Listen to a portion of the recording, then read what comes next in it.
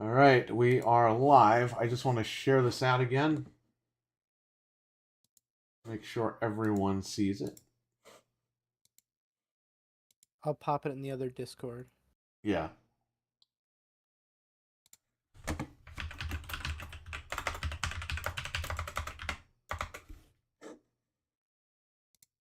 Oh, I went live exactly at 9:55. Look at that. Sweet.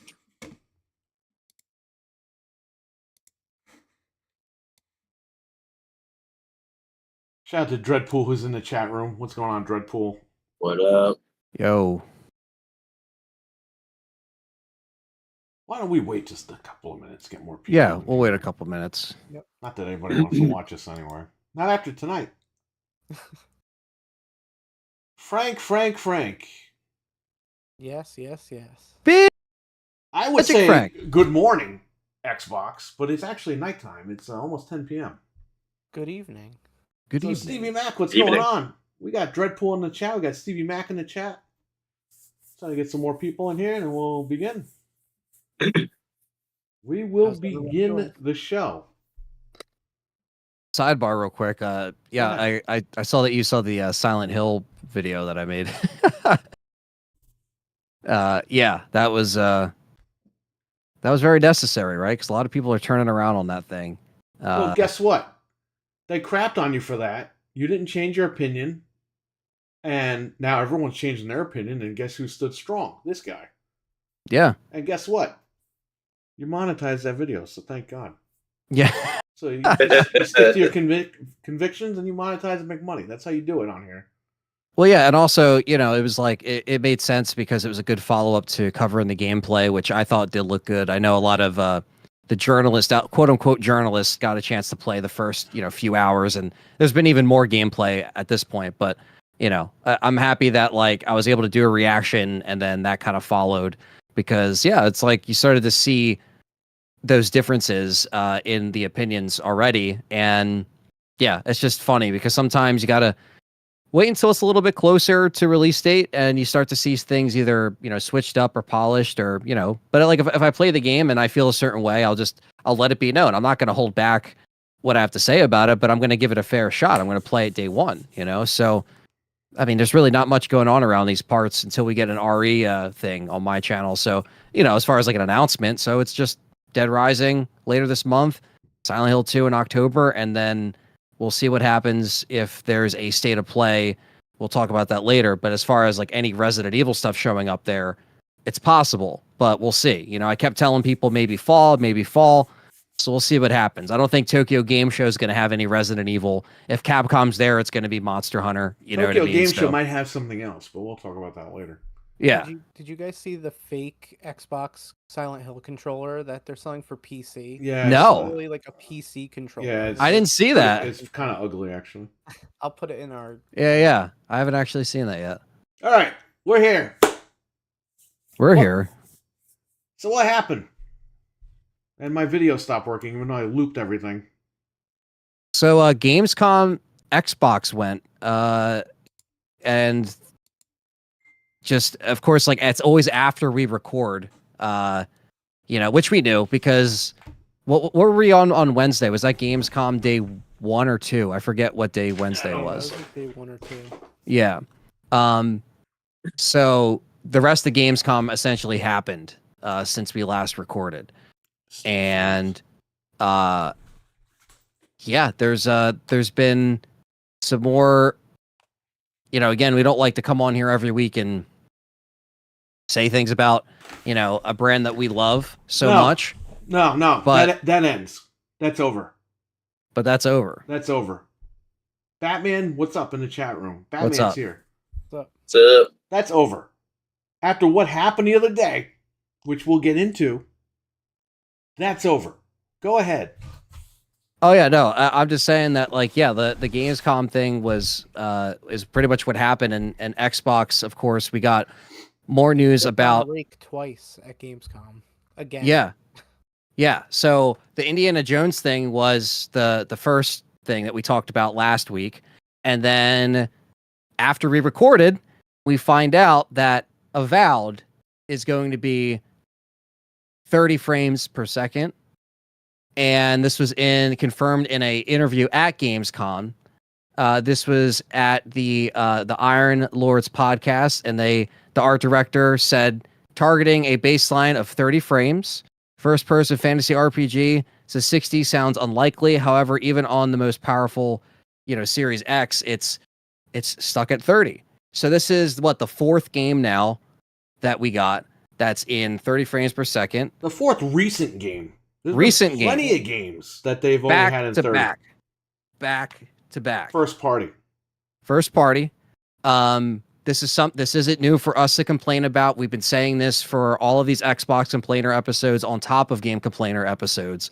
It's been letdown after letdown when it comes to, again, like Perry always says, we take a few steps forward and then multiple steps back, and we never quite get to the point where we were like, hey, we got excited about the Xbox event that happened back in June, which was, was supposed to be around E3 time. They took the stage and it was perfectly, a show that we were like, all right, this is perfectly fine.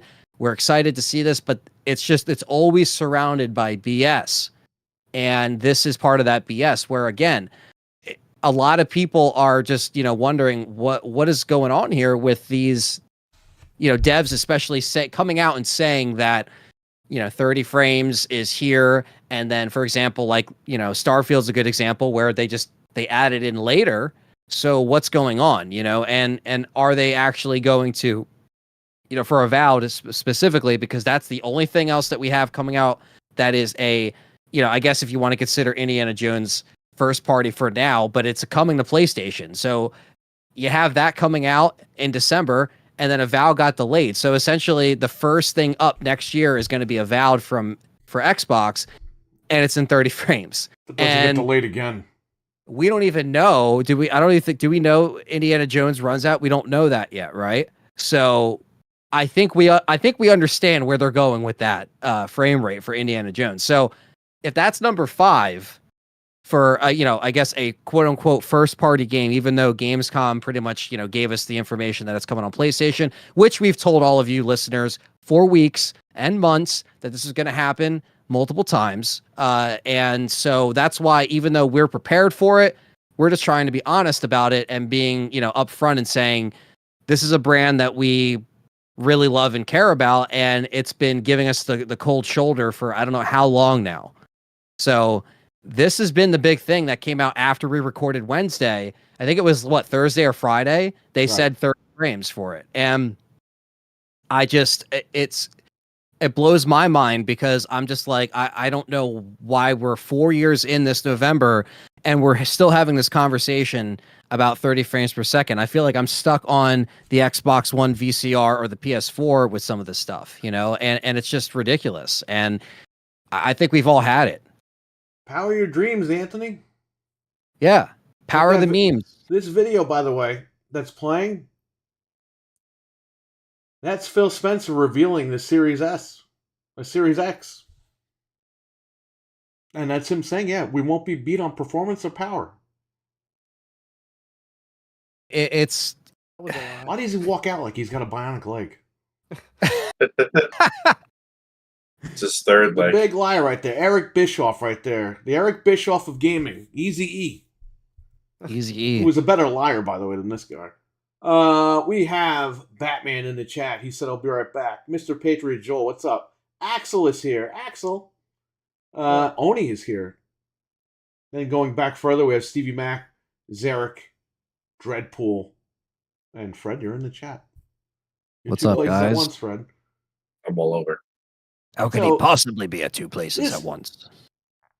This came together because Frank was on Good Morning Xbox with Axel. And Frank, the guy who doesn't yell at anybody, got yelled at. Hardcore. He was sitting there, he answered the question, and he got screamed at for about 20 minutes. He couldn't even answer the damn question.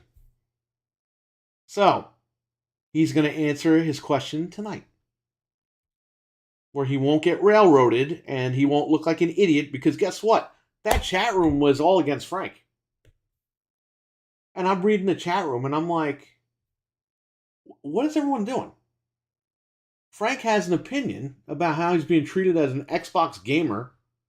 And everyone in the chat is like, you're an idiot. You know what you're talking about. Phil didn't say 120 FPS. He didn't say 60 FPS.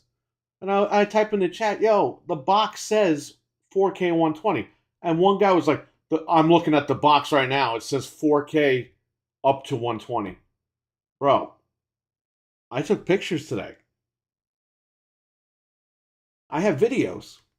I have a video from Dealer Gaming. Remember that guy? Where he said that he made a video with quotes from Phil Spencer saying they will not be beat on performance or power, and that you should be expecting 60 frames or more this generation on the Series X. We found an article. We had that article, by the way. We have all those videos queued up. We came prepared. We have receipts. And we've also been doing It was this funny, since Axel, but it 2013. wasn't funny because I'm sitting there getting angry watching this happen live.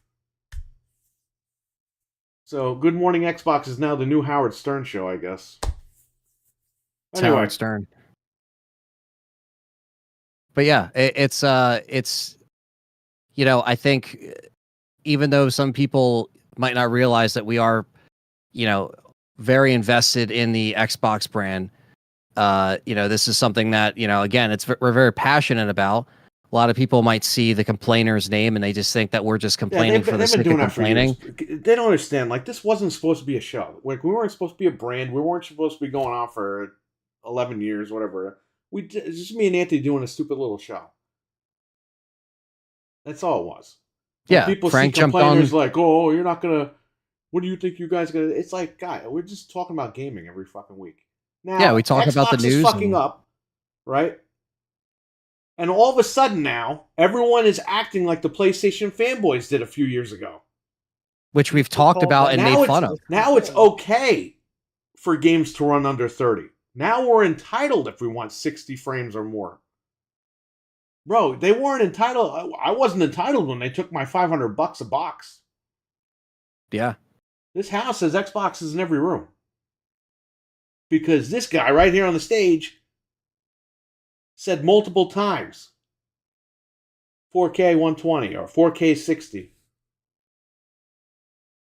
I don't know what to tell you. They lied their asses off to get me a box. And I bought the box and I got stuck with it. I got caught holding the bag. We jumped in with both feet. Now, We Frank jumped in. said on Good Morning Xbox, which go and watch and subscribe and go watch all that stuff. That's great. But Frank said on that show, Xbox couldn't have their moment in the sun because Indiana Jones got announced for PlayStation 5 immediately after it got the release date for Xbox. And that's a pattern that keeps happening. They'll announce something and then something horrible will happen. And that's where you immediately got after. screamed at.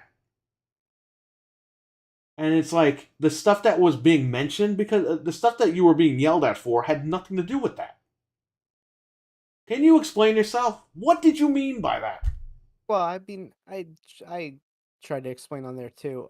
Just like I said, that they constantly step on the rake. You know, they'll announce something, and then a few days later, something will come out that's negative, and they can't seem to. There's like a disconnect between the corporate and the like the Xbox side and the Microsoft side, where they just constantly do this, and we're never just allowed to enjoy something on Xbox. The second, like that, how could they give a moment like that to Keeley, number one, who's extremely negative on Xbox, and number two, that's the one more thing moment, the big moment of the show. Oh, it's coming to PlayStation, completely overshadowing your Xbox announcement. Milkman, I acknowledge you. Venge, what's up? Bryant. That's the problem that I had with it. You know, that's what I meant by that. And I know previously, yes, games have come out and they're fine, but every single time since like Redfall, the game will come out and it's 30 frames, so then that took the thunder away. Oh, the game's coming out. Oh, but it's coming to PlayStation. That'll take like they just can't get out of their own way. Or they'll have the showcase, the Xbox showcase, then they raise the price. It's like they can't ever just stop and let people breathe. They gotta always mess it up somehow, and that's kind of what I was trying to get at there. And the chat is saying, oh, it's 30 frames and nobody cares about 60. And it's like, okay then. Phil never lied. Phil never said 60 frames. He never said any of this stuff. Okay. Now we're at PlayStation fanboy level from like 5 years ago. Remember when Spider-Man couldn't be 60 and all these top PlayStation games on the PS4 couldn't be 60? And then you saw PlayStation fanboys in the chat saying, you can't see 60 frames. It's like, are you fucking stupid? It'll make you sick. or all this Backpedaling stuff. like a motherfucker. Now, PlayStation gets 60 frames. They don't cause any drama. They just release shit at 60. Their fan base is loving it. And now you got Xbox guys doing the same shit that the PlayStation guys were doing. Yeah, this is all over on Twitter, on these social media sites the too. Xbox fanboys have become the PlayStation fanboys. Now, they'll take whatever they can get, no matter how shitty it is, and they'll eat it for dinner. Even though you weren't promised that. But I'm entitled. You're entitled. We're all entitled because we bought this thing.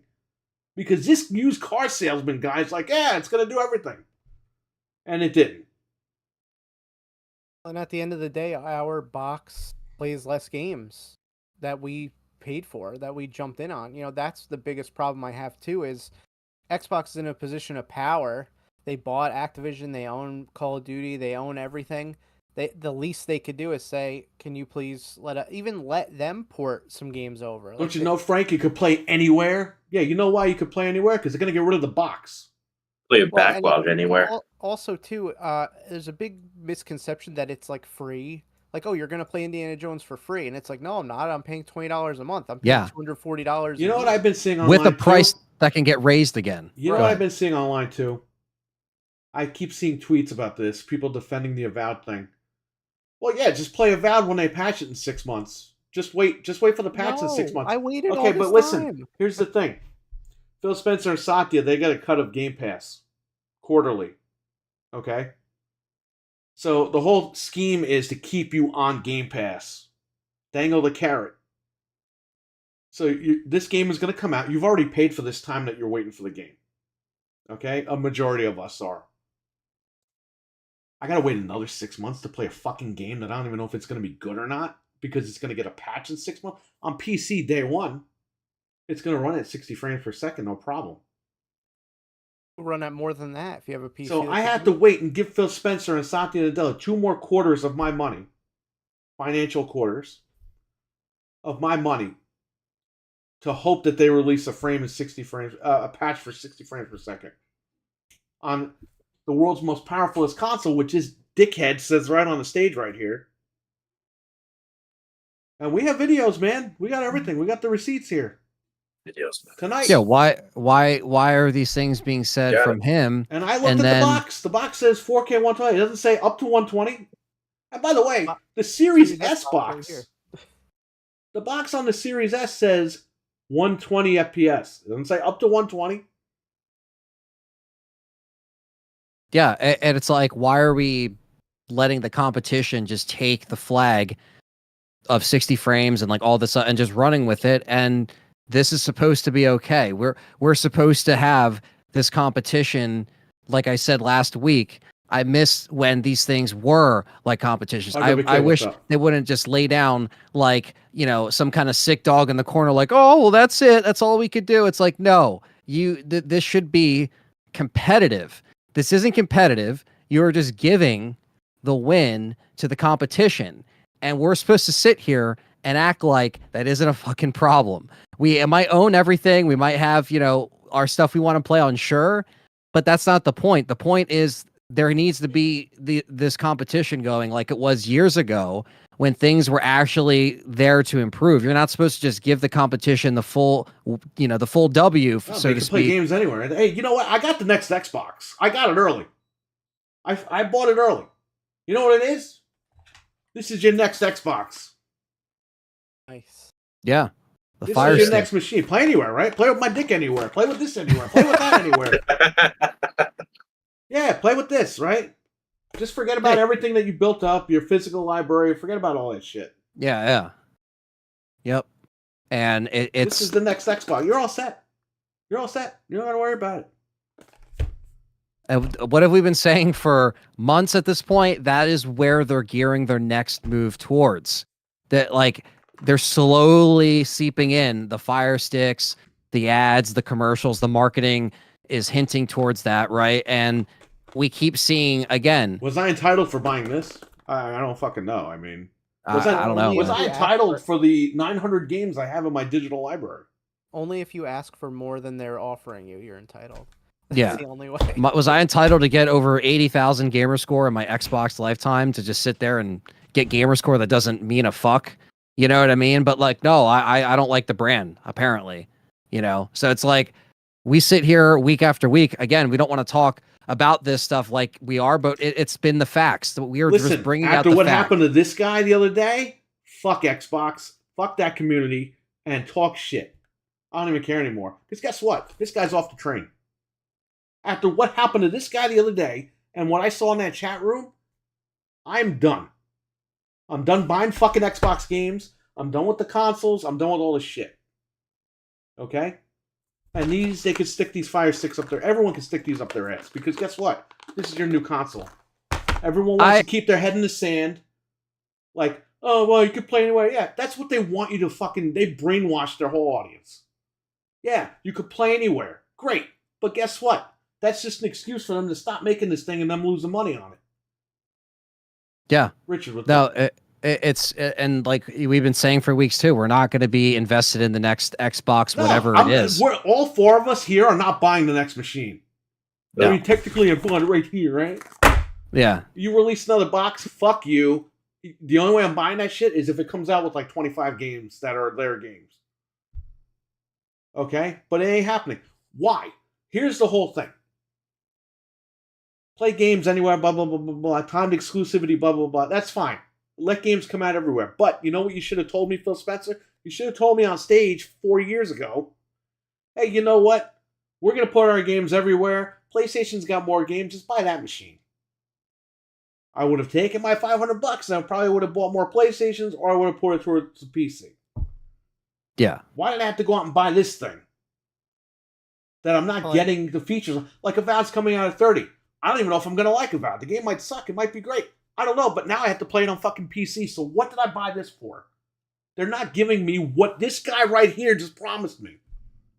I'll play the audio. Yeah, we're not going to be... And he even says they're not going to be compromised on performance and fidelity. Yeah. We can't even get They're 1080 really trying... 60 on this fucking thing. No. I was playing RE2 Remake today, and the shit was like stuttering and stuff. Like, why does it run like this on the Series X? Like, it shouldn't be, you know? And that's RE2 Remake. Right. Like, what are we doing? It came out in 2019. Why am I sitting here? You know, Leon goes into the RPD, and it's just like, it's stuttering. I'm like, what is this? Yes, he is Batman. Richard, what's up? And Batman, you're right. Phil Spencer is a crackhead. Also, kind of spoiler alert for later. You know, listen to me. I want to say something right here, right now. Imagine if Phil Spencer didn't get paid until Avowed, until Redfall, until Fable came out. Running great. Let me tell you something, motherfucker. Yeah. If his paycheck was on the line, those games would be out already. They'd be out. They'd be optimized. They'd be beautiful games. But because be able to play being paid every quarter, that's fine. You know. Yeah, we can wait. We could let games be delayed.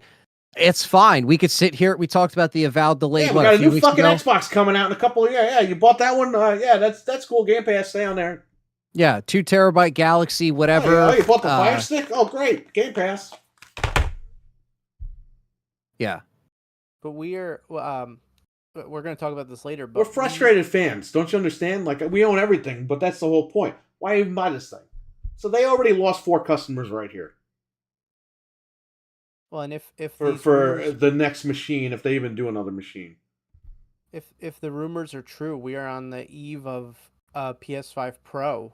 So as these games, because obviously we're past the point of denying the full slate is coming to PlayStation, these games are probably going to run better on a competitive the competition's box. Let me tell you something. At that point, it's like game beyond. over. Big Jeff Grubb. Big Jeff Grubb. He announced that PlayStation's going to have a state of play at the end of September, where they're going to. Is it a state of play or is it just an event? It's just a. It's just like a standalone event. It's not a state of play, I don't think. Right. Anyway, there's going to be an announcement for the PlayStation 5 Pro at the end of September. Guess who's fucking going out and buying that? This guy. Me too. Guess who's going out and trading both his Xboxes in? That guy. Yeah, I'm Yeah. ready. I'm ready for it. After Yeah, what that happened literally- to him the other day, we talked. The minute that he jumped off that show, me and him jumped on Discord, he's out. After the way he was treated and the chat room fucking just treating him. I was already like, dude, getting off that's the train, but now I'm like, We don't want to be Yeah. part of this community anymore. if I bought 4 Xboxes, I have 2 Series S's, 2 Series X's. I invested my If the fans are going to be like and that and be money, fucking and stupid, the then community I don't want to. my own community allegedly, like acting like this. Peter, it's what's like, up? Right. No, I don't exactly. even want to be part of it anymore. Yeah, it's like we were already getting off the train. That was just the push, Like And now, I'm not gonna be like, I'll never play another Xbox. Like I'll play on my Phil's PC. our friend. Phil loves us. No, he Right. doesn't. He doesn't give a shit. Wake up, everybody.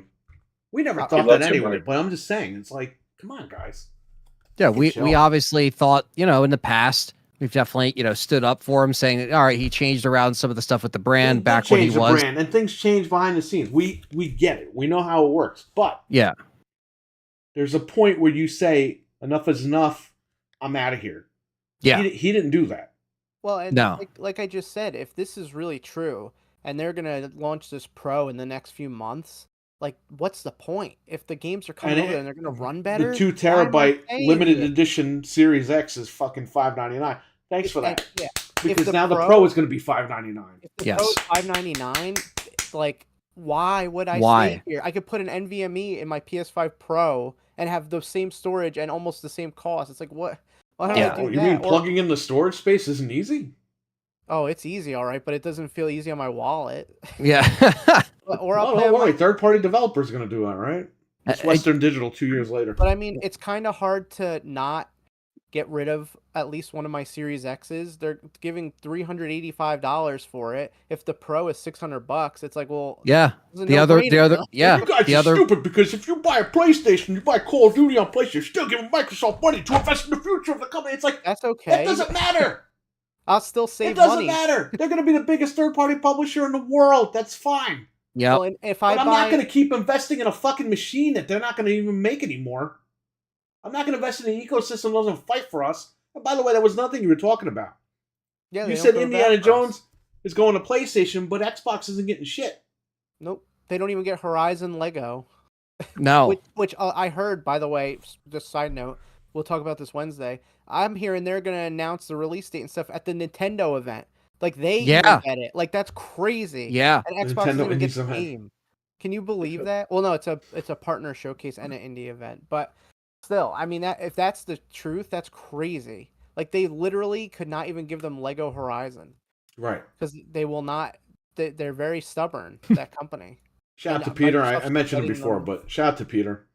What's up, Peter? Microsoft's just letting them walk all over them. They have all the power. They have all the games. Got They the have Call power, of they got the Duty. money, they got everything, and they don't want to do it. They Let just them want to make walk more right money. over 'em. Yeah. And They sold that Xbox for $20 a month. Just remember that, everybody. $20 a month. yeah. And like I was saying too, if you buy the games, say I buy Call of Duty and Avowed, that's half the price I would pay for Game Pass for the year. So Oh, yeah. all these years. By the way, I've been on Game Pass since day one. Me And too. Perry was too. We were right there. So all these years that I paid and no games came out, I could have bought all the games in the world that I want and played them over here or on Steam Yep. or somewhere else. I could have bought. I've spent hundreds of dollars a year on Game A Pass. month. It will be A a month soon. A month, thousands. No. Yeah. I spent Well- hundreds a year on Game that's what I'm Pass, saying. and there's times when no games come out. 20 and counting because they're going to bring What are it you talking up. about, Frank? There's like 85 indie games coming out. Yeah. Yeah, they give me a $5 game that I could buy for $5. It doesn't add up. It's like No. And like I said last week when I brought up GameStop on the show and we were looking on the website and I was telling you guys the prices, I was like, if there's a time to get rid of some of these machines, it's now. Take advantage of GameStop Yeah. while they're still around. This is the one reason why GameStop is still good for shit like this. You got to vote with your wallet here. GameStop's And giving if what? this, $385 credit for the Series X? yeah. and 247 for the S. Which Trade I them all paid in. Fuck 150 it. for one. Get rid of So it. I'm getting it. I'm getting them out of Everyone here. We trade know everything in. the Pro is coming. Like this is literally like Trade this. it all in. Get a PlayStation. Get It- fucking PC. Do what you're gonna do. Well, I already have a PlayStation, so I already have games. I have my PC. I really don't need the Xbox anymore. Well, I you went don't have the back to them. PlayStation Pro. Come on, we all need the Well, Pro. Oh, I'm getting the Pro immediately. You know what But we're you gonna don't do, need Frank? 2 Series X's. You can keep a Series No, X I and then don't you need have a two. Pro. Me, Right. Frank, and Fred. Guess what we're gonna do? All three of us. And Fred, he ain't happy about this shit. The three of us are gonna go to GameStop and we're gonna buy PlayStation 5 Pros and we're gonna film it. Okay. I'll trade my stuff in soon and hang on to All my right. credit.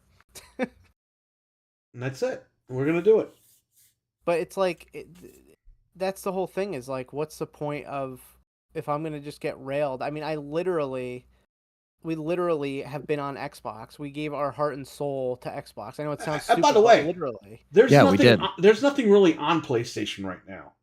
But just to get the No. fuck away from Xbox, we're doing Well, this. But here's the thing too.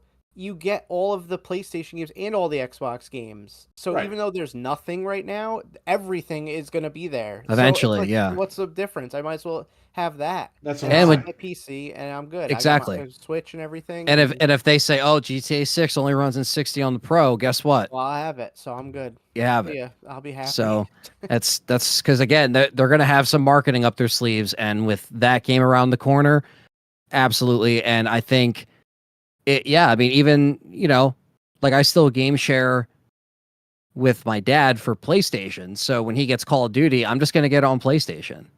Like, I just don't care, like it just makes sense because it's game sharing. I save money. I don't need. I'm not on. Pirate I've all the already fucking games. I'm saying now, pirate all the fucking games. By the Well, way, that just too. so you guys know, Indiana Jones and all that shit, they get cracked day one.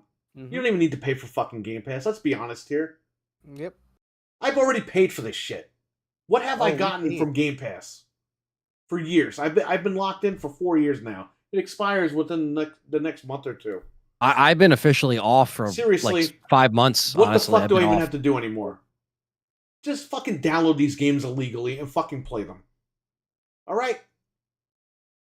Yeah, it's exactly, Peter. PC or the highway. That's it. Well, the only reason it's good to have a PlayStation does suck, PC Peter, but you know what? Just to give the big FU to Xbox, I'm just gonna get the Pro. Well, and also on Even if it sits here all dusty and shit, like the other one. The other one's a tombstone. It's just standing there. But on PlayStation, at the very least, they will give you a game, like for instance, Spider-Man 2. It's been out for almost a year and it's not on PC. So there is something that you can play there that you cannot play anywhere else. Oh, but D&D's Xbox coming, you can Frank. play- Oh, Helldivers Yeah, is going to that's Xbox. But I'm just saying, at the very least, if you want to have a console, you're going to get all the Xbox games, you're going to get games that are not on PC, and you're going to get the PlayStation games on there. So it's at least it's something better than the Xbox. I mean, it's worth having it for me. I don't have to wait a year to play a game, There's Well, I don't Richard know. with a $2 Canadian super chat. It says PS2 emulator is greater than Xbox. That's very true. I need That's to true. heart that. Thank you, Richard. Appreciate that. With PlayStation, you still need PSN to play online. Yeah, that's fine, Peter. But guess what? I'm not going to do that. I'm just gonna. No, we'll play online on Steam and stuff, but You know what though, Peter? I'll be honest with you. If I'm going to pay for online, I'm going to fucking play. I'm going to pay PlayStation. it's only $10. Let me tell you something. Yeah. Xbox is not getting any more of my money. Me neither. Yeah, it's I'm done. My wife is still going to use her Xbox. She still loves Xbox. That's great. This guy, I'm done. I'm out. it's an end of an era. Fuck Herman Holst, for says us. Peter, and yeah, they both suck, man. I know. Sony canceled the Twisted Metal. Yeah, and Sony not makes happy you with that pay either, for but what are you upgrades gonna and do? stuff. They're not blameless. They're not blameless little lambs Exactly. either, but, Yeah. I mean, Yeah. at- You, like, you at- guys. Sony has a lot of problems, okay? Right. We all know that. They both have problems. We call them the Three Stooges. Nintendo fucking sucks with hardware. PlayStation and Xbox, they can't figure out what the hell they're doing. They don't know. They don't have a roadmap on where they're going, either company. What Xbox is doing in the future, we don't know what they're doing. They don't know what they're doing. They leak all this shit out. They lie about half this They have stuff. all They different come out and say strategies shit on for stage it. that they're lying about. They're talking to the shareholders, not talking to us. And a lot of these fans in the chats are like, oh, but Phil said this. Phil's talking to somebody over your head. So it sucks, man. I mean, it definitely is a changing of the tides in a way. I mean, but again, people have to understand that we've also been on, PC and both consoles as well this whole time. So we're not just. It's not like we PC don't is the way have to a. go. I mean, Yeah, PC is the ultimate way to go. But like I said, we're gonna switch over to PlayStation pretty much because Xbox is just fucking tiring at this point. Xbox gonna have to wait for us? Okay, I'm sick of Yeah. fucking sitting here waiting and complaining about. Oh, this game's coming out only at 30. This game's coming out only at 30. This guy says right here, no compromises with frame rate and fidelity. Well, we've been compromised. Games. We've been compromised, all right. We've been completely given the finger multiple times. Do a buyback program, Microsoft. Do the right thing. Buy the shit back for $400 credit. Yeah, like what? GameStop's got my back there for. I was gonna say that's it, man. Because that's the only way to kind of get back at this, to kind of turn it around a little bit. Because we're PC players, but we do like our consoles. We have for years. I mean, sometimes it's nice to just sit down and play a console, and that's why I want my PlayStation. Yes. I have PCs. I'm good. I'm happy. But we're tech heads too, so we buy everything. Right. And I like to just sometimes sit down and turn it on and I play Fortnite like an idiot. Like I don't care. That's exactly. the kind of thing I need. I want to just have a console for. It sounds like a temper tantrum. It is. It is a temper tantrum. The OG Xbox era was too short. I agree. But let me tell you something, Peter. That 360 came out at the right time. Like it had to hit, and it hit. I would tell people buy an Xbox 360. Oh, but the game's running at 30 on there. Right, but I wasn't promised fucking 120 frames per second on the 360. Hey, is that you, Don Matrick? We have a console for that. It's called 360. It's called the Xbox 360. He was right. He called it. He said, "Yeah, we got a console for you, Xbox 360." And everyone shit on the guy, and he was right. The last great Xbox. The last great Xbox. Was. We didn't know how good we had it until it was gone. Isn't that sad, Anthony? It's really sad because we were sitting there again talking about this on the show back then because we've been around for a minute. We're not just some idiots that just came on here to be like, no, we've been talking about this shit for a while. We know what we're talking about, right. And we're not idiots. You know what I mean? So that's why we take this stuff pretty seriously. We amp stuff up, but we do have passionate opinions. Yeah, we have passionate opinions, and we're serious about where we play and our opinions because we want to give you guys the truth. We're not getting paid to say stuff. We're not, just playing to favor. We're telling you the honest truth, and that's what you're always going to get from us. So if you don't like it, sorry, but everybody that watches our stuff knows what the deal is. We don't scream at our guests. No, we're telling it like it is, and this is, again, a very much of an end of an era for most of us here for this brand as we know it. And that's why we're on here on this Xbox complainers thing, because of course, every time we, stop rolling for 1 week show, something else happens. And this Xbox news dropped about Avowed and everything, and Gamescom happened for Xbox. And it's just been, it's just adding to what we've been saying, that we've been just on our way out. And this was it. When Perry sent me the thing about Avowed, I've already been slowly like, all right, this is kind of like, I've been watching what they're doing, and I'm like, this isn't cool, man. But I never really felt like getting rid of my stuff. Then he texts me about Avowed, and I'm like, dude, like, when I saw it in our chat, I'm looking forward to, and they got screwed. I was like, I can't take this. I like how when they say this shit that they're going to be at 30, then all the Xbox guys come out and they're like, well, we didn't expect it to run. It's like, shut the fuck up, bro. I did. I expected. Well, a first-person game doesn't need that. Yes, it does. It's kind of like a fighting game. You need 60. Like a race car game, you need 60. You're swinging a sword around. We were promised by this guy right here on stage that everything was going to be high fidelity and high frame rates. Which, by the way, he does say here. Yep. Mental 9R, what's up? Mental's a nice guy. Let's get him on here and scream at him for 20 minutes. Hey. Ooh, Peter? Get Peter on here. Peter, come on. We'll scream at you for 20 minutes. Batman, make it 40 minutes. Great. Like, Batman, come on. We'll scream at you for 20 minutes. Yeah, it's, Venge? What's up, Venge? Yeah, Venge. I have the article here, too, if you want me to read it. Read the article. Yeah, go ahead. Okay. Xbox Series X. Phil Spencer says you can't even appreciate the true power of next gen yet. Phil Spencer says you might not appreciate how much better. Phil Spencer says you might not appreciate how much better next gen games are until you can feel the improvement that comes with 60 frames per second. This was on June of 2020, so a few months before the Series X came out. And that's a quote from Phil Spencer. Yes, and the article just goes on to say how it was during the picnic, so they couldn't. He never physically said show... that, Frank. Come on. Well, apparently he did. He said up to 120. He said 30 30 was the base. Well, and they mentioned that too. They said it is capable of delivering frame rates of up to 120. So, I mean, this was during the picnic, so he was saying they couldn't physically show people the system, but when you see it in person, you see that high frame rate. That's what this whole article is about. He's like, you're going to be blown away by the frame rate. And that all was quoted from Phil Spencer, the article. Yeah, that was when they really were trying to sell the consoles, and like trying to, sell it in their pitches, in their interviews, in whatever it was. And didn't we pre-order it in August, I think, of that year, if I'm not mistaken, or something like that?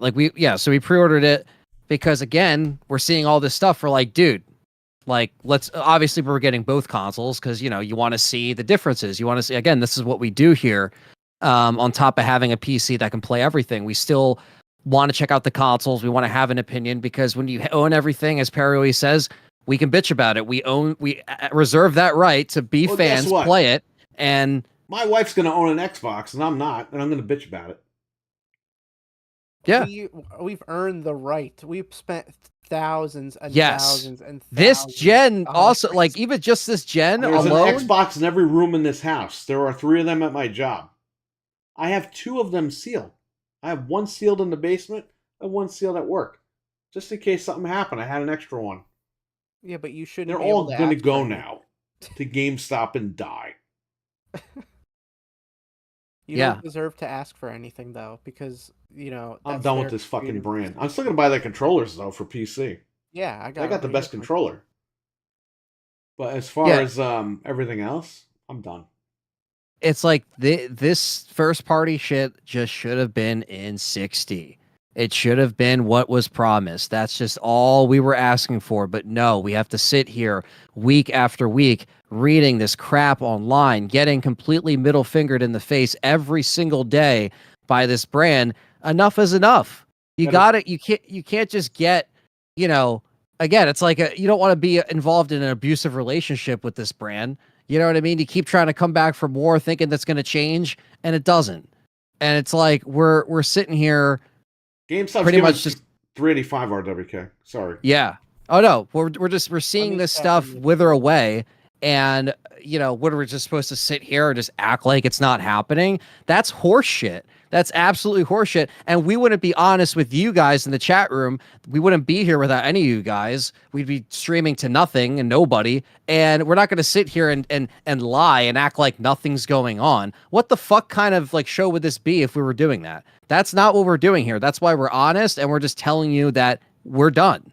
We're not trying to sit here and act like this is going to be, I don't know, like this new era of this brand. No, this is an era where we're essentially getting screwed over and our money is pretty much being flushed down the drain when we're not getting exactly what we paid for. And it's false advertising and it's bullshit. And I'm not going to sit here and act like they're not giving us the finger every single week, because we always have something to say about Xbox lately, because it's been a shitty year for Xbox. It's been a shitty fucking year. It's been a shitty gen for Xbox. So it doesn't just end at, oh, they had, a couple good releases. Like, no, it's been downfall after downfall.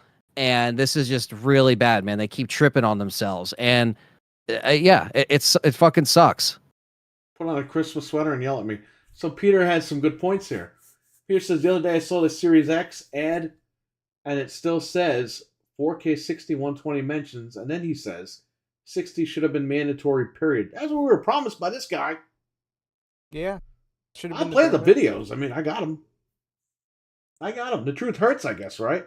When I'm in the chat room saying, hey, guys, the box says 120. Oh, no, the box says up to 120. No, it fucking says... And by the way, the 2 terabyte machine, which the box is on Best Buy's website, it doesn't say up to 120. It says 4K 120. Yeah. I could pull that up, too. Want me to show you? I'll show you. Richard, with a $2 Canadian super chat yet again. Screaming me, Perry, Frank, Fred. Oh. As long as I get the games I want to play where I want, That's going to be great, Dreadpool. But where are you going to play when there's no more Xbox? Well, they'll make the PC Xbox, and then it's like, Dreadpool's going to be fine. He's got a Yeah, PC. He's got all that stuff. Yeah, going. Dreadpool's got the works. He's I'm good. just saying, like in general, everyone says, "Oh, it's wherever I could play, wherever I want." That's what I'm seeing online everywhere. I'm seeing it in the chats. It's not just Dreadpool, but it's like, guys, play where you want just means, hey, play over there because we're done over here. Yeah. Get used to playing wherever because that's where it's going. That's Oh, Oh, snap. Snapples. it's time. PlayStation advertised at 8K. Yes, and they took it off the took it box. Off the box, though. Xbox still didn't take the 120 off the box. Mental has entered. Well, he wants to get screamed at. Well, that's exactly correct. That's why you wanted to yell at somebody, so I thought I'd hop in, let you yell, and then I can go. That's it. Guy. Well, welcome to the show. Thanks for why coming not, in. right? Yeah, we're here. It's been a crappy gen for I think both brands here, but I think right now, this Xbox is definitely taking the cake here. So What does it say? I don't know. What's it say? Yeah. On the screen? What do you have pulled up? Let me see if I can see it I have here. the brand new 2 terabyte pulled up on screen. The box. Oh, okay, yeah, What does that say? Deal I'm that sorry? is for 4K $600. 120. right in the corner there. There it is. There you go. Who is advertising what now? So how much is this machine? $599 $599 plus Yeah, tax. Thanks, Sony. for just 2 terabytes. How Even much is a more, 1 terabyte NVMe that I could put in a PS5? Yeah. It's less money, right? Yeah, it's even more over there in Mental's area too. Canadian, I'm sure that's like what? $7.99. Whew. $799. $7.99. Holy- That's a good That's deal. I'm insane. glad for that, man. That's a good deal for what could be the last Xbox with a disc drive. Yeah. Yeah. You know, you got to look at the positives, right? I mean, Yeah. it's got a disc drive. It's got sparkles. Yeah. And It's they're pretty. It's a pretty forcing you- They're Xbox. forcing you into 2 that because terabyte. the cards are so expensive because it doesn't take NVMe, so they're forcing you Hey. to buy this like that. Nukem in the Noof chat. is in here. Oh, what's Noof up? Nukem is here. shoot. Who's going to yell at him, Fred? Good luck. Somebody's got to yell at him. Yeah. Got Somebody. to get in here so we can we all take a turn at yelling at him. I don't Yeah. know. Yeah. If he joins in here, it'll be the ultimate Xbox complainers episode. So we'll build a try. Yeah. It's Boom, boom, kaboom. Noof Nukem is here. What's up, Noof? yo. That's. I mean, again, the new Galaxy, whatever Xbox. Yeah. That all. Well, I think last week when we Mortgage recorded. payment. If you think that's bad, you should see the price of cream cheese over here. Whew. No, Frank. The price of cream cheese in New Rochelle, New York. Oh, right. That's Specifically. expensive. Specifically. In the most Yeah. expensive county in most of New York. But yeah, I'll not pay a. an extra $5 for Game Pass. Well, you got to make sacrifices. You might have to eat ramen noodles instead of having cream Yeah, cheese that much. when they raise it another, X amount of dollars in the next, Let me tell you, half a can year. I just say one thing? Yo, lick cream cheese off Phil Spencer's fucking nutsack. Okay? I'm done. Oh. I'm done with this shit. I'm done comparing fucking inflation rates to cream cheese. I see. You guys were saying that, and I said this last week. I didn't understand the connection, and then you told me like where this cream cheese incident was coming from, and it was from this guy, and I was like, "This was really said," and you're like, "Yes, he said it in a video." I was like, "What?" Well, our currency is backed by cream cheese. Don't you know that? That's the Oh, whole thing. okay. And by It's the way, it was a lie manufacturing. because a 2-pack is $7, not a 1-pack, like was made out to be on this. And if you go to Walmart, they're like $1 or $2. No. There is no Walmart in New Rochelle. Well, there's one in isn't there one close to there? I thought there was. No, not White anymore. Plains? Oh, White okay. Plains closed Walmart because they Oh, can't alright. deal with low prices. We can't give anybody a deal. There's no way. Exactly. Not allowed. Oh man. Yeah, I saw they put out like the mass Give me pre-orders. 10 minutes, I could join. Great. It'll be like Nice. the old days with It's a party. Noof and Mental and everybody. Damn, we get the exclusive. Noof said you could get 3 hookers for $7.99 in Canada, and they won't screw you as hard as Xbox. Wow. Well, Jeez. maybe that's not good. Then. Oh my. This is again, it's yeah, man. The pre-orders going live with all the like the new Xbox models. I mean, I saw that this like after we recorded last Wednesday. You know, I mean, it was up when I checked Best Buy that night, but when I saw them go up, I'm just like, they were still available. Like they weren't like selling out. Maybe now they might be. Only Best Buy and Microsoft. I don't think you can get them anywhere else. Okay. Really Let me check to see if it's still available on Best Buy because like, no I don't one. think GameStop or anywhere else is carrying them. Yeah. We're on And Batman's profile, by the way. Up in the top left. Xbox. Oh, man, we're using your profile. Sorry, man. We get your account banned. Oh, well. I'm interested to see if they discontinue the regular Series X now because They will, because they want you to be stores aren't digital, and they carrying want to them. be nice about it. And... Okay, so the pre-orders are still available. They're not Remember even when they selling pulled- out. Hey, remember this Christmas when they pulled the discs out of Walmart? And Phil Spencer's like, oh no, we're still going to make discs. Meanwhile, they're fucking dragging right behind them. I was just at Target. There was nothing there. Yeah, it's like Target, or I'm sorry, Walmart, at least by me, Them too. has more like physical media than like games, it almost seems like, or at least updated games. Like the Nintendo section is almost like the biggest section at this point by one of them near me. So There will be. it's a little For it's a little Switch too. it's a little strange that like because now I'm sorry, Walmart gets all of the steel books and such, so now they specifically have more sections for just that, which is Jamie weird on. seeing What's up? 4K in there. What's up, Jamie? On up? Who's entitled? but- We are, because we bought this machine that this guy promised us 4K 60 120 whatever. So we asked for Jamie on Frank was on Good Morning Xbox where he got yelled at and called entitled because he didn't get what he paid for with the Series X.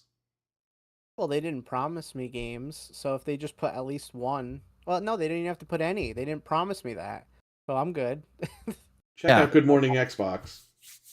Check out Axel's channel. There was a link in there before. Subscribe. Yeah, it's again, just because we have to point out the wrongdoings of a brand.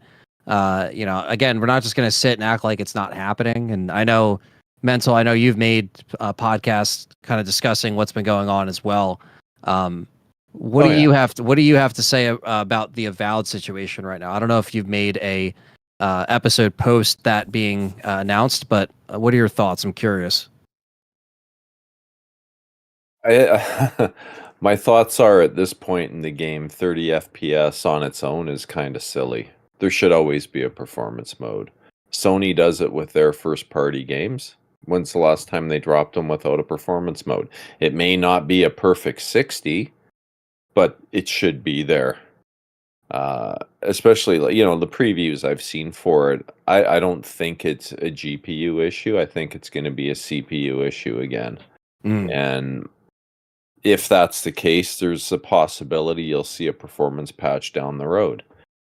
Just get the frickin' thing done for release and avoid this bad press. It's already getting delayed. So what are we doing? Yeah. Exactly. What are you doing? Because of our backlog, but we My all know in backlog, I play reality my it stick. wasn't ready. Yeah. It clearly is not My ready. stick log. You could play Halo Infinite on the stick log. Yeah, it's just, I don't know, get a GeForce Now subscription then and play it at 4K 60. Yeah. I saw that too because they have that on the Xbox, the GeForce Now thing. So people are like, you can just play it on there, and it's like, well, then why do I have an Xbox? Like, That's the whole point. Play everywhere. Okay, Yeah. but why did I buy have an this then? Xbox. Yeah. Yeah. No, it's. I think it's just beyond stupid. We're coming up on 4 years into the generation here in a couple months, and we're still dealing with 30 frames per second. And I don't care what people say. Like at this stage in the game, like you get people that are saying stuff like, "Oh, well, this is normal in the latter half of the generation. They're always pushing for graphics." If it's only graphics, they could simply use the Series S settings and get 60 FPS if it's a graphical issue. Right? If it's the GPU is loaded down because they're going for the eye candy, that's why it's 60 at 4K, blah, blah, blah. Yep. Drop it to 1080p, quarter the resolution, you should hit 60 no problem if it's a GPU problem. That's why I know it's not a GPU problem. It's a CPU problem. It has to be. Yeah. Or they would just do that and give you the performance mode. But they're not. So what does that tell you? Yeah, It's exactly. pretty straightforward to me. I don't know. Yeah, But- and this is the fourth, 4 years this November, and the fourth game in this sequence to be given this treatment from the rip, from the start. It's Yeah. like, it's so frustrating being and so invested in this brand and this console that we're trying to, we're trying to give the benefit of the doubt. Like Perry was saying earlier, we had all these promises right out of the gate in 2020, leading up to, the pre-orders and everybody getting excited and just really wanting to get off of those performance issues that we were having in the previous gens. Obviously, the One X was a little bit of an improvement. We had that little, leg there of stuff that was okay, but it still wasn't quite there. Hang on, Anthony, And- real quick. yes. RWK88 with a $1.99 super chat. He says, I live for episodes like this. Let's fucking go. Lotus Esprit's in the chat saying hello, and Lotus Esprit is gifted 5 Game Complainers memberships.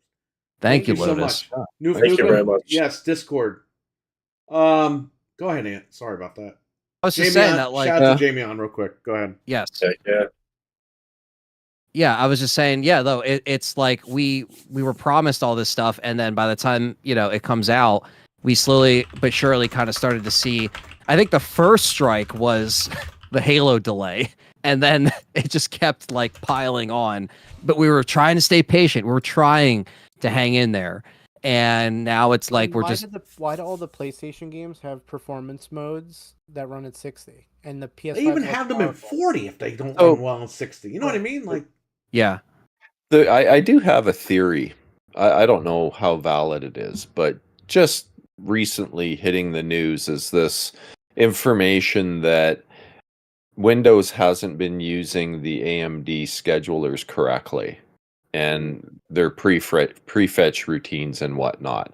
So there's a patch coming to Windows 11 as of second half this year at some point, the H2 patch, that will improve gaming performance in some cases up to 30%.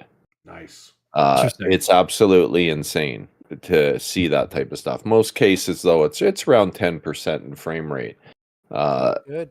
That apparently will help CPUs in the same generation in Zen 2. Maybe not to the extent as Zen 3, 4, and 5, but it's supposedly going to help the 3000 series processors as well. So Nice. we may see an improvement with Xbox. But the reason I was saying I have a theory about it is because the PlayStation uses a FreeBSD based operating system, if I'm not mistaken. It's likely not going to have the same problem. This is a Windows administrator privileges issue.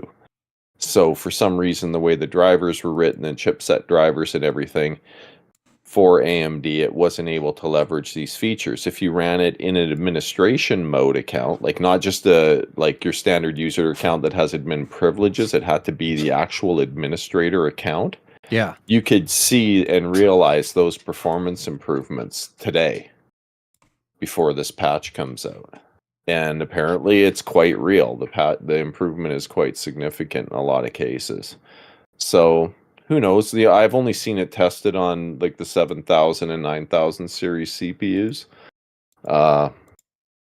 Yet to be seen what it's going to do for 5000, and I heard 3000 as well. So if it is 3000 series ones, then that's Zen 2. We might see an improvement on the Series X for Windows. Otherwise, who knows? but they've got issues. They got to get it figured out. This threading issue's been a problem far too often. Noof is asking for the link, Perry. Yeah, I'm getting that to him right now. Cool. Okay. Yeah, no, Make it's sure it's I just wish very similar to what I was saying last week, and I just miss when that competition really felt real between these consoles now. And then when you just give that to, like you're mentioning, or we're all mentioning the PlayStation games having those options from the get-go, it's like, why Link are is we all letting set. this happen? Set the link. Cool. So Noof will be in here momentarily. But yes, yeah, just why is it, I just missed that competition because it just felt like they really cared about what they were doing on the other side of the coin, on Sony's end of the street. And now it's just like you're just kind of letting these things happen, and how your brand feels about it. Yeah. Oh man, There it's a he stack is. show right now. Talk about stacked. We're like the Brady Bunch here with the windows. Yeah, the Mr. Brady Bunch Nuka. Xbox complainers. The Xbox One. You know what that means? Good times. Noof's on here, Fred. You got to curse him out for 20 minutes. Gotcha. I've been saving up my whole life for Got this a moment. steamroll. Noof I is, jumped on Noof because they were looking for someone to yell at. So Now we have Yeah. 2 people. Great. We got a Mental and Noof reunited. yeah, geez, it's been since Oh, January or something. Since Wow. when I shared a stage. Look what happened. We got him back. We got him back in the chat here. Awesome. In a discussion, rather. All right, Noof is here. I think he's just setting up his Gotta stuff. get that audio going.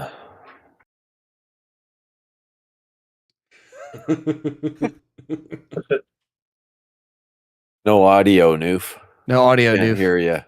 Mike is here. Mike Mullis, what's Hey, up? Mike. What's Oh, up? Mike. Jeez, what did we do, Everybody's Perry? What here. happened? What happened tonight? You I caused think a lot this of was trouble. It's all because Frank got yelled at.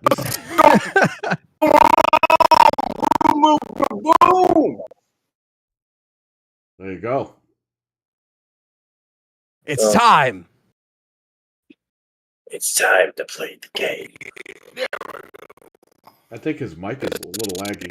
I was just Fucking mean something. Something weird going on, Noof. I got a fucking iPad. Noof. I think it's there's some kind of like lag going on with your audio. It's like distorted for some reason. I don't know what's going on. Maybe try to leave it, come back, or it's something's lagging. Your video's coming in fine, but it's like Every time the camera goes down, I'm thinking, what's it gonna do now? It can't all handle bets the are power. off. It just can't. It can't handle how awesome he is. He's gonna Yeah, he's gonna come in and come Oh, back. yeah. His audio will be That's right. fine. He'll fix it. Yeah. Uh, yeah, this is awesome. Even Fred's Yeah, awake 20 for this. Oh, yeah. I Mike, took my little pregame nap. to Mike in the chat, Mike, what do you think about this 30 frames of output? Good night, Xbox. Well, he's getting ready to go to PC too, right? Yeah, he's up, building an AMD, or he's already built it. I don't know. Yeah. Nice. So he's probably right there with us. I get some more water. Give me a sec. Oh, that's an excuse, Uh, Anthony. I have coffee, so I can stay. He's going to go buy an Xbox. I'll spit my damn drink out. Why would he buy one? Just a You mean smooch. he's going to trade it in? Fred, what happened to your microphone? What happened to me? What happened to it? It sounds like you're on your Huh? phone. What? Am I really? Huh? Hello? Definitely. Hello? Yeah, we can hear you, but it sounds weird. Doesn't sound like you're on your microphone. Doesn't sound quality. Yeah, it sounds like you're using your webcam. The devs. Make sure it's- fighting me. The devs what? Make sure it's on the right input. I think this is working. See, you shouldn't be using your Xbox to Oh, it stream, sounds dude. better, Yeah, but you're exactly. lower. That's I'm better. lower now. Wait, Oh, you were on the you're wrong good now. microphone, weren't you?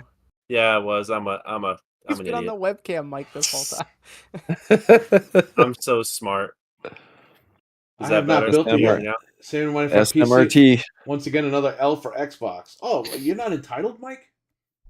If you ask for anything Yes. more than what they offer you. I got the receipts where Phil Spencer says. Aha. I even have a dealer gaming video where he says the whole thing too. He reads the article and everything. Oh, Greenberg was going on about how 60 FPS would be the norm. That didn't happen. Oh no, that was the bottom baseline, not the norm. Frank got yelled at for that.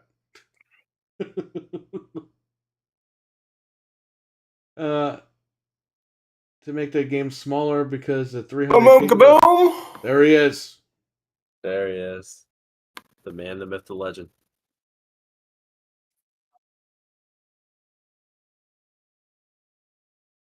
All right, can you hear me? Yeah, we can hear you now.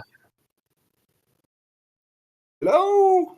Seems to come and go. Oh, I see what's going on. It's out of sync with your video a bit. Still laggy? Just a little bit, choppy not as there. much. A little bit, yeah. 60 FPS is for losers, says Mike. 30 FPS is what the guys are. All right, how's this? Chat. Hello. Yes, it sounds better. Yeah. Check. Yeah, Yeah. Yep. Okay. sounds good. Well, What's going on, people? hey man, we're complaining as always yeah, in our natural habitat, but now it's serious. It is serious. Yeah.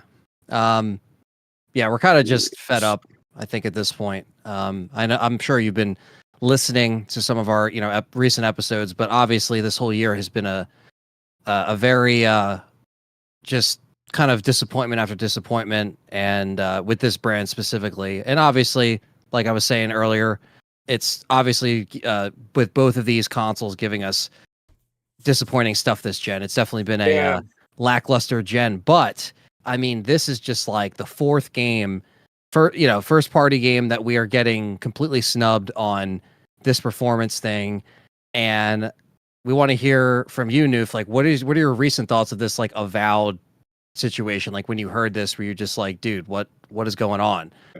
Were you not surprised by this, or were you just kind of like, what the hell? I feel like Xbox is the company that kisses you on the lips and kicks you in the nuts at the very same time. It's like you can't win with them. The whole tout of this generation was, we're going to give you the world's most powerful console. Obviously they talked to all these devs leading up to developing the console. This is one of the things the articles were alluding to when the Series X came out, that they were talking to devs. Devs kind of give them a roadmap as to what kind of hardware we expect, what we need to basically tap this kind of performance from the majority of games. I mean, heck, we were almost getting more 60 frames a second games on the 360 generation. Pretty embarrassing. I mean, tapping higher resolutions or tapping more, there's more textures and stuff. There's a lot more computing issues going on. I totally get it. But, again, that's where it comes down to GPU versus CPU. And again, the Series X is certainly no slouch. And when you're getting embarrassed by the competitors, when you're getting embarrassed by Sony, who more often than not seems to have better running versions of games, and your Xbox, and these are your first party titles. This is the companies you've invested in. And these are the companies that, should be able to put their best foot forward. Remember how it was always like back in the day when Sega and Nintendo and even the early Xbox and early Sony always seemed to get the most out of their consoles, where third party publishers always seem to struggle a bit, right? Like we all know when it comes to Unreal Engine 5, the guys who, like at Epic, obviously the best at pushing that engine because they built it, right? Which is why Gears always look better on Unreal, of course, than some of the competing games or other games in a similar ilk.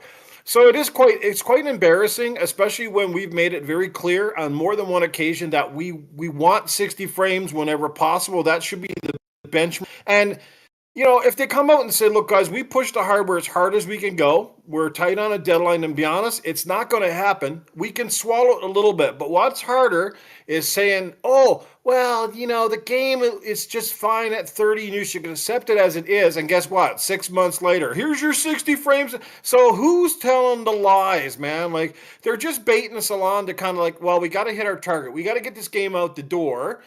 because, obviously we got to please our publishers and the shareholders and all this shit. We got to sort of make these target deadlines. Otherwise, the whole line of Game Pass titles gets pushed back another year, and that's detrimental. Now it's even more so because now Game Pass subscriptions rely on these releases kind of coming out at a certain time. Otherwise, people are going to be like, you know what? I'm just dropping Game Pass because I'm not waiting another 6 months. I'm not waiting another year. I'm not waiting 2 years for games that should have been out already, right? So we got all this stuff happening. Microsoft is just right at this point in time. Does anybody trust anything they say, whether it's Donald Spencer or whoever the hell wants to come out and blow the smoke and mirrors? Like we're just fed up with it, And being that we're all primarily console owners, we've been there since day one on the original Xbox. We've gone through every iteration. We bought multiple Xboxes, whether it was because they broke or we bought the special editions. I bet you most of us now have got 2, 3, maybe how many Xboxes in your home? We've invested in the platform, and I feel like this publisher, like Xbox in general, just comes out and smacks us upside the face like we don't matter anymore. What matters to them is the money they don't have. They're too busy, again, looking at stockholder numbers and chasing those Fortnite gamers and the Minecraft gamers, and I'm so sick of hearing engagement numbers. It's bullshit. I mean, you're talking about engagement now over PC, over cell phones, over Xbox, over 2 different types. Like, they're counting all these numbers and making everything seem like it's Xbox, but we obviously know the console is just a damn dead egg. It's just waiting to, like, just you know what? Just kill the consoles now and stop baiting us and taking our money from us just to turn around and insult us and slap us in the face, because that's where I think most of us are at. And I've stuck up for Phil Spencer on many, many, many occasions and a podcast, and I know he doesn't have everything to do with it. I get it. We're not stupid. He is just one part of the equation. There's other people pulling the strings. He's given the money. He's got to go do it the best at it. And he's either like, you either got to do it a certain way, or this brand basically tanks, and we sell it off or something. I suppose at the end of the day, if it comes down to push comes to shove, you take what you can get. But I just think this, like Avowed, this is just another example of, poor management, poor development cycles, and the fact that they get in 5 and 6 years, and then it seems like right when the game gets launched, then they tell you this shit. So it's like, so why is it you can miraculously put together these 60 frames a second modes or performance modes 6 and 7 months after the game? So it almost feels like they do like 90% of their work in the last year. You know what I mean? It's like, the first couple of years, we're going to pick our nose, we're going to eat pizzas, and we're going to have our, our all this bullshit, and then we'll really fucking work on the game when it's crunch time. Even though they say there's no crunch anymore, it's like, when the guys know there's a deadline, they start fucking working, Like, look at Cyberpunk, right? Look at how, like, they've just put that shit together after the negative reviews. And kudos to them for salvaging that game, because, boy, that thing was looking very, at least from the console side, that game was in rough shape. And look at it now, it's pretty sweet. But, we shouldn't have to get to this point. And sorry to rant on, guys. I haven't done a podcast in forever. I got a lot of pent-up energy right now. Keep going. I am like a virgin. He's not right. Everything he's saying is true. So, Yeah, this is great. So keep going. that's how I feel. But because I say this, and I say it from the heart, right? I'm not saying it because, you're just a pony and you hate it. No. If anybody's ever followed my channel, if anybody's ever followed most of you guys, you should know the difference that we're not ponies. We're not like, we love Xbox. We're more critical because I feel like Xbox has lost its way with its core audience.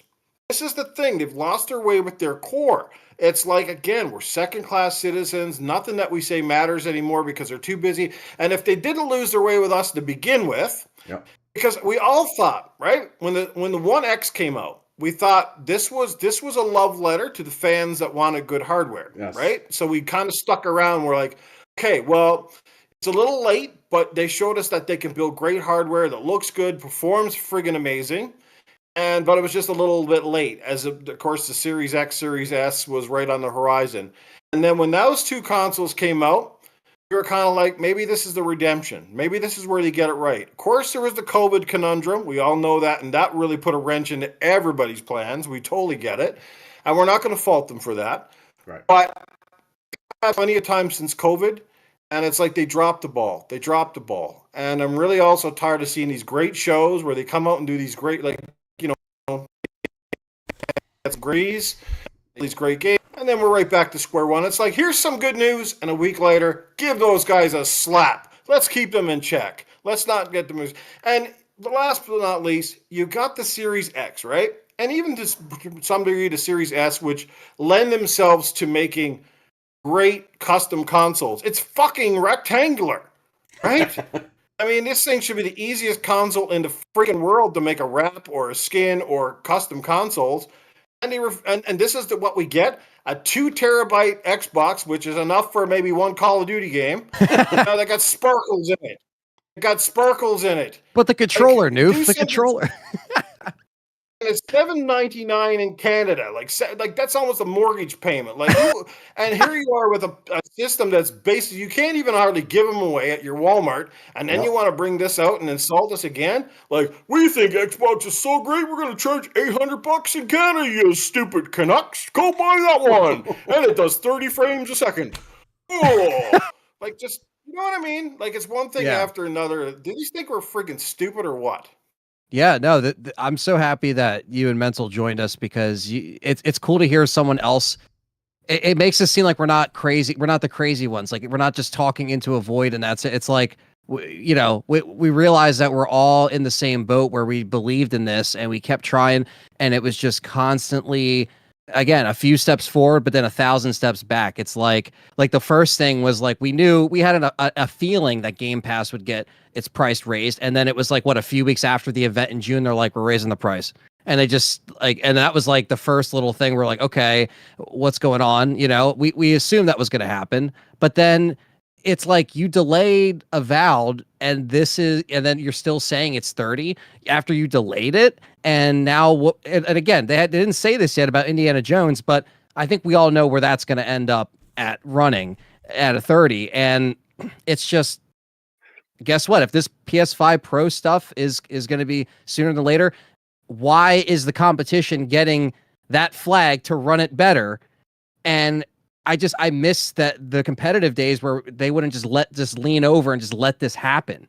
It's very frustrating as a consumer of their products and investing time and money and energy and subscriptions and whatever the hell. It's like, it's very, very frustrating. And it's a letdown. You said it all. You and Mental definitely said it all right. I mean, it's just, there's problems internally with this thing. And I think there's also just a lot of, I just think that like we can't just sit here and act like this stuff isn't happening, because what are we to the people listening to us if we're just going to sit here and just act like it's not going on and to join in what Twitter is saying and trying to defend this crap? It's like no more.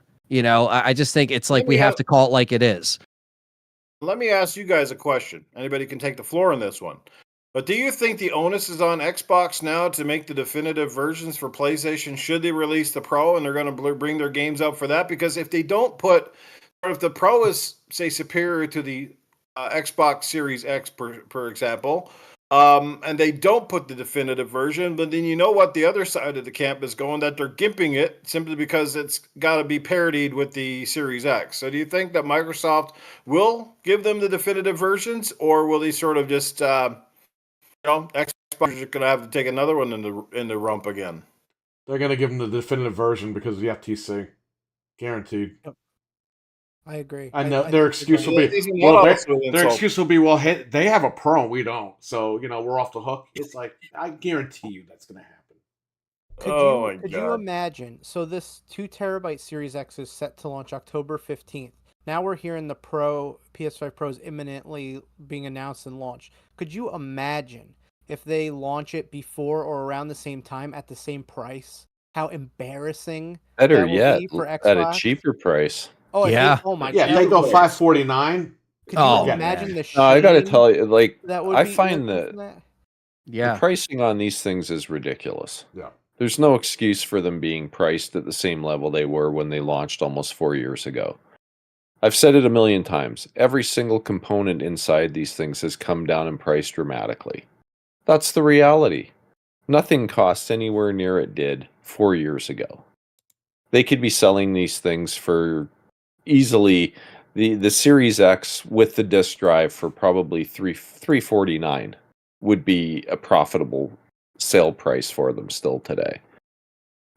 They've got this idea in their head that people, I guess, have just sold on the inflation idea and, oh, it's got to stay pricey.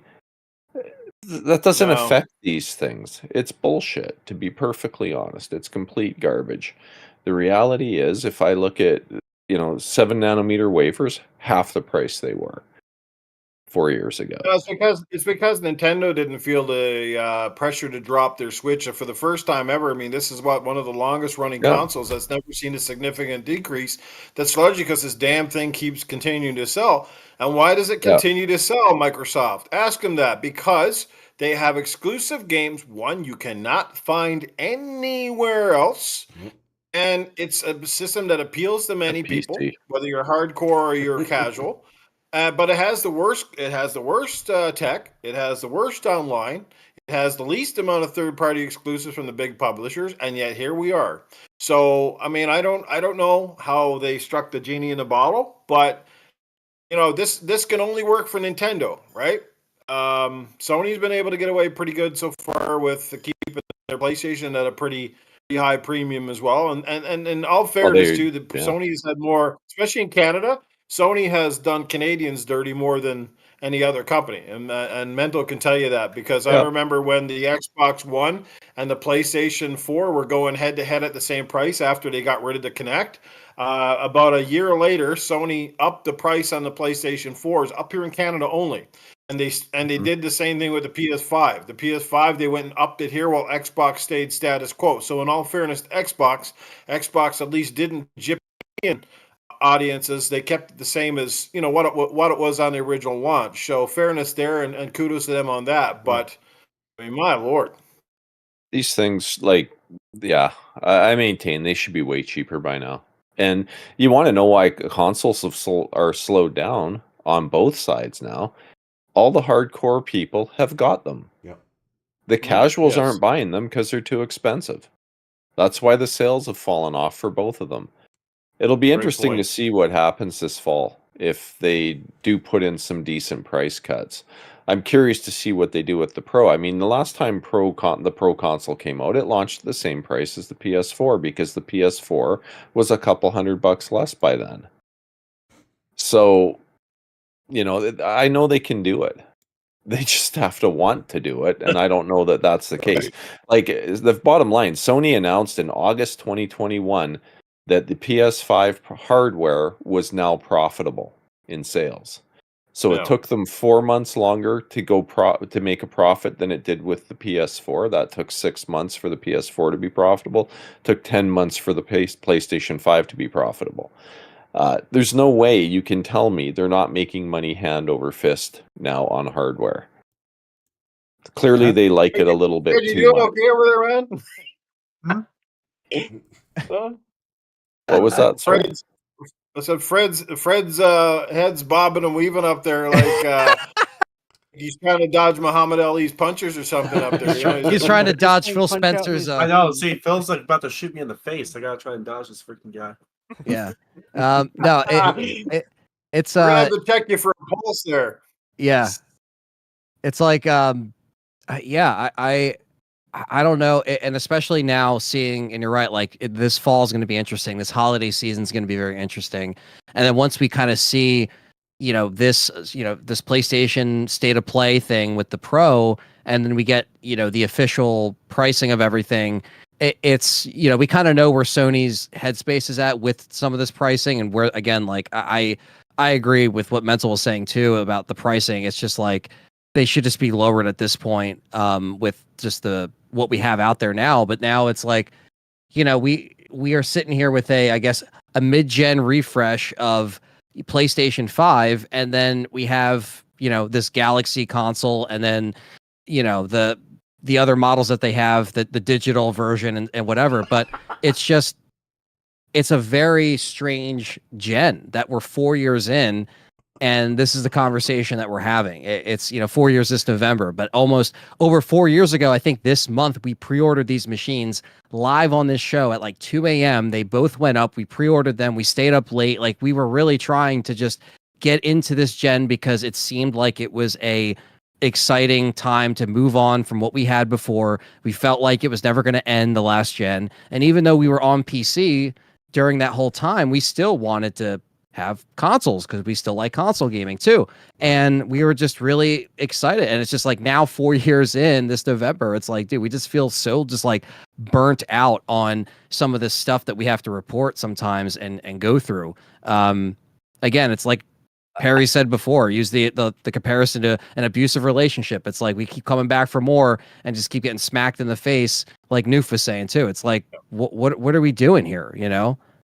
I think Do the we know reason do we know what the frame rate is for Indiana Jones yet, or they haven't announced it? Not 30. yet, I don't think. Let me see. Let me look. I and could see tell if you I- that just off the top of my head, 30. Even though they didn't announce My it. God, If I was a that betting runs man, at I would say 30, that. then I'm going to say Fable's coming out running out. Fred, why don't you tell your classic joke about Fable? Well, oh yeah, Phil Spencer's gonna be on freaking hospice by the time it comes out. I mean, hey, it's who knows at this point because he's going to be long gone out of the company. We know that. Yay, we got Ugly Chicks as a star running at 30 frames a second. Ugly. Come on, we need to get that I think frame rate that- on that mole. Yeah. What were you going to say, Mental? You're going to say Oh, something? I think it hits so hard because as Xbox loyalists or Xbox fans, this was the year you had been waiting for the last decade. For a year where there's finally going to be some traction and some games coming out that you can be proud of and look forward to, and that the competition could be jealous for, and then you find out they're going to put them everywhere. And I think that's why it hits that hard for a lot of people. I mean, I'm a PC main, have been forever, but Xbox was my preferred console. And I was looking forward to some real competition on the console front where Sony would get pushed. You're not pushing them. You're giving them free money by putting the things in their store. And they will use that money, as Phil said, to secure more exclusives that don't come on your plastic box. Yeah. It just seems like a bizarre moment in time to go suddenly, hey, now it's time to go multi-plat. Yeah. The timing definitely is very strange. Breaking, they're changing the name of Avowed to, oh wow, this game runs. So the page for Indiana Jones says in the capabilities it says 60 frames plus. So I don't know. On PC. Yeah. Well, it says yeah, because it says playable on Series X or PC, so it could be either, I guess. Yeah. Well, let's hope it's it's 60 weird. because doesn't Wolfenstein, the last Wolfenstein game, didn't that run at 60? Yeah, man. Let me tell you Pretty something. sure it did. Machine Right? Games. Yeah, Pretty it sure did that one on- did. We talked about it Yeah. on here. Machine Games with Wolfenstein, the first That's one that true. came out. They had to work around the limitations of the Xbox One with the Kinect. So there was like a core that they Right. couldn't use. Machine Games, they sat Yeah. there. Dude, they figured that out. They worked around that core and they got it to run at 1080 60 on the VCR Xbox One. Was that 2014? Over yeah, 10 I years was ago? I was like, That's I a good will point. always support these guys, man. Yeah, and Wolfenstein 2 was a good looking game too. And it ran like butter on the 1X anyway, for sure. Yep. Yeah. Wolfenstein, the new class, amazing. It looked amazing. It played amazing. It was at 60 frames. Heck, even somehow whoever the porter was, even managed to get it run on the friggin' Switch. Yep. Yeah. Amazing. Yeah, it's man, it's the one game that Xbox, I get, PlayStation's getting it in the spring, but Indiana Jones being the one game that Xbox is getting, and it's going to be probably most likely 30, and it's just I don't know, it's just such a bummer. Here's another theory, guys. I don't know if you guys have ever thought of it. It just kind of dawned in my head. Do you think it's possibility, too, that Microsoft is nonchalantly trying to skew its Xbox console user base over to the PC platform?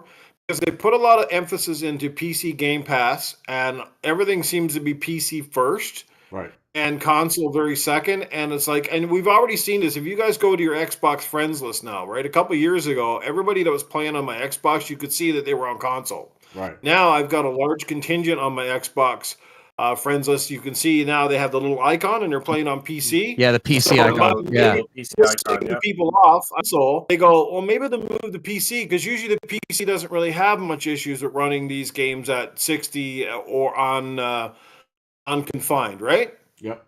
A lot of times it always comes down to the console and they make the concessions there. So, deep down inside, do you think that is a possibility? They can't come out and say it, but what they do is you piss enough of us off and go, well, we're going to PC. Exactly. Yeah, because it Don't sells. have to be with the price, They too. want to be on PC and mobile. They bought Activision for mobile, which we're starting to see now because they're selling off the IPs, they're selling off the studios. They're going to keep the mobile portion king, and they're going to keep Call of Duty for sure.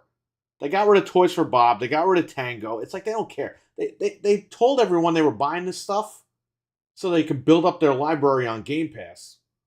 And again, they're selling the IPs, which they said they regretted for like Hi-Fi Rush and all that stuff.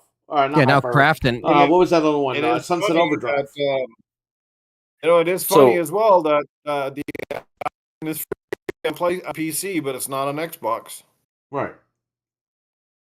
Yeah, it's not a, like, I don't know. It's just such a different thing to say, like, okay, we're gonna try to go into this gen again, having a different mindset entirely about how these games are gonna run, and then we just constantly get, we get let down, and then like what Perry said with the suit, because Perry's been saying this on the show for a while, that they're just kind of like tanking the console people in a way to kind of get us on a fire stick like he's holding up. Yeah, false advertise. You have the fire stick. They took away the Game Pass for console. If you want to play day one games on console, you have to get Ultimate. If you want to play day one games on PC, you could just get PC Game Pass, which is cheaper. $9. You need Ultimate for the stick too, by the way.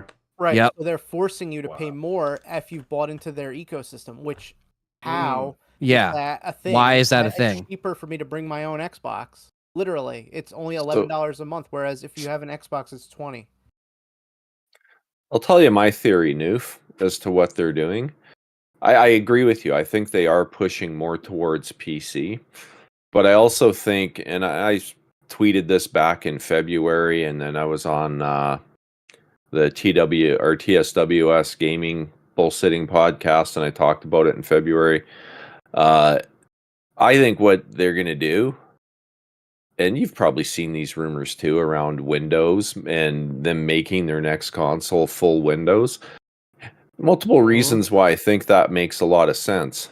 Because then they only have to build one version of the game. Keyboard and mouse support is there by default, fully for every single game. They'll get all Sony's first-party games, whether Sony wants them to have it or not. They're going to be on Xbox because they're there on PC. It's the one way that they can take a handheld device and a console, get rid of the walled garden bullshit, get rid of all the pay for online. Every Game Pass becomes PC Game Pass at that point, and all they have to do is build an emulator for all their walled garden content. They've already got emulators for 360 and Xbox One. They just are for the original Xbox. They just need an emulator for the Xbox One and Series stuff. And then it'll all play on their device. And maybe that's the one thing they lock down to their Xbox is all the walled garden, all your historical content will play out of an emulation mode. The rest of it, it's one single version, and it's the PC version. The only difference is it'll do a hardware detection. They'll have to work with their partners and whatnot, but they can do a hardware detection just like my Steam Deck does. You load up a Steam Deck game, a lot of the games now will have optimized for Steam Deck right in the graphics settings, and it's implemented by default. They could do the same thing with an Xbox, have it just optimized for your Xbox. Boom, you don't have to mess with graphics settings. They can build a controller-friendly dashboard. You won't even know it's full Windows in behind, but you'll have Steam, you'll have or EA Play, you'll have Ubisoft Connect. All the PC storefronts will be there, and it'll be a full Windows running in the background. So everything will just work. That's a great theory. That's a really good theory. Very well said. Yeah. And then that way, it's what does that do? It changes the conversation from why buy an Xbox to why buy a PlayStation. Because you have all the advantages of PC storefronts, all the sales, all those great deals that you get off GG.deals suddenly apply to your Xbox. Everything that you can do on a PC just works, and you get Sony's games. Yeah, maybe you have to wait 6 months or a year to get them, but who cares? They're coming, and they're going to play on your Xbox. You have one console that plays everything. You get all those PC exclusive too. Yeah.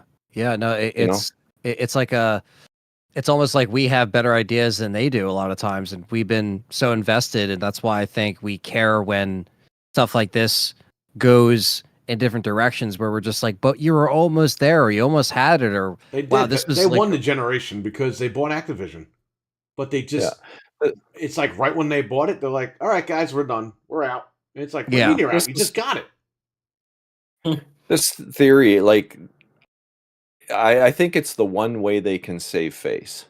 And they'll probably sell 30 million of them anyway. The only difference is they're not going to make the money off their storefront, so they're going to have to make a profit on it day one. So expect it to be a little bit more expensive. And they're also talking about having the most powerful, like our biggest jump ever, right? The one thing that's always kind of limited consoles is their power limit that they apply to them themselves, right? They're always in that 200 to 250 watt power envelope. They never really exceed that. Right. Well, one way you can have the biggest leap ever, raise that limit to 400 watts, right? And if they're going full PC, maybe they got a little more flexibility there on what they can do with hardware and things like that. I think it could be a fantastic thing. I think it could be a winner. And I think it could entirely change the conversation and make Xbox relevant. Well, so RWK, how would they market it though? Well, they're going to market it as an Xbox that just plays everything. They'll be able to market it as, hey, it's an Xbox. They don't have to say anything else than that, because to the average user, it's going to just look like an Xbox. It's going to have the same dashboard. It's going to do everything exactly the same. Your games are going to be just as plug and play as they are today. The driver version will be static because it's going to be custom hardware. It's going to have a custom firmware, custom everything. It's all just going to be built with the same mentality, but it'll be more of an open system. You should be able to change the hard drive in it and just reinstall Windows, or just clone the existing one and put a bigger drive in if you want. There's so much they could do here. Yeah. And to the front end on the dashboard, it's not going to look any different than your Xbox today. And if they want to, they could have a reboot in full Windows mode if you want. And if it's sitting on your desk, it could be a fully functional PC. Then you reboot in game mode. It strips out all the background processes that you don't really need anything. Well, exactly. RWK, imagine your Series X, and that's what I'm talking about. It'll look exactly the same. It'll have all the same inputs. It's going to plug straight into your TV. You power it on. It's going to boot up and look like an Xbox. It's just going to have a full Windows kernel in the back instead of a stripped down one. Yeah. And that's when you make it a like that competition is back at that point. Like you said, like you're going full absolutely circle, because that's what we thought with the original Xbox. Like, whoa, it's going to be a PC connected to the TV. We didn't. There's know. other storefronts though. It'll what actually be that benefit to make it? original dream fully realized. Well, what would be the benefit Crazy. for them to even do it if there's other storefronts though, and massive? Well, like I piracy said, stuff, they'll make like, money on the hardware, right? They're going to have to charge and make a profit. So they'll have to, the Series X, they sold at $100 loss at launch, is what we were told. Yeah. So maybe instead of $500, they have to charge $700, so they make $100 profit. That profit's going to increase over the lifespan of it to the point where, okay, now they're going to start discounting it or whatever. But ultimately, when you take a profit of $100 times that by 10 million consoles, that's $1 billion profit on hardware. Right. Yep.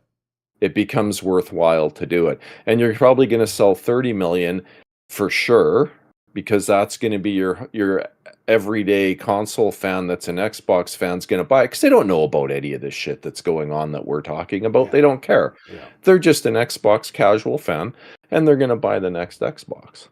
So you do this, you've got those sales guaranteed. But the other thing it's going to do, it's going to appeal to PC players that want something in the living room that's going to play their Steam library and everything else they have. This true. device will do it, and it's going to plug straight into the TV. I already have friends on PC that said they would buy one if they built it, because it's hard to build a small form factor PC with off the shelf parts. Yep. Micro ITX or mini ITX and the cases and power supplies that go with them, and then you got cooling issues trying to put a full size graphics card in. Yep. It's all a pain in the ass, and they're expensive. You want a decent case for a mini ITX that keeps a reasonable size and has good airflow and stuff. You're looking at $200 just for the case. Yep. In Canada. So if Xbox can build it for around $700, yeah, it's going to be more expensive, but ultimately I think it's something that will sell, and I think the fact that it's full PC and you don't have to pay for online anymore, you can use the PC Game Pass, it's going to be cheaper, everything's cheaper once you lay out that initial cost, and you don't have to buy a PlayStation to get Sony's games. I mean, you throw it all together and it starts to make sense that, yeah, I'm putting out an extra couple hundred here at the start, but I'm getting Game Pass for half the price. So that makes up for it real quick. And I don't have to pay for online anymore. I don't have to pay for anything. I just buy it, hook it up. I'm on the internet. I can play games. You can access your existing library and everything is in one spot. And it would be a chance for them to get rid of the Xbox One names or the series names. Like now it would just be Xbox. You just bring it back to that. Well, and that's another thing, Ant. it's Is like a Xbox reboot. damaged? The name damaged? I think Because people are I going to don't look know. at the Series It X is, and be and like, we kind of didn't get our money's worth. Should we buy the next one? it's a good point. It depends how they market it. Yeah. I get what you're saying. It depends how they market it, though, right? If they advertise it, hey, this is really a PC for your living room, and you can do all these wonderful things and get all these great deals. You don't have to pay for online. It starts to change the narrative immediately, That's true. right? Yeah. It just depends on how they market it and if they actually go after it.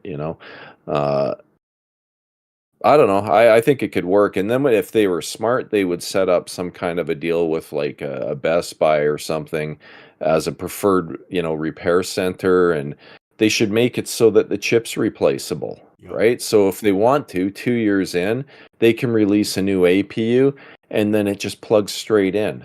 And you get 1 or 2 upgrades. Instead of having to go out and buy a whole new Pro console, you can just buy a new APU for $300, drop it in, and you get the upgrade. Yep.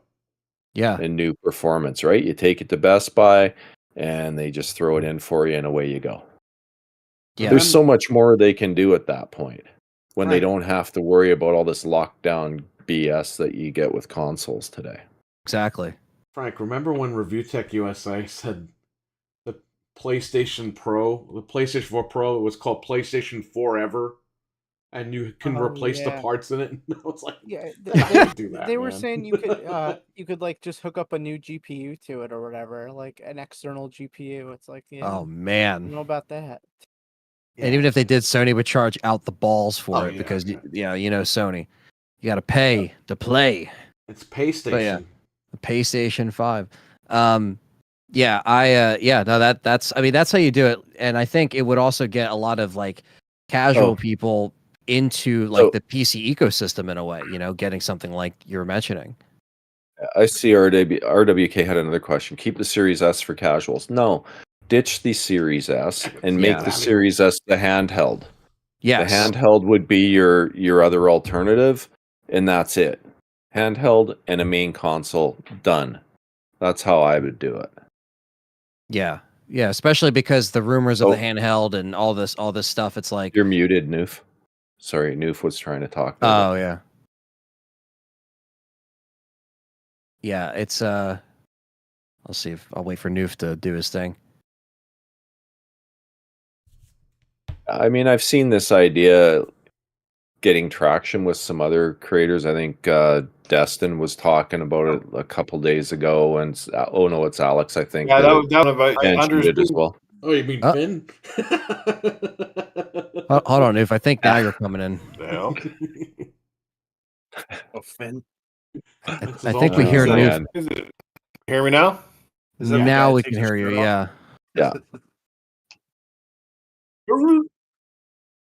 We can hear Yeah, you. go ahead, Doof. I heard Noof for a second.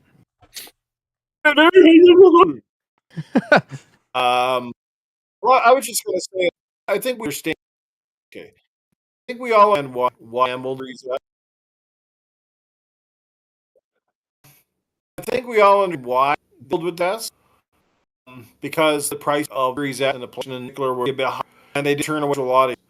So they wanted that great, easy entry point, right? Yeah. Take out the disk drive. Most of those people don't care anyway.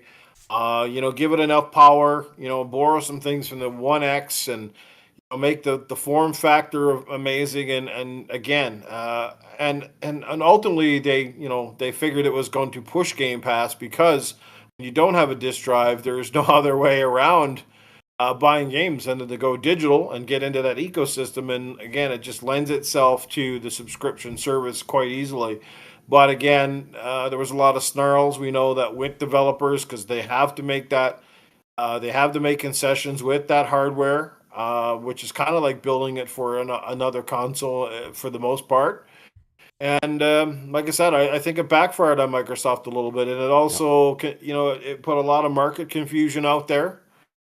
And the hardcore knew what it was, but I don't know if a lot of people walking into the stores quite understood exactly what was going on. Like, why is there two different consoles, and why is this one cheaper, and why is this one more expensive, and the advantages and disadvantages kind of thing. So I think ultimately it backfired. I think if Microsoft could take back their decision, I think they may have gotten rid of the S.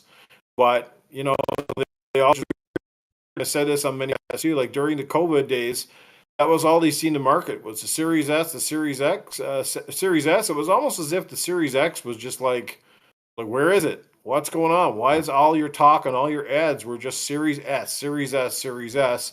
Because that was the only one that seemed to be rolling off any assembly lines. Because I'd walk into my Walmarts, PlayStations are gone, Switches are gone for the most part, and Xbox Series X's were gone. But there was always lots of those little S's kicking around, Yep. Yeah, I Oh. was still at Best Buy at the time, and the only one that I actually saw come in around that time was a Series S. Which, by the way, I think they lied because they said, "Oh, we use the X's to put in the server blades." With streaming on this thing, with Ethernet, the game.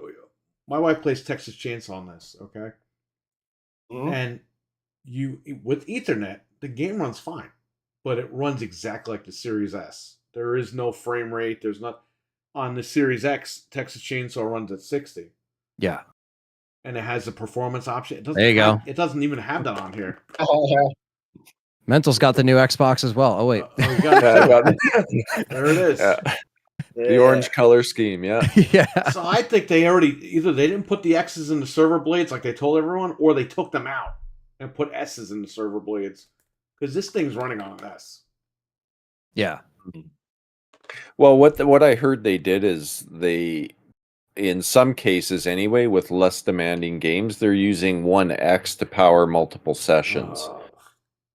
So that's why you're getting the lower resolution and potentially lower frame rates and stuff. That's what I heard. I don't know if that's accurate or not, but Probably is. I mean, what they should be doing, like again, with this idea of mine, then they can just screw that. They can actually build all their hardware to sell, don't have to worry about all this custom crap in their data centers, and they can just put PC parts in their data centers. Yep.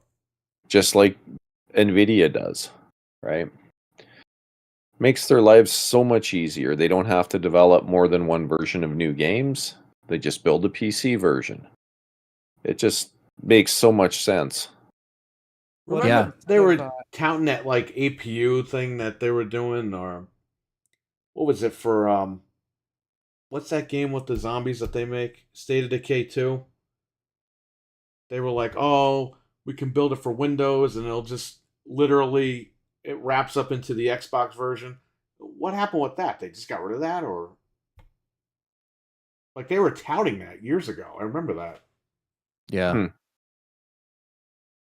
I don't know. What if instead of emulating Xbox One and Xbox Series on whatever their new thing is, they just have you stream it? because it's Windows and it's going to have all that stuff anyway. I don't think I could see. that's not going to sell for 700 to make a stream. You can just buy this for $30. No, I'm saying the new games for the new whatever Xbox Series whatever, they're native. They're built for Windows if it's got Windows on the back end. But Right. you're telling me they're going to have to write an emulator for Series X and Xbox One games for you to bring them over to that. So that's why I'm saying maybe they would just have you stream Maybe that's what the those. backwards compatibility team's been doing for the last 3 years. Maybe. Yeah, You're well, right. the reason I'm thinking some of this stuff is Phil Spencer. It's when he first mentioned wanting to have Steam, he talked about I forget the exact verbiage, so I'm paraphrasing, but he said something about there's going to be a lot of paperwork to do. And that's where I kind of went, you know what? What makes the most sense is you just make it Windows. The paperwork would be to get licensing for the emulation mode for all their old games, for everything that everyone's bought, and to build that emulator and get the licensing and paperwork, and for third parties to sign off. See, and they can still sell their third party games that way in their own storefront. They would be the only ones doing that. Right. So, that's still an option for them as well to make more money off this console. But, I don't know. I look at it, I try and be pragmatic with things like this. And to me, this makes the most business sense considering the situation they're in today, where they're clearly giving their games away.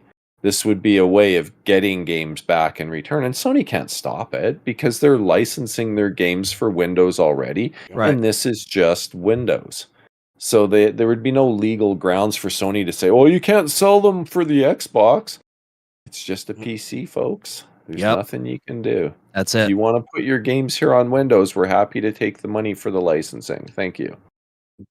Lotus All your Esprit- games belong to us. Lotus Esprit gifted 1 Game Complainers membership to Axel. Axel's now a member. Yeah. Thank you. Shout out to Nice. Axel. Thank you. I don't know. Yeah, I think that's the next logical step. I mean, it makes sense from what you're saying. I mean, I know, again, it would even get people that might have never really jumped into a PC to at least get into that, oh, wait, I can get, these games for even cheaper. Like the average console person doesn't realize that they can do that. They get into something like what Mental's talking about, where it's something that brings people in, and those people might turn into people that want to build a PC even better than that, The only thing I would think is the marketing and the name. The other bad thing would be, and this is the only 2 things that I'm thinking of that could hold this back. If PlayStation gets the Xbox games 3 months in, you're still going to get PlayStation games that aren't on PC for another year or 2. People might just buy PlayStation anyway. They're going to get the Xbox games 3 months after launch on Xbox. They're still going to get all their PlayStation games before they hit PC. That's the only thing I could think of.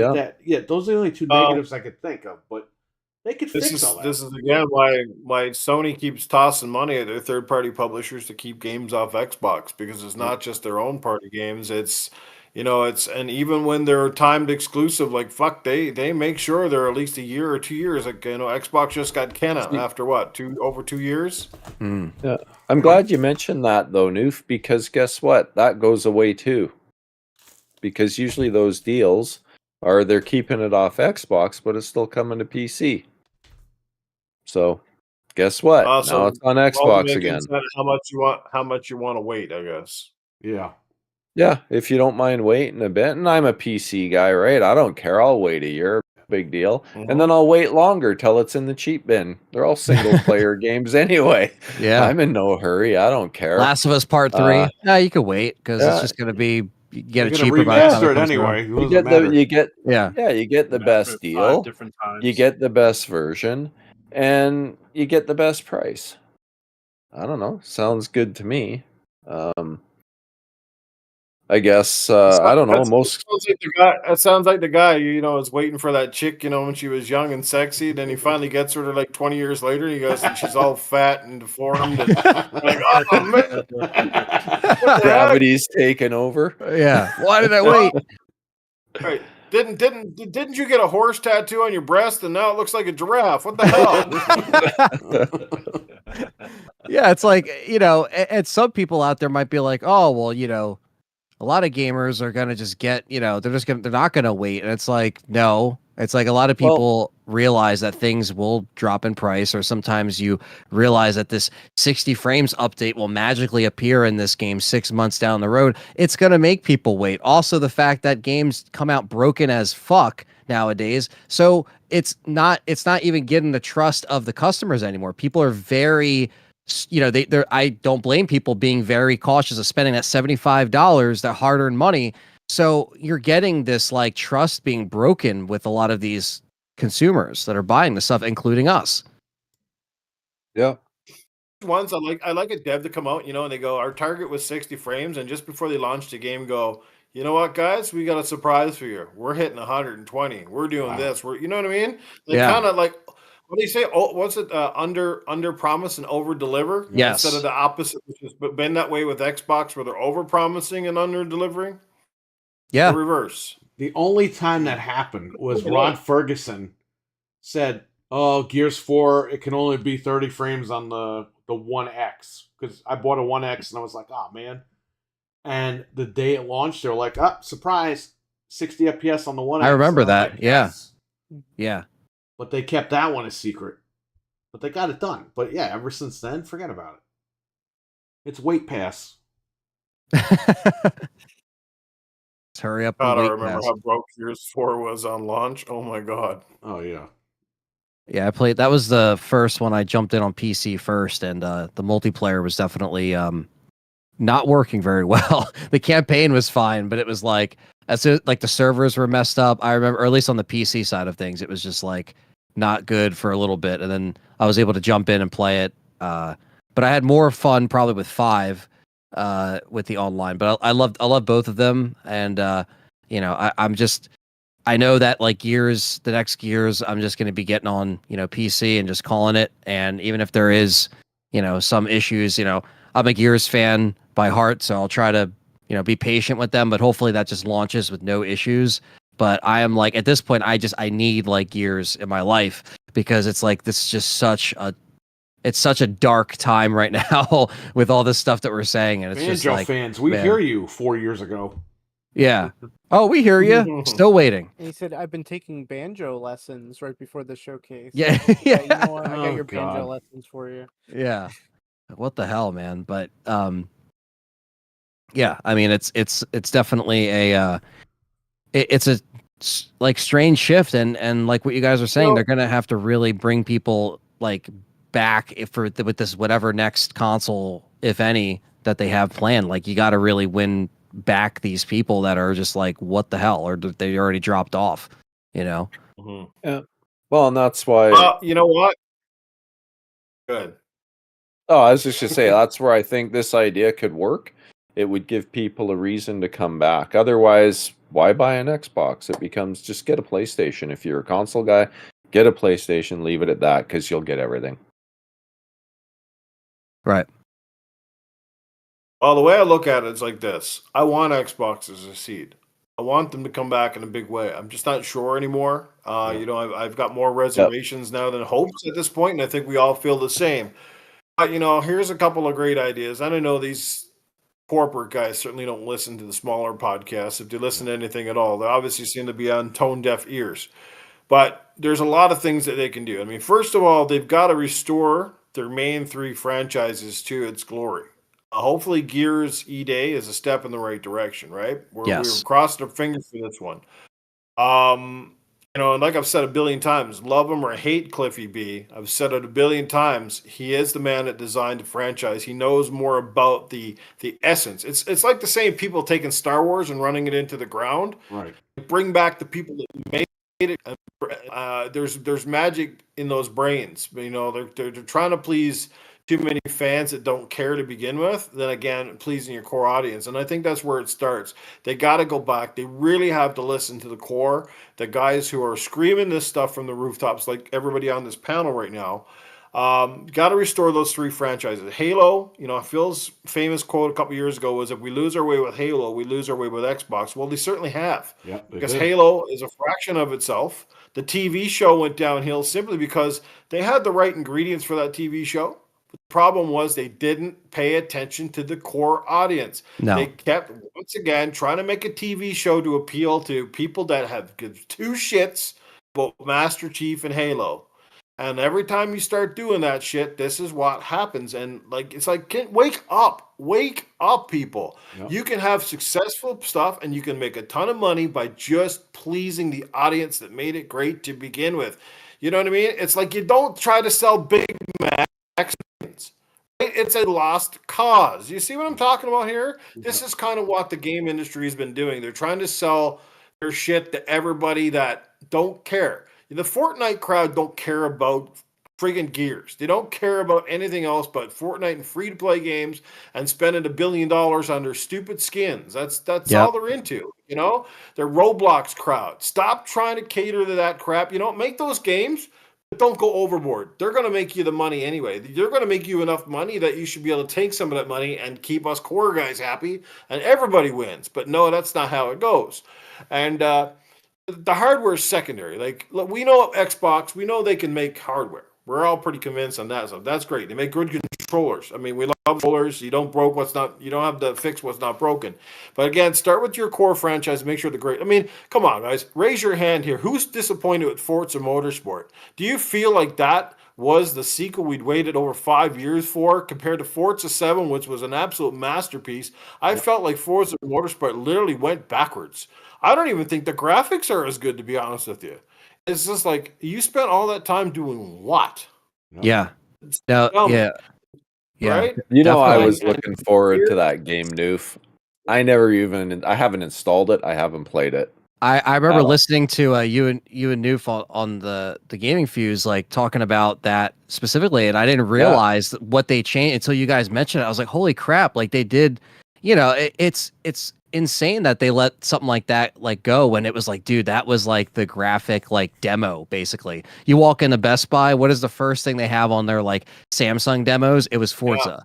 Every time, you know, like that was that like ticket of like, hey, this is visually like what we're trying to push here, and you're right, it kind of lost its way, and that's a really good point. I mean, you lose these you know, the Gears, the Halos, the Forzas, whatever the case, it's like you lose that, and everything else kind of crumbles, and it's just like, you know, all the people that brought you to the dance are kind of like, you know, that loved all those games and played them with their friends and countless hours online, and just like even the single player, just playing, you know, in and out, amazing stories that we'll always remember. And yeah, it's just Anthony, it's gone. I know Axel and Doggy. Oh, they waited for Forza 7 because they were waiting to run themselves off the road. Oh, yeah. That's a Dreadpool reference. Yeah, it's, Everybody You know, doesn't know. yeah. Forza 5 came at the same thing. We know they had to go back to the drawing board, new hardware, but like I can't say that the same was true for Forza Motorsport, because they'd already had, like I said, they already had the you know, the game, sort of the structure in place and everything that makes it successful. And in the racing games, you don't have to reinvent the wheel every time you make a racing game. That's why Forza Horizon has been such a good thing, because they changed the setting, but they didn't really go out and change the game per se, right? But racing games aside, which are always a bit of a pickle, are always that dark horse on everybody's console. You know, they're popular, but at the same time, they're kind of like they're never given the credit it's due because it's a racing game, right? But again, you got to get back to the core franchises, and I've said this a billion times as well. When you got Game Pass, you need to make stuff like. And what's the one thing that's keeping Nintendo Online still going? Games like Mario Kart and that Splatoon game. There's very little else on that keeps it going. So why not Xbox following their example? Again, you've already got Crash Team Racing. Make an upgraded version of that. Yes. And what you do is you keep adding tracks, and you keep adding Xbox exclusive characters and things, again, that you can only enjoy within the Xbox ecosystem. I'm Correct. telling you, man, it's a license to print money. If they weren't so freaking stupid, how hard would it be to get a team to build that? Take the Crash team, get them to freaking just upgrade that game and throw in Master Chief in a little cart in his little warthog. Yeah, Marcus Throw Phoenix and like a, Marcus you know, Phoenix, yeah. A tank. all this stuff. And they keep your notorious franchise characters, and you have to have Game Pass to play this, and it can be again cross play with your obviously the PC and the console, and there you go. You don't need to reinvent the wheel and make this a new game every year. You just keep adding stuff to it because those games, that's all they're doing with the Mario game. Mario Kart 8's been out for how many years? And all they're doing now is add in a couple characters, add a couple of tracks. Almost 10 years, and right? Rinse, 10, yeah. rinse and repeat. 10 And that game years. still has Holy A shit. decade. Like what? You know? That's crazy. since the Wii U, right? That game's been out, and it's still going, and it's still one of the definitive best kart racers out there. And yeah, not everybody plays kart racers, but heck, most of us love to pick up. I mean, Perry, we do the community game nights. I mean, God, this is something like that? Wouldn't that be just great for community game nights? Something that everybody can jump into and be great and be again made for the Xbox platform with characters that we all know and love. Absolutely. Yeah, that's a really good point. It's something so simple, yet it's not executed because they're focusing on, like you said, the Fortnite, they're catering to Roblox, like all this other crap. It's like the ingredients are there. You just gotta get up off your ass and make something unique. So you get people on there to say, yeah, you can't get this racing game with Marcus Phoenix, driving like a miniature version of like the Armadillo, for example, like which is a vehicle in Gears. It's like you could. That's just such a great idea. It's right there. It's almost like what they could have did with this canceled Twisted Metal game. I know it's on the PlayStation side, but same thing. It's like that all the ingredients were there for a great Twisted Metal. You could just update it, have all the characters there, make it fun, and they canceled it. It's like why are these companies just kind of losing focus on these like ideas that we come up with better? A lot of times we have better ideas than these corporate guys. Like you said, they're not listening to the small timer podcast. They're just ignoring us. But at the same time, it's like we have all the right ideas. Modders sometimes get more work done than the devs with getting some of this shit. Starfield running at 60 on the Series S, the modders. Yeah. And then It's Microsoft was like, oh, we can do that now too. It's like, great. Yeah, it's like awesome, but like where Halo was that? Forge, I got to make maps. Why do I have to do the work? I'm not getting paid to make I paid to buy the game. Why do I have to sit there for like 10 hours and make a map? Infinite was, like played the story, story mode. It was just okay.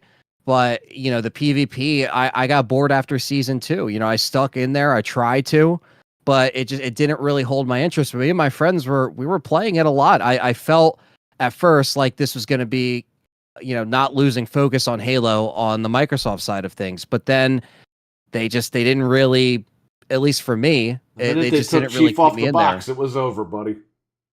Yeah, they stopped using him as the poster boy, for lack of a better term. It's like they kind of stepped away from what brought him to the dance. And that's just like, I feel that void. It's like we feel that negative space, so to speak. It sucks.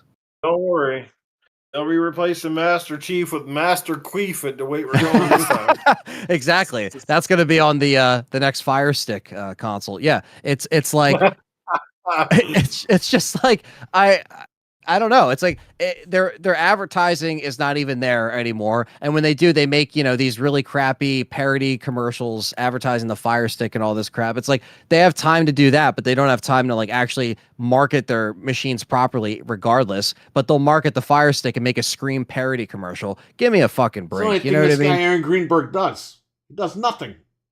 Yeah, they let these Xbox podcasts that go out there can't say anything bad about anything. Manager, Can't acknowledge that anything's going on out on the outside. Like, you can't be that fucking dense. You got to be sitting here realizing that this shit's going on, and if we don't say, like, I can't wrap my fucking brain around how people act like, oh, this is just a small portion of people that are complaining. No, it's fucking not. The hardcore gamers are fucking pissed about this. It's not just a small corner of people in the fucking content creation space, in the gamer space. Well, no, haters, Anthony, come on. Yeah. Oh, look, like, I can say it. I can say it this want? easily, right? I've been around this community for a very long time now. And when a guy like Beastfire Tim Dog defaults to PlayStation, you have royally fucked up. You can call him a fanboy all you want, but boy, he was one of the most hardcore, dedicated. I will buy anything Xbox. I would buy I would buy a midget from outer space with an Xbox logo on it if that's what it needed to be. I mean, that man was hardcore to the bone. Right. And very smart. Knew his Xbox stuff inside and out, was involved. And he even knows a lot of these guys. Like, he knows some of these devs. He knows some of the corporate guys. He's around the industry, and he's a big fan. And when he kind of turns over and goes, Xbox, you lost us, that's not a good sign. He was right about everything. That guy it's green. Right. It struck a nerve with him. And I don't blame him. I don't, because I get it. The console war stuff, I understand. And I'm part of that equation. I'm not going to sit here and lie and say I'm not. Yeah. No, but I don't play it up as much as some guys do. But look, I think we all, as a primary Xbox fan, I think we all enjoy it to some extent, whether we ever want to admit it or not, but we do, because it's that sense of pride, it's that sense of ownership, it's that sense of having something that you've invested in and feeling proud about your purchase.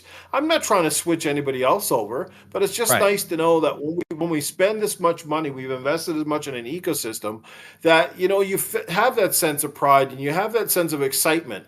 And, remember just a few years ago when the Series X came out and how excited we were for the E3s and Xbox showcases, and a lot of them were really good, right? Right. And then, of course, the acquisitions, Bethesda and the Activision Blizzard. Don't tell me that every Xbox fan was not somewhat excited, not only for the fact that we're going to get these games and they're going to be now under the Xbox umbrella, but we were also excited because we felt like, man, Xbox is finally going to take this shit seriously. Yep. They're going to cater to their console base. They're going to give us some of the best games. We got the ammunition. And if they do it right, they are going to seriously kick Sony's ass in a lot of areas, right? Yeah, they're not going to win Japan. They're not going to win some of those markets they've never won. So that's something they must, you don't have to be a marketing genius to go, man, we got to stop wasting so much money in these other areas, because they are not buying in, period. Doesn't matter what we do, they're not buying in. When the 360 was out with all those amazing Japanese games like Blue Dragon and Lost Odyssey, et cetera, et cetera, et cetera, and they still couldn't win the Japanese audience, you knew that shit was done, right? Catered to the Japanese audience for the 360 and still couldn't make a dent, right? And couldn't do it on the Xbox One, even though we had some of the most Japanese games come on ever, and nobody give a shit. The Western culture actually give a shit more than the rest of us. So, this is what I'm saying. We all have a little bit in us to just go, man. And I think that's as frustrating as anything, is knowing that Xbox they have some of the best people, they have the biggest budgets, they have every single thing necessary to be a dominant force in this industry, and it seems like they screw it up. And I don't know how many screw-ups you can constantly do when we're here, the average gamer, not being paid. I don't have a marketing degree. I don't have a business degree. I don't have a lot of things. And most of us don't. But you know what we do know? We know our games. And we know what we like. We know what sells. And we know, we can keep telling you, you didn't have to reinvent the wheel. You know what? 360 games sold perfectly fine, even though that console didn't sell 150 million units. But people bought the games. Why? They were great games. They were exclusive games. They were games that ran well out of the box. When they friggin' launched, they ran pretty good. And if they had a patch, it was probably 1 gigabyte, maybe at best. Right. This is what I'm saying. And they weren't filled with microtransactions. They weren't filled with seasons. They weren't filled with bullshit. Yep. They were just fun effing freaking games. The industry, this is my last point, and I'll shut up. But the fact that here we are as an industry crying out for the next Splinter Cell game, right? And we've had 5 billion Assassin's Creed. We've had every game underneath the sun except for Sam Fisher and Splinter Cell since the 360 era. Yep. And we're crying for this, and they're not listening. What more tone-deaf bullshit do we need to tell, not just Microsoft, but the entire industry? We've had one Rainbow Six game since the Xbox One Siege, and they refused to give us another one. Even though we'd be here, but we'd all go bonkers if they said Rainbow Six Vegas 3. Oh, dude, wow. I'm there day one. Day one. Where's that shit? Where's that shit? They took Ghost Recon and destroyed it, ran that into the ground. Yep. And all the games, again, this is where the industry goes wrong, is they constantly think they have to cater to an audience that doesn't exist, and they constantly keep trying to reinvent the wheel. We don't need that.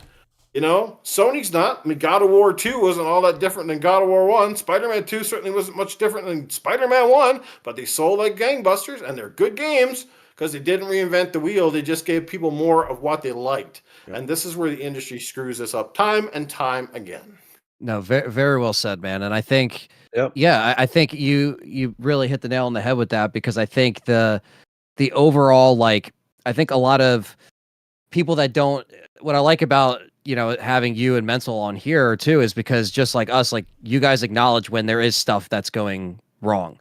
I think it's when you don't act like these things are happening that why you have to be a voice somewhere. And whether it doesn't even have to be just content creation, just as a consumer, as a customer that has invested so much money into this, it's like we have to talk about when these things, because when you have been around for a while to see the different patterns of the eras of gaming and to see what works and what doesn't, that's what makes it frustrating sometimes, is when you're just like, they had it over here, why can't we do it over here now in this timeline of events, And I think that's why we always come across as passionate, but we also try to have the intelligence of all the information that we've gathered and all the different things we've seen come and go, all different ages, sure, but we've seen it just as being consumers. So I just think that's why it's just really important to try to hold the fire up to them a bit, to be like, yo, like, we're not gonna sit here and just act like these things aren't happening on either side of the coin, whether it's PlayStation, Xbox, or just in gaming in general. Games not coming out,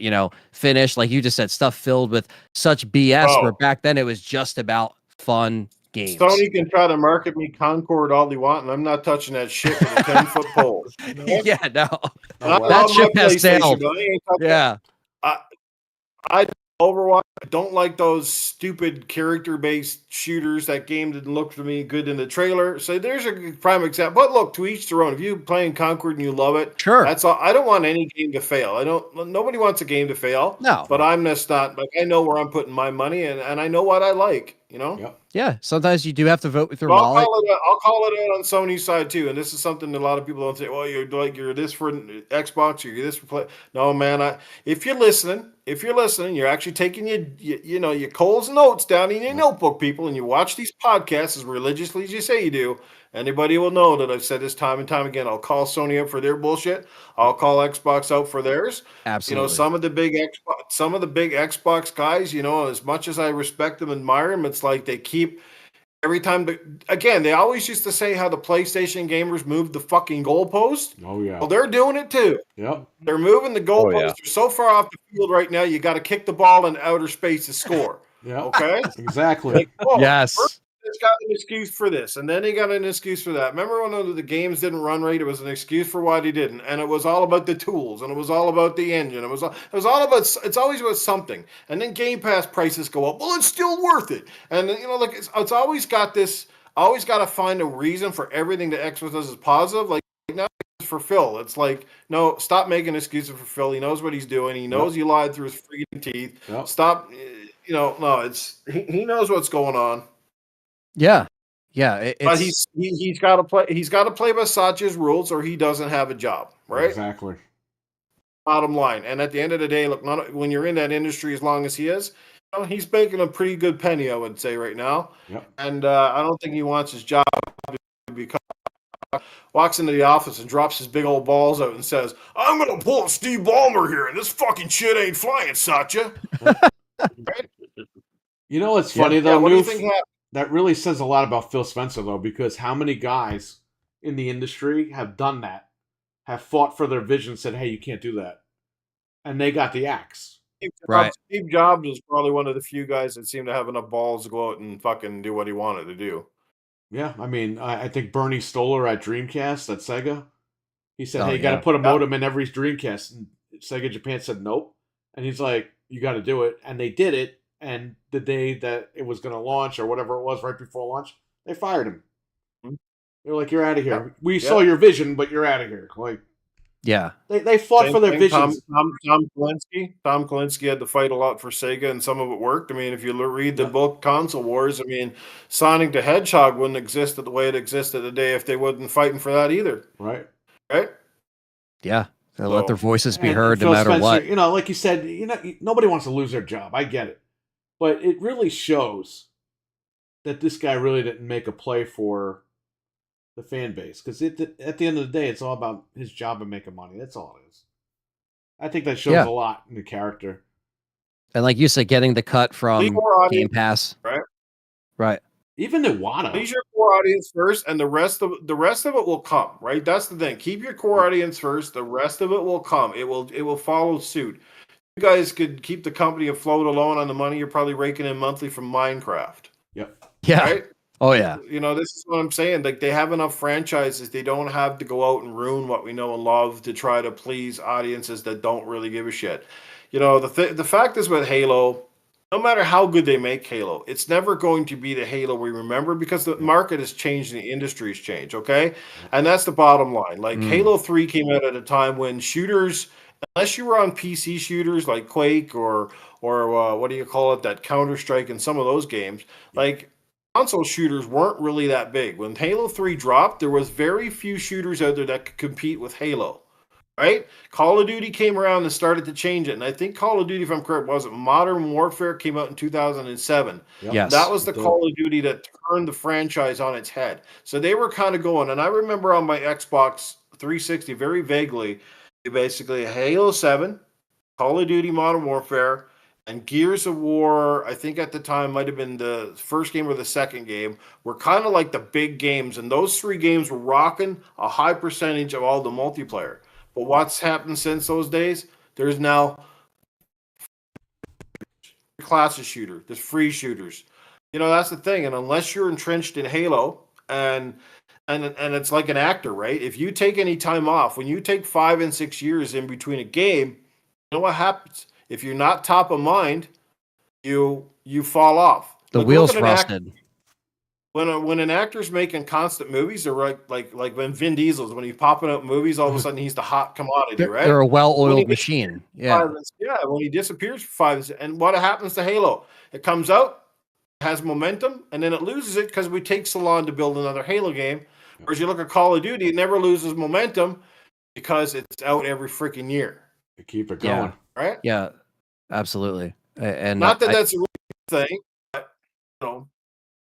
Yeah. No, I vividly remember playing COD 4 for the first time, rented it from the video store, and I remember playing that, and I was just like, this is like, how, like, this is going to be like something else. Like, I remember, like, my brother would be out playing that thing. Like, he would have school at like 6 a.m. and he wouldn't go to bed till like 5. You know what I mean? Like, I always called Modern Warfare the equivalent of GoldenEye for the 360. Yeah, it was just so good. The 360's GoldenEye is. Yeah, and it was just, man, like such a crazy. I mean, between Gears and that, it was like I was all in as far as online. I worked at Best Buy in Yonkers, okay, and Gears had come out. I had people in business suits just come up to me and be like, "Hey, do you have that new game with that chainsaw?" I was like, "Yeah, we have it, Gears of War." He goes, "Yeah, give me that in an Xbox." Yeah, man, Cliffy B, the mastermind behind They just saw the trailer and they came in and were just buying the machine with the game. Yeah, Microsoft didn't want the chainsaw in the game. Games. They just said, "I want that chainsaw game and I want that machine, the Xbox." Cliffy B was like, "We got to make the chainsaw gun," and Microsoft was like, I don't know," and then he fought for it, and that became the reason why. Yeah, like, hey, we need this chainsaw gun. It's like, all right, better be good. And that documentary thing, yeah. He was like, "I love it, especially the chainsaw gun." Like, he says that to him, and it's like, it shows you that if you stick by your guns, and again, being the magic that at least Cliffy B brought to those early games, like that was what people associated it with. You know what I mean? Having the chainsaw gun, like that was it, man. It gave it an identity, and it looked fantastic on top of it. It was just a different time that I always miss, and like I'm very grateful that I was there to see it happen and to see it like just take over. It was just such a special time, man. And that's what makes my blood boil now about what's going on, because it's like where have we gone? But like Noof was kind of saying, stuff started to get watered down over time. And when you make stuff like free to play and you do all this stuff, it takes away some of that magic, especially with Halo and the storytelling. You bought a Halo game because you wanted to hear the music, you wanted to see the cutscenes, you wanted to see Halo these Reach. characters interact, you wanted to play the multiplayer. Halo Reach, another fantastic progression from that, and that was the swan song of Halo, in my opinion. Same thing with Bungie being involved, but even after that, like 4 didn't really quite hit the mark for me. I played it, but I didn't stay on it, and I just think it just kept getting a little too different and too far away from, where it came from, and that's a common thing. And they didn't understand Halo when they took it over. They really didn't. Yeah, the Prometheans and stuff like that, and 4, like I wasn't really a fan. Like I still like the multiplayer in that. Well, 4 but is a good game. It's just it has horrible like enemies and stuff. Yeah, they Stories. started to lose their footing a little bit. Yeah. You know what I mean? And like what you guys are saying, it started to shift. Things started to move in different ways through the years, and now we're here with just Halo's a shadow of what it used to be. And unfortunately, it's just not where it was. The remedy for a good game is not much different than a remedy for a movie, right? You got to have a good story. You got to have a compelling character, whether that's your lead character, and most importantly, the lead character sometimes, especially if it's like a comic book sort of thing, is only as strong as the villain, right? You got a bad villain, you got a bad lead or whatever, like all these things, and games are not much different. I mean, I've always said from the start too, what was the thing with the original Gears? It was visceral, it was dark, it was aggressive, it was weighty, it felt different than other third-person shooters, and they had some great enemies in there, various types. I mean, we all remember our first encounter with the Brumok. We all remember when Rom come out and spiked, what's his name, Kim, right? Spiked him with the knife, and how menacing he was. And that was slowly regressed as the series went on. And by the time we got to 4, and they basically took the focus away from Delta Team, made Kate the star when nobody was really asking for her to be like the star.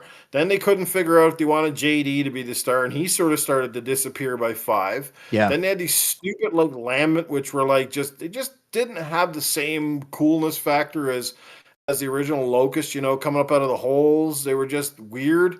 Even the cool little as weird as they were like so unique and cool. They're going like click, click, click, click, and they blow up and shit.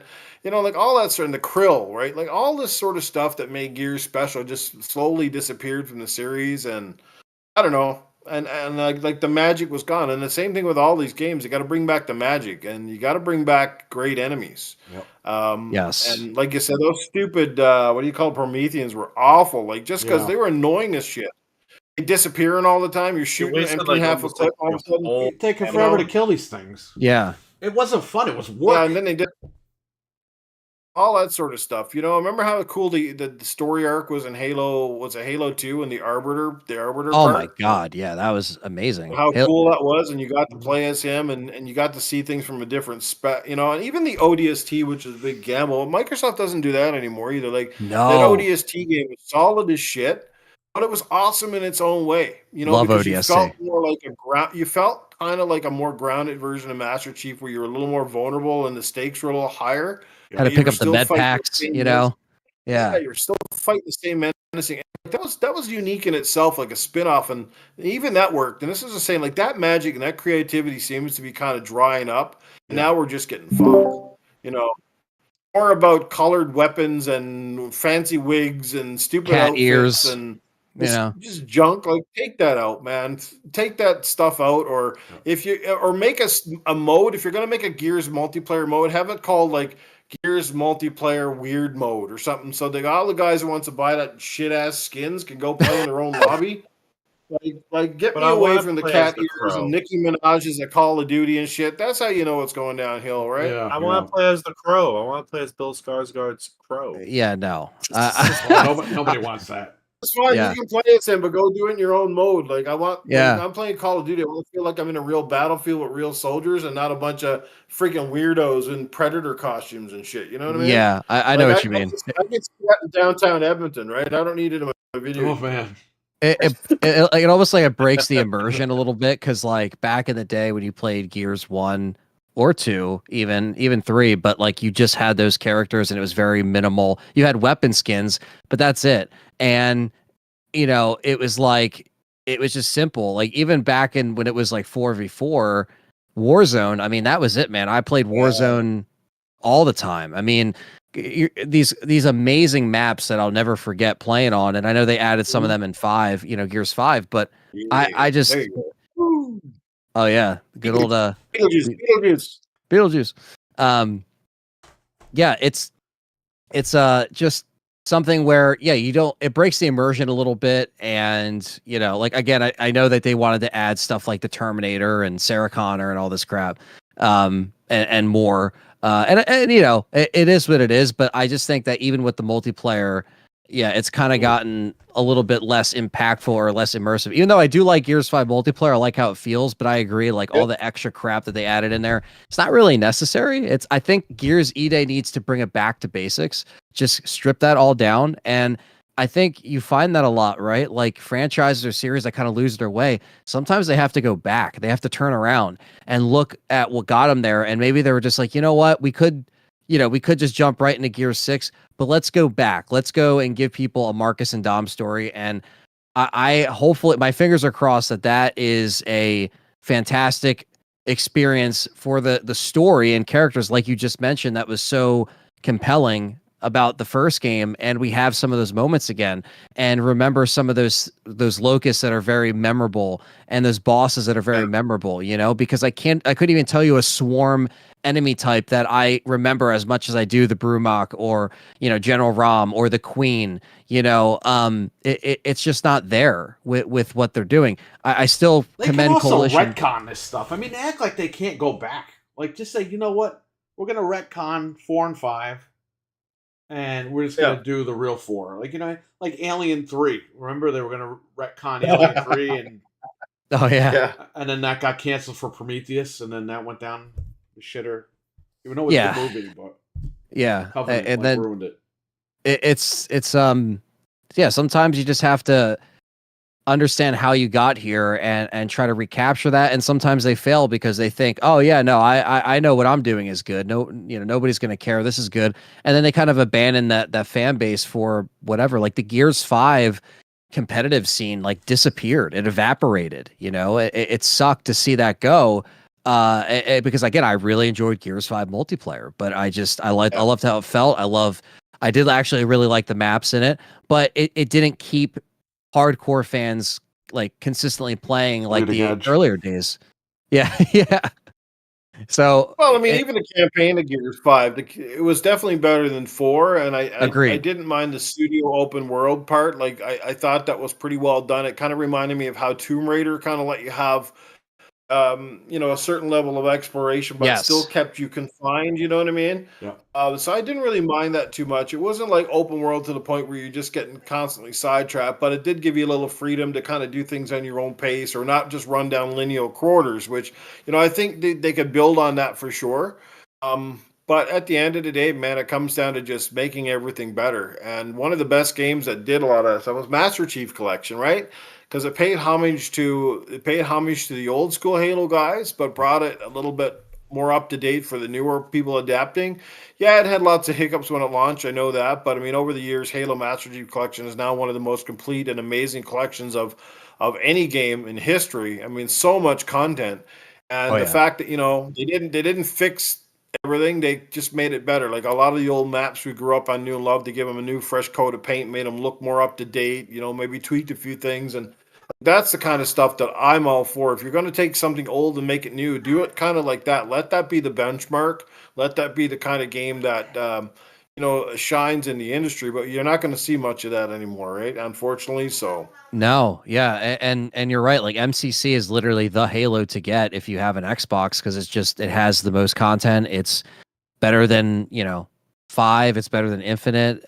So that's just where to go, because people can get that nostalgia. Like if they haven't played since the 360 and they get MCC on, like, let's say an Xbox or a PC, and they go back and they play this stuff, they're like, holy crap, this is the best it's ever looked. And also, the Halo 2 like remake, if you want to call it that, like what they did with that was like incredible. Like you look at those cutscenes, man. Yeah, they blew me the fuck away. I was like, dude, and Halo 2 is like one of my personal favorites. So I was like, Yeah. dude, this is incredible. And I was a little late to getting on to MCC, but when I finally did, when I got a Scorpio edition, I was like, this is great. Like, this is what I wanted. And again, we're looking backwards, right, at a time, but it gets same thing. They we went backwards, but we also got the remade of Halo 2 or whatever you want to call it.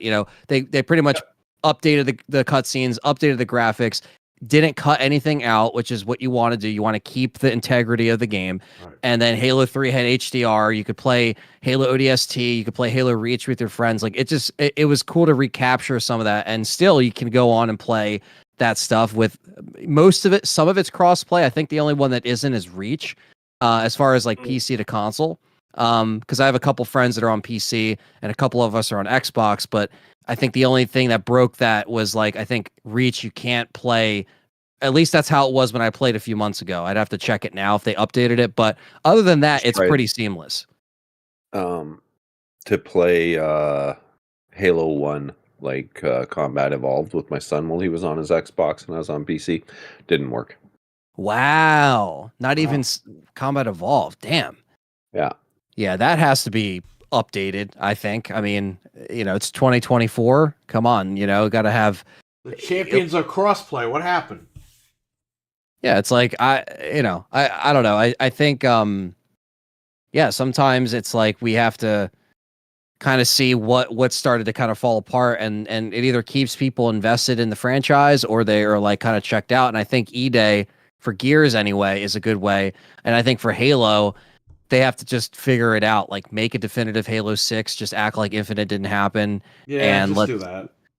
Let's just keep it going, Just because make Halo 4 and just retcon everything. I think one thing for the next Halo, like I think graphically, it has to be a Halo that's so very impressive. Yeah. Like it almost needs to look like the show, like the TV show quality in terms of like rendering. Like it has to look.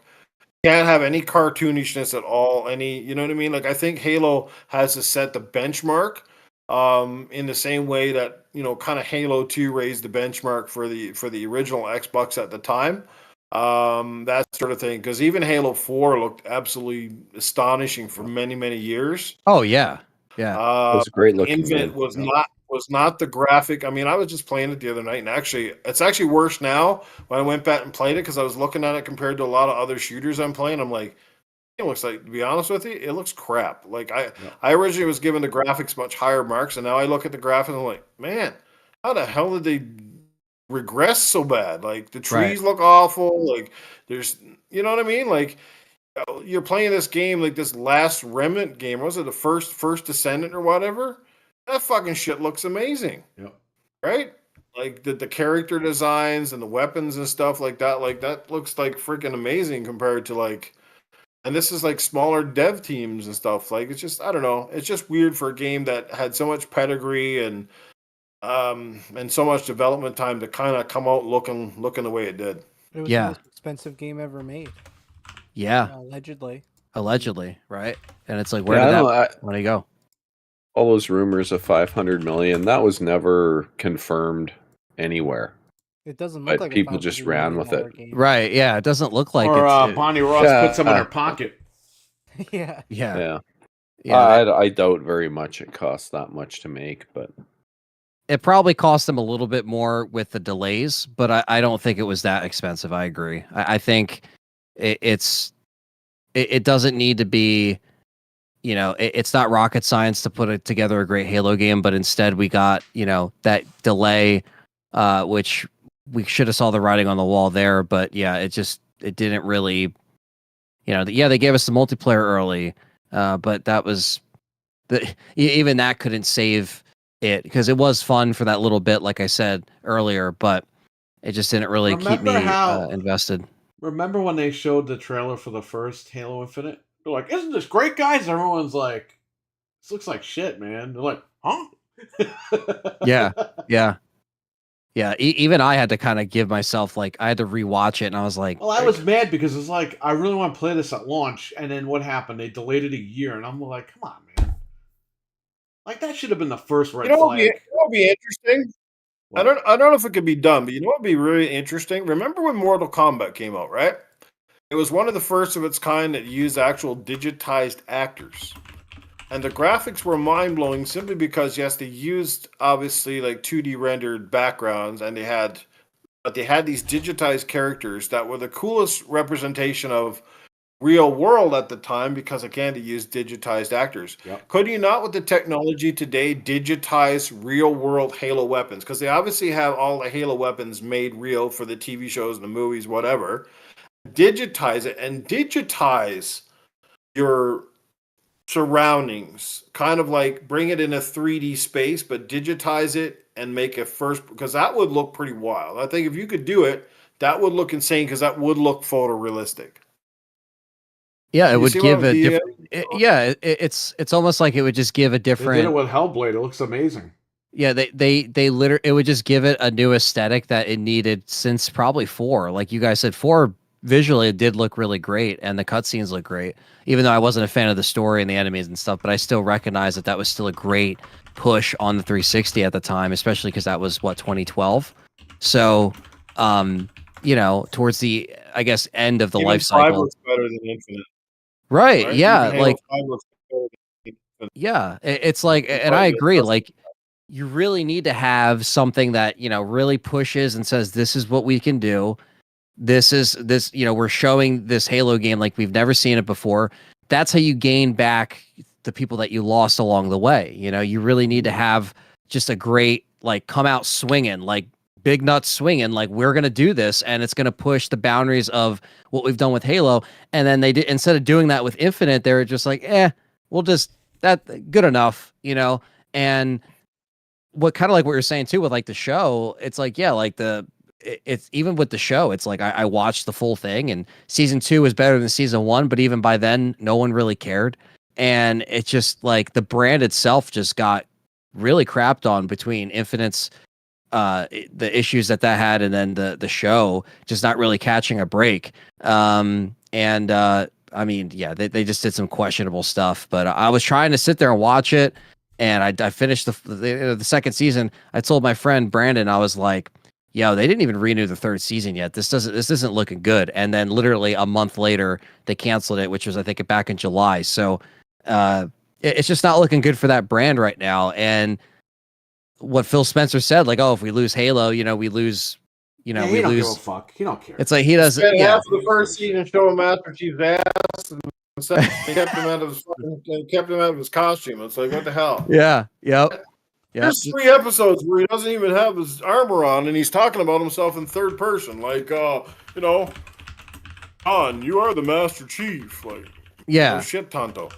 Yeah, it's like, and these actors, they gotta have their face on screen, so they gotta take off the helmet. It's like, okay, but you signed up for Master Chief, and he doesn't take off his helmet, so I don't know what you want. You know what I mean? Like, Clothes off. he does. Yeah, at he least literally. There's literally. It took 3 movies.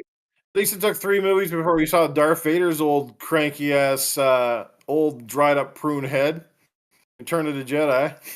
Yeah. Imagine if they showed Darth Vader's ass in that movie.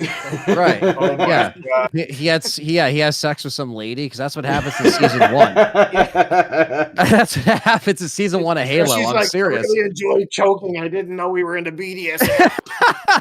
Cuts off Luke's dick instead of his hand. Yeah. Like, you see what happens. Turning into from a robotic Spaceballs. Yeah. Masturbation without even touching yourself. How about that, eh? Yeah, like, you see what Must happens be. in season No. 1 of Halo. You're like, what is going on here? Yeah, there's a full ass love scene in Halo season 1. I don't think people really wanted that. Like, you lost people, it's just, I don't know. I wanted And for to see years him we go wanted to into see the that. Wreck-It Ralph world and then get with Cortana, like go into like the arcade machine. Or Yeah, something. Like, that that's would what have I probably wanted been to more see. entertaining than what the hell we got. Like, he's sitting there. I don't know. It's Cortana looked pretty much like a blue naked lady, and afterwards, all of a sudden, she's wearing like suits of clothes. Like, what the hell's going on there? yeah, I don't know what that All of a was sudden, about. she's real conscious. She's like, "Yeah, I'm gonna put on some clothes." Yeah, I saw that. I was like, They What? did Like, that even with though it's- Battletoads. They made the lady an old freaking prune with clothes on. It's like, wait, what? She's supposed to be like this hot, Well, sexy did you see queen the lady. new Batman animated series? The new Batman animated series on Amazon Prime. The Penguin's a lady now. Like, what the frig? I didn't see that. Really? Wow. Yeah. It's crazy. Yeah, they've race swapped everybody in the whole show. It's like so stupid. Yeah, I mean, some of the new stuff is very questionable. You know, I think that's why. I just stick to the old stuff.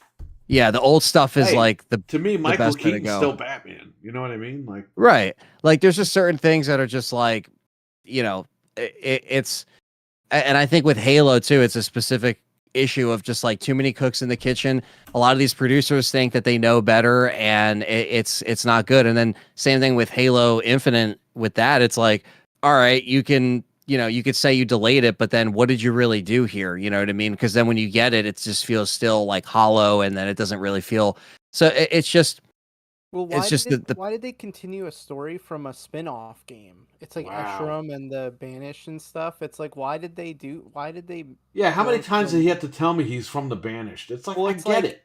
It's like if you didn't play Halo Wars, then it like I don't know, why did they go with that? I think Yeah. it's silly to do that. Like I don't Yeah, know. it almost Yeah, seems like a and side Terry said he's story. just like I am Eshram every 5 minutes. We are the Banished. The Banished. It's like, shut the fuck up already. We God are the damn. Banished. So Yeah. it's like, all right, we know where you are. It's kind of like like RE7 or RE8, for example, right? Like they feel more like spin-off stories than like an actual story, Yeah. and in my opinion, and Infinite feels like a side story that's not like the Halo 6. You know what I mean? That's why I'm like, if you go back and just make a Halo 6 or just do what, like, just get rid of what that was, and I don't know, like you could still acknowledge it, but not really. I don't even know if you want to do that. Like I haven't even given much thought to go back to that and play that story again, because it doesn't have the, you know, just that genuine feeling of a good story with good characters that keeps you, you know, really invested or wanting to go back. Not even that, but just wanting to go back and experience it again. We're talking about Gears of War, same thing. Like how many times I played that campaign with friends? Countless times, because I want to experience the story, experience the gameplay, be challenged as well. I think some of these games, you know, are a little bit too easy, you know, sometimes. I feel like the other Halos had a better balance, where I feel like Infinite was just like, all right, go to the waypoint. All right, go to the waypoint. Well, the and waypoint just was chill. broken because I'm going this way and it's taking me off a freaking cliff, and I'm like, what am I doing? Oh, in Infinite? Yeah. And then you got to Who's- climb who's- rocks the whole time. I'm Yeah, like, wow, why there's a did lot they of rock make- climbing in this stupid Why game. did they make the map so disjointed? Like, why didn't they just make it one giant And map? it looks bland too. Like what Noof Yeah. was saying, like it looks more bland when you look at it. You're like, if this was an open world, maybe the blandness wouldn't be so obvious. But like you go around, you're like, this just looks the same. Like you know, I like the idea of being able to like, trees and a It- little alien base stuck off to the side, Yeah. and you go over, kill them all, and shut down some gates, and then kill a banished dude. And you know, the most intense fight in that whole thing is fighting that big banished dude with the big hammer the first time, and he's like jumping all over the place. I was like, holy man, that's intense. Yeah. I don't know, just that game just felt like it was missing the mark. It felt like they didn't really have any cohesion, and they were just throwing as many ideas in there as they could, and nothing really worked. yeah, I definitely agree with that. And yeah, I Like think Halo is meant to be a story-based game, and is meant to drive you from A to B, not let you go all over the place and get sidetracked and lost. And it becomes just another open world shooter. You know what I mean? And we got enough of that crap. We want a story-based game. And you know, 5 was good for the most part, except that it was misleading. You know, all the ads on Halo 5 were misleading up to like the game, because it turned into being largely more of Locke's story than what was Master Chief. Yeah. And Locke's a great character that I hope they actually bring back. I mean, I really enjoyed Locke, but at the end of the day, you know, we're buying Halo again, mostly for Master Chief. It's like having Mario and not having Mario in the game. Like, you know, side characters are great, but at the end of the day, it's your icon. It's your bread and butter. It's, you know, it's like WrestleMania. Nobody shows up for WrestleMania to watch the undercards fighting the main bout. You know, you want to see your big guys, the Stone Cold Steve Austins and the Roman Reigns and the Brock Lesnar. You know, I mean, games are no different. Yep. Right? It's great to introduce their characters, but don't oversaturate it, and don't lose focus on what it needs to get done, right? absolutely, yeah. It's, and I think that's what it is: losing focus, trying these new ideas that don't really May, work what's up? out. What's up, Cam? Yeah, there's not. It's just a weird it's weird. It's a strange way of looking at it when What's you up, think, Fred? okay, they're trying to, I guess go into this, you know, other era of things, and then they end up like, again, we finally got Chief back, but then it's like by the time we got Chief back, there wasn't really a story to go through, you know, and it just didn't really see, or it wasn't really compelling. Like we went through the story, but it wasn't like, it didn't really have me personally invested. Other people might feel differently. That's fine, but I think it's just needs to get back to where it needs to do what Gears is, like I'm assuming what Gears is trying to do is get back to the basics and to get, you know, Marcus and Dom, get that story back, and that's where it should go. I mean, I think if you're going to continue Gears, going back to that, you know, even though we might not have, you know, Lancers as we know, right? Because that's not until a little bit later in the timeline. I think in the game they're going to build the Lancers. You're just going to start out with the classic one, the retro Lancer. Well, I mean, I know it happens like a few years later in the timeline, but I don't know. Maybe we might jump later before Gears 1 still, but maybe like a little bit later. Who knows? I mean, I'm curious to see. I want to see more. That trailer was, you know, the biggest, you know, at least for me, that was like the biggest part where I was marking out for. You know, I like the Perfect Dark trailer. I liked the, you know, I like that as well. That looked killer. But yeah, the Gears, man, like that trailer, I was just like, you know, brought me right back to 2006 and that art style and just everything. And now, you know, we're going to be hopefully being able to just play it day one on PC with, you know, maxed out, whatever. So we'll see. I mean, that doesn't even have a date yet, so I don't want to get too excited. But at the same time, yeah, I don't know. I just want to see something more positive come out of all of this Xbox stuff. And unfortunately, it seems like we're always just, especially this year, it's just been negative stuff after negative stuff. So. And it's always after they get you excited about something. They get you worked up and excited about some good news, and it's almost like a month or later, there's just like, reality check. We are still Xbox, and Every screw time. you guys. Every time. Single time. Yeah. Never fails. Shoot themselves in the foot. Yeah. Yeah. Right Like, back down to I bet earth. that they have a new Series X special edition if it actually felt like it was special. But the fact that the price is astronomical, all you do is throw some speckles on it. You know, I mean, come on, man. Like, guys out there like Pulp Art, you ever see the shit that man produces? You know, like he makes all of their creative teams look like amateurs, right? This guy's ingenious when it comes to design and shit. And like I always said, man, it's a crying shame that they wouldn't hire you for whatever. And they've had to work on some third, like off to the side shit. But you know, I did an interview with him a while back, and he told me stuff behind the scenes, and it just there's politics involved, and it's just too bad because the guy is extremely talented and he nails it like 95% of the time. His designs are just off the charts, right? Nice. And but yeah, but you know, like you got, you know, like I said, there's. I mean, even the fact we're 4 years into this generation and they don't even have like a variety of wraps for the console. You can walk into your store. Like you think by now they'd have Halo wraps and they'd have, you know, Doom wraps and they'd have like sports team wraps, you know, your favorite sports team. I mean, how hard can it be to do that stuff? And yet 4 years, where is it? I'm not walking in and seeing anything. You know, all I see is ads for Game Pass this and Game Pass that and just Game Pass. It's Game Pass, Game Pass. It's like that's all I ever know. I feel like, you know. Yeah, I remember walking in the store back then, and like you would just see like peg hook after peg hook of faceplates for the 360. And I remember I got the you know, the Gears Red Skull. I had that one, and I had that on my 360, and then I had a Gears skin with Dom on one side and then Marcus on the other.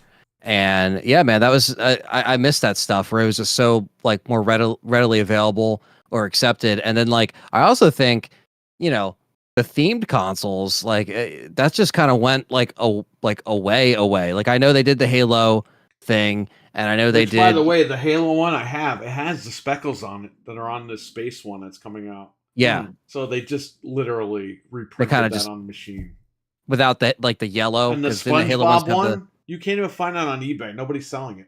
That's SpongeBob was wild. So, like, how hard is it to do that shit? All of their special editions that they do for contests are like amazing. Yeah. And then they just give for the boring one. Yeah, no, like just no. You know, like, the top of the SpongeBob one is even yellow. It's just yellow, and nice. then on the top it's black and green. And I'm like, you could just buy the skin for this stupid thing on Amazon. Like, And Who it the- was $700. yeah, they could have put the the little thing on the bottom, the stand. They could have made that brown. They didn't do any of that. Right. Stupid. Who is this that joined the chat? Again, you know what would be funny? They Is should that do one for Campbell Metal Guy? Gear Solid. Make it. They should Yeah, do one it's for me. the next It's me, Metal Kevin Gear Nash. game and make it. Comics. What's up, guys? I haven't voice chat with you guys at all. I think it was like this is the first time. All right, Cam, hang on. Noof's cursing people out here. Yeah, where you say? Hold on, Cam. What were you saying, Noof? I just said, wouldn't it be cool if they did a Metal Gear Special Edition Series X and it actually looked like a cardboard box? Oh yeah, How that'd be. it has in the cardboard box. Yeah, dude, like there's so many great ideas that, again, like fans always have these ideas and they just don't. And like you said, like all these like competitions and stuff, or these like special ones they give away, and these like They don't it's even just give like them away. one. If you watch these documentaries, you see them in the back. They're sitting on some guy's desk in the back. Or Yeah, it's like, whatever. how did he get another one of those? Like I Yeah. thought there was only Get one in outta here with that. existence or whatever. And nobody, Yeah. the winners, they never happen to upload pictures or film this or anything. Yeah, absolutely. Yeah, no, It's such I a agree, pain. man. Like, yeah, Metal Gear That 1 would be Cuphead- awesome. That Cuphead, there was a Cuphead special edition they gave to influencers. That shit would have sold like crazy if they would have Oh, that yeah. in stores. Mhm. Yeah. Give me a like if they announce like a Series X or whatever it will be at the time, who knows? But if something with Gears like would be amazing, you know what I mean?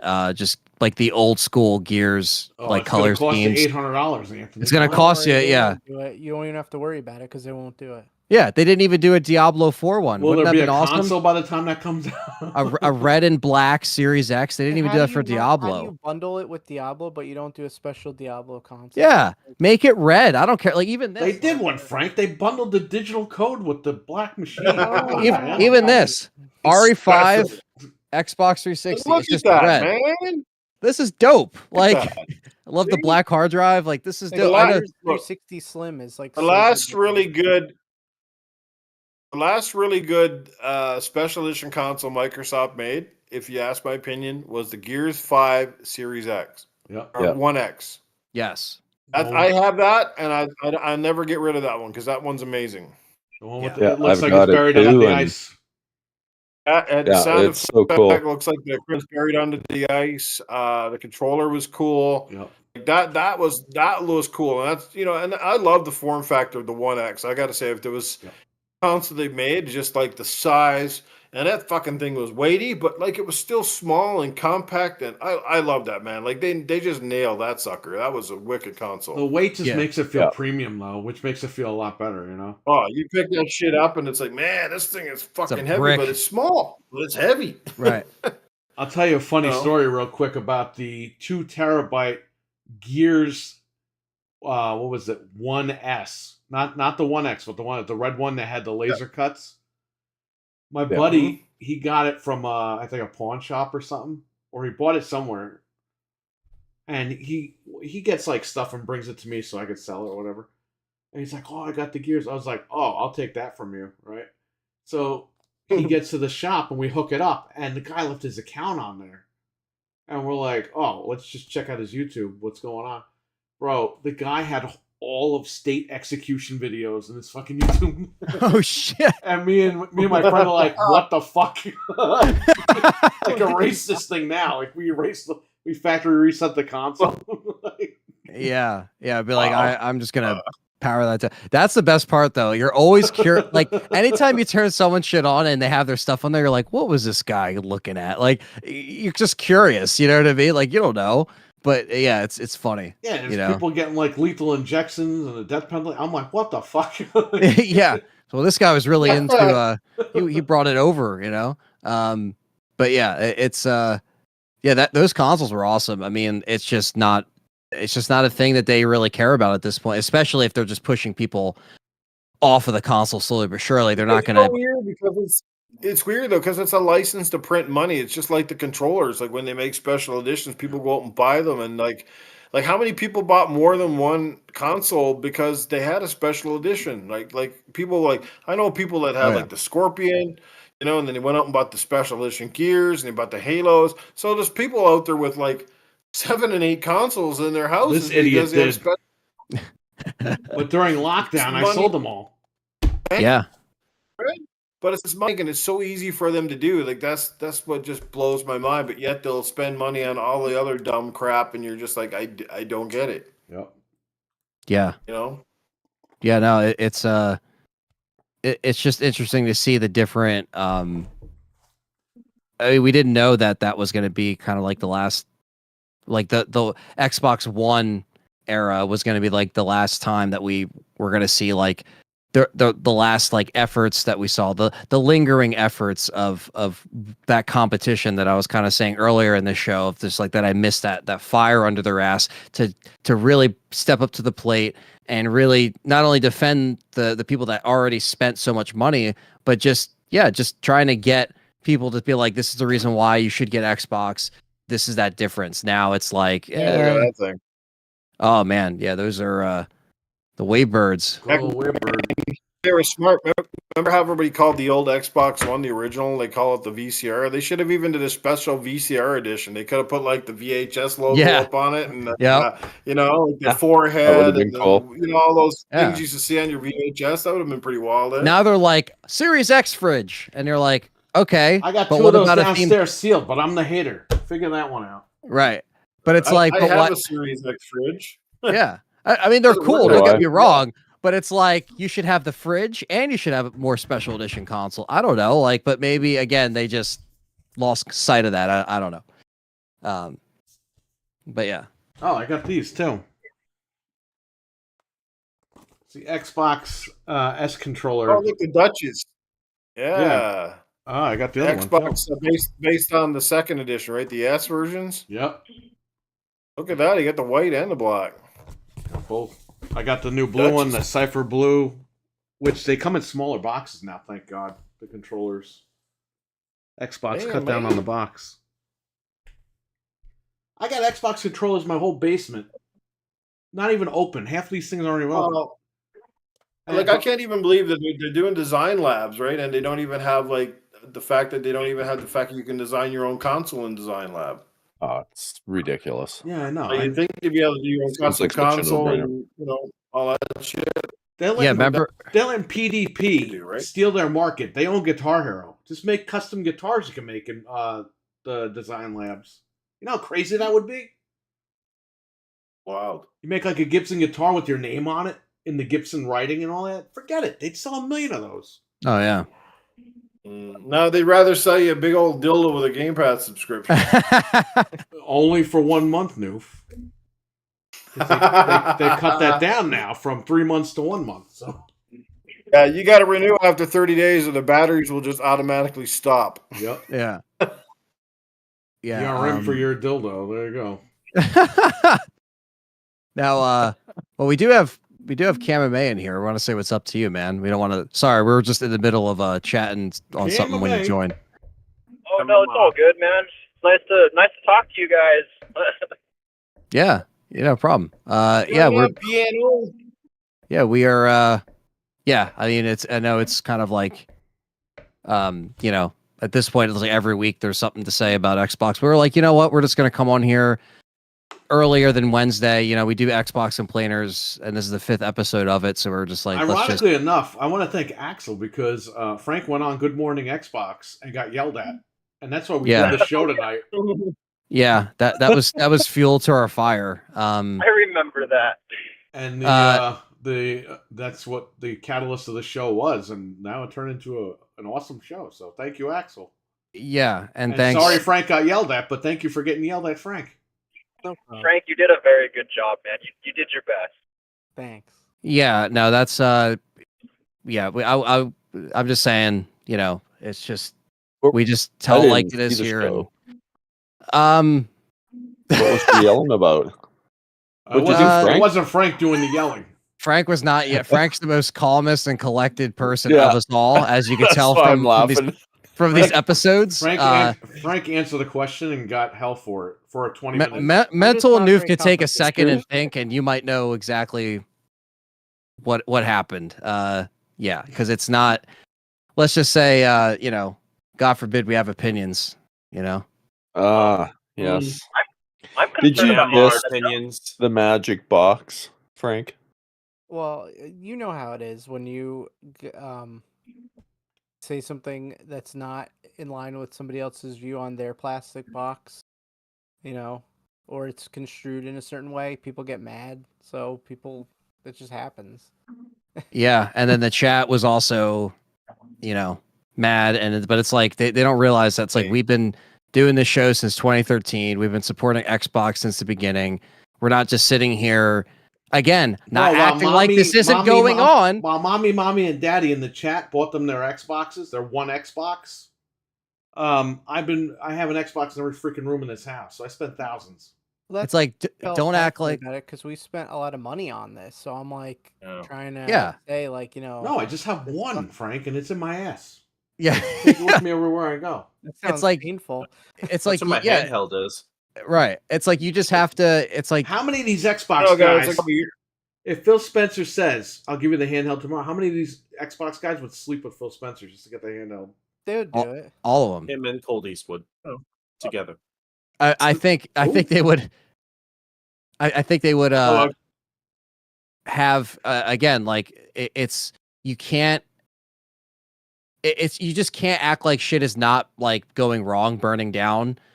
Like you have to like acknowledge it, and all Frank was doing is just giving his opinion on what he felt was going on.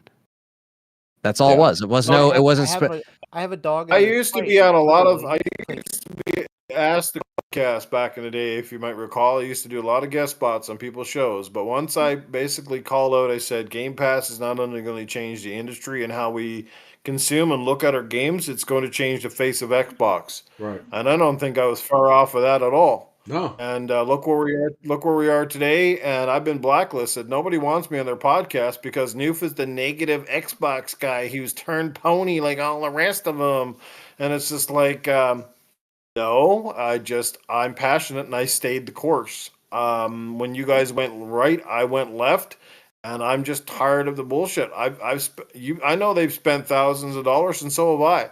So I'm just as entitled to my opinion on Xbox as anybody else on this panel or on any other podcast. Absolutely. But just because I don't want to be kumbaya and clap my hands for everything that they do and making excuses for every time they do something. Like deep down inside, I think they're hurt. They just don't want to admit it. It's kind of like those bad relationships, when you're with somebody and you love them so much, but you can't leave them. So you keep coming up with excuses why we're still together, but you know that everything in your heart tells you should just ditch them. Right. That's kind of where we're at with Xbox. Yeah. Yeah. Right? Very well said. We love it so much. We can't get rid of it. But at the same time, it's like time after time after time, these guys just go and go, we don't care about you guys anymore. You spent thousands of dollars with us, but we care about getting the $5 out of little Jimmy's wallet as opposed to the thousands of dollars out of your guys because we represent those hardcore console warrior guys that even some of the executives make fun of these days. Those guys are console warriors. It's not console warriors. Being passionate about your and isn't passionate about. We're the ones that made those executives rich. Just remember that. Yeah, buying their consoles and buying their accessories.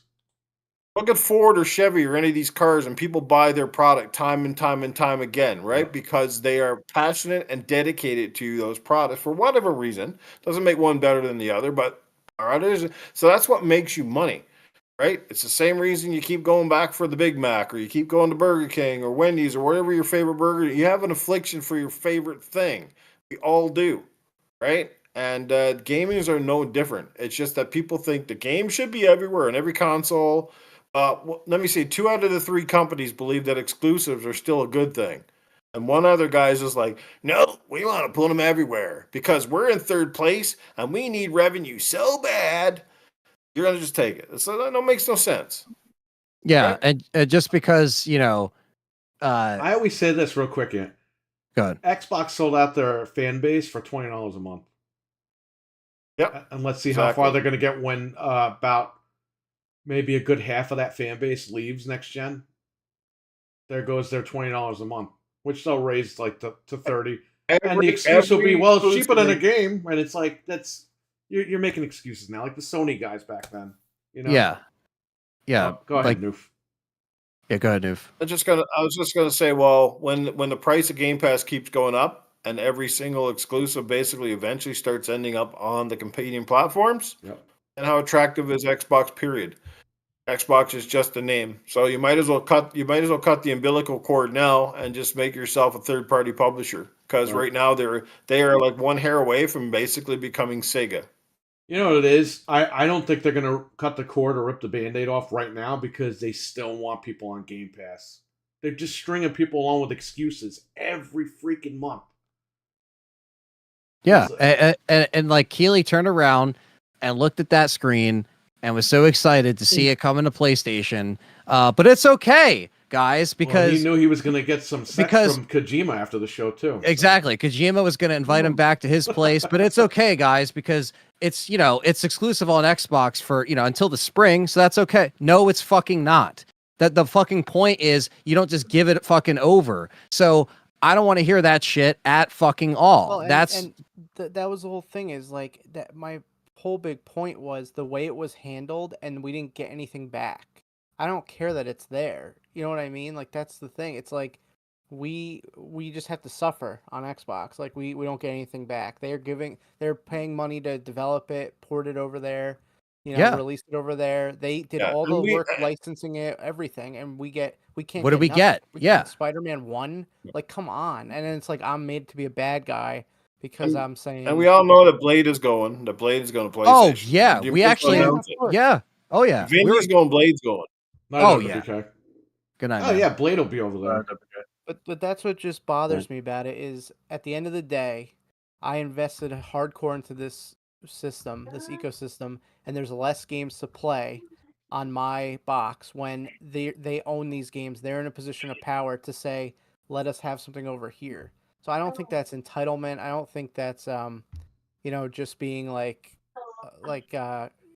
difficult. I think that's a reasonable ask. Bro, they didn't give you the box for free. If they give you the box for free, you'd be like, whatever. No, and Game Pass is not free. A lot of people keep saying, "Oh, well, Indiana Jones is free on." No, it's not. It's $240 a year. So if I just buy Indiana Jones on PlayStation, that's only $70. So it's like, what am I really getting here? They're not getting me. I could play everything over on PlayStation and not everything on Xbox. Let me have some stuff on Xbox. Bring Spider-Man 1, even older games. I'm saying anything. Just give a little. They won't even give Xbox Horizon Lego. Like that is insane to me. Yeah. They're giving it to Switch. They're going to announce it tomorrow at the Switch thing for a release. It's like that's crazy. Yeah, crazy. that is actually wild that's even happening. And like just bends over and is like, "Yeah, what do you want next? Oh, you want Blade? Here you go. Oh, you want this? Oh, yeah." It's like I just can't believe that they are doing that. Where's our win over here? Where's our you said? What are we getting back? It's just like PlayStation is so stingy they wouldn't even give Xbox herpes if you asked. No, exactly. They wouldn't piss on them if they were on fire. Like they it's like, and again, why are we like? That's why we're not going to come on here and just like be like, that's okay, guys. Like, no, like it's sorry, you're just going to get us uncut, raw, uncensored, unfiltered. Like, we're not going to get invited out to these dinners. Phil Spencer doesn't fucking love us. He doesn't care about us. He's never going to care about us. We're just fucking doing our thing. So I don't know. Sounds like sour grapes, Anthony. You can't have dinner with Phil. Yeah. No. And like what Mental was saying too last week, or when Anthony, you said is it true you wanted to lick cream cheese off Phil Spencer's balls? It could have been a possibility at one point because of how he saved the brand, but now, no. It's like what Mental was saying though, like in the Discord the other week. It was just like you save a lot more money if you just, if you were to cancel Game Pass and like the games that you would get, if you do the math, it's just you don't really have to stay on this expensive ass thing that, again, is just going to get more expensive. And, you might really only care about 2 games, if that, depending on your taste. It's all acquired taste, sure, of like what games you like playing. Some people like, playing the indie games all day, every day. That's not fully my thing. I like some horror indie games, but like, that's really what is indie games are great, but that's like separate. Let's say, like Noof keeps saying, go to McDonald's for the freaking Big Mac. You don't go to McDonald's for the fucking salad. You know what I mean? Mm-hmm. Yeah. I didn't buy a $500 box to play Nintendo games. I could just go and hook up a Nintendo and play all that shit. I understand indie games have their own genre and stuff, and people like them, and that's fine. That's great. but I came for the hardcore shit. Every streaming service out there right now is trying to compete by having exclusive content, Yep. and they're advertising it as such. You got to have Amazon to watch these shows. You got to have something else, Paramount to watch these shows, and Disney to watch these shows. It's no different in any other industry, whether the food industry or the gaming industry. I don't understand why Microsoft feels that they got to be the company that's everything to everyone. As they say, if you're trying to be everything to everyone, you'll be nothing to no one. At the end of the day, is what you'll be. Yeah, that's a good point. Everyone plays, we all win. Right. That's what you guys thought. You're just missing the point. Yeah. No, except Everyone on plays, Xbox, we we're all not going to have the win. games. No, Yeah. I think for some reason there's a contingency of people out there that think having Game Pass as the exclusive is good enough. And it's just not, because Game Pass isn't a system seller. Will you still be taking that attitude when no one buys an Xbox next gen? Right. Or if they Right? don't And have then an what Xbox. happens?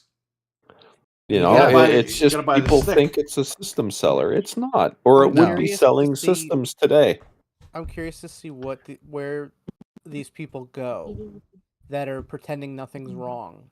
If there's no Xbox, what will happen? Will they cease to game? Will they get PC? Will they go to PlayStation? Like, that's what I don't understand. Yeah, like It's what will happen? They're Yeah. just pretending like nothing's happening, and it's like, you guys got to be critical of this stuff because Yeah. that's the only way things are going to change. It's not Oh, being but- a hater and being I haven't Right. spent a penny on Xbox since January, since all these rumors started. Same. too. Yeah. Yeah. We Yeah. all I stopped. stopped buying games on Xbox, except for physical ones that I buy used, because Yep. they're not getting the money for that. We bought Skull Yeah. and Bones for I $10. did see Yeah. I did Twitter the other day. I know how you guys look at it, but I said on Twitter something like, as long as I own my Xbox, though, I would still prefer to buy Xbox published games on Xbox. Yes.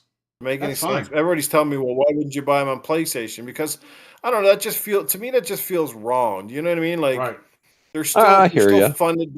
Right. funded by Xbox, and you're like, if I buy them on PlayStation, yeah, Microsoft's still making their money, but then I'm basically paying Sony money to have the Xbox games on their platform. Do you know what I mean? Right. Yeah. No, I see what you're That's saying. I buy them on All PC. I'd rather pay all the money to Xbox, and Sony gets nothing, and buy them over there. Like, I know that sounds really weird, but I just feel there's still a loyalty to me to Xbox and the console that I have. No, Yeah. that's No. fine. That's you have the machine. You might as well use it, you know? Yeah. Yeah, And I get them on Steam. That's where Yeah. I've been getting my games. Yeah, that's Yeah. what I've been doing. at least for that, it still feels like know, Microsoft to me. I was at gonna least make- on if- Windows. I was If gonna all make- goes well, they're all going to work on the next Xbox anyway. Yep. I was gonna make one exception this year and get the Marvel vs. Capcom collection on the Xbox. Guess what? It's not coming to Xbox. And I'm pissed. Right? Uh, Yeah. And then I'm Difficult. being told, well, those are old games. Nobody. I'm like, motherfucker, I grew up with those games. We were in the Apparently arcade. Nintendo and Sony care about them. Yeah. We were in the arcades in Mamaroneck, New York at Nathan's back in the late 90s playing these games. The Marvel vs. Capcom games, the Mortal Kombat 4s, all that stuff. Ultimate Mortal Kombat 3. And you're telling me I can't get Marvel vs. Capcom 1 and 2 on the Xbox. It's like, come on, man. Like, what the hell? Oh, well, it's MT Framework. And then when people get mad, oh no, Microsoft's trying to work with No, they're not. Stop fucking. They're not working on I'm it. so sick of this shit.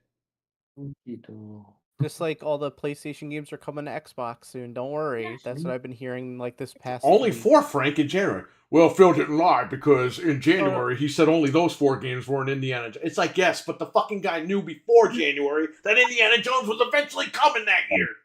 Of course he knew. How So could he have lied been at some point. in time? Well, But he I- didn't I lie know about also those 4 said- games. He didn't even know The what the 4 biggest games were. Xbox, the only Xbox published game and the biggest game they published all year was Hellblade 2. And you know what? There was next to no marketing. I saw nothing in stores. I saw nothing to even say it was on Game Pass, other than like commercials that was on like YouTube or something. But you know what I mean? Like, if you walked into a store level and you weren't really paying attention to the YouTube scene, you wouldn't even know what Hellblade 2 is. And then they wonder why these Nope. don't do the numbers they keep saying. It's like, if it basically doesn't exist to the average gamer, it doesn't exist at all. Yep. I mean, when Spider-Man and God of War come out, that shit's everywhere. Yep. There's cardboard cutouts, there's pictures on the friggin' thing, and then there's not even a physical copy in the case. So when the average gamer walks by and they're looking at the selection of games, there's no Hellblade in the case there from the physical copy. Yep. If nothing else, the case at least advertises that there's a new game, and people go, "Oh, maybe what's this? Might pick up a copy of that." Nope. Still don't understand the decision behind that. Your only game and your biggest game, and you don't even put it on a physical medium. Let me ask you Weird. something. Will Hellblade get promotion on PlayStation 5 Pro? They'll Fuck yeah. advertise it Or it's on going to their- run at Oh, 60 FPS? When you turn on a PlayStation, they're advertising the hell out of the games like right on the front page, so you know that they'll be like, "Look, Hellblade 2's here." Like it's gonna be, you can't miss it. You're gonna go to turn your PlayStation. Why did Helldivers 2 do so well out of the gate? Because it was all over the friggin' place. Yeah, it was. That's Yep. how I got into it. Sony does have a pretty good marketing team. I will say that for the most part. Well, they actually spend money on it. Yeah. Yeah. This I guy, mean, Aaron Greenberg, he locks the door to his office and fucking jerks off all day.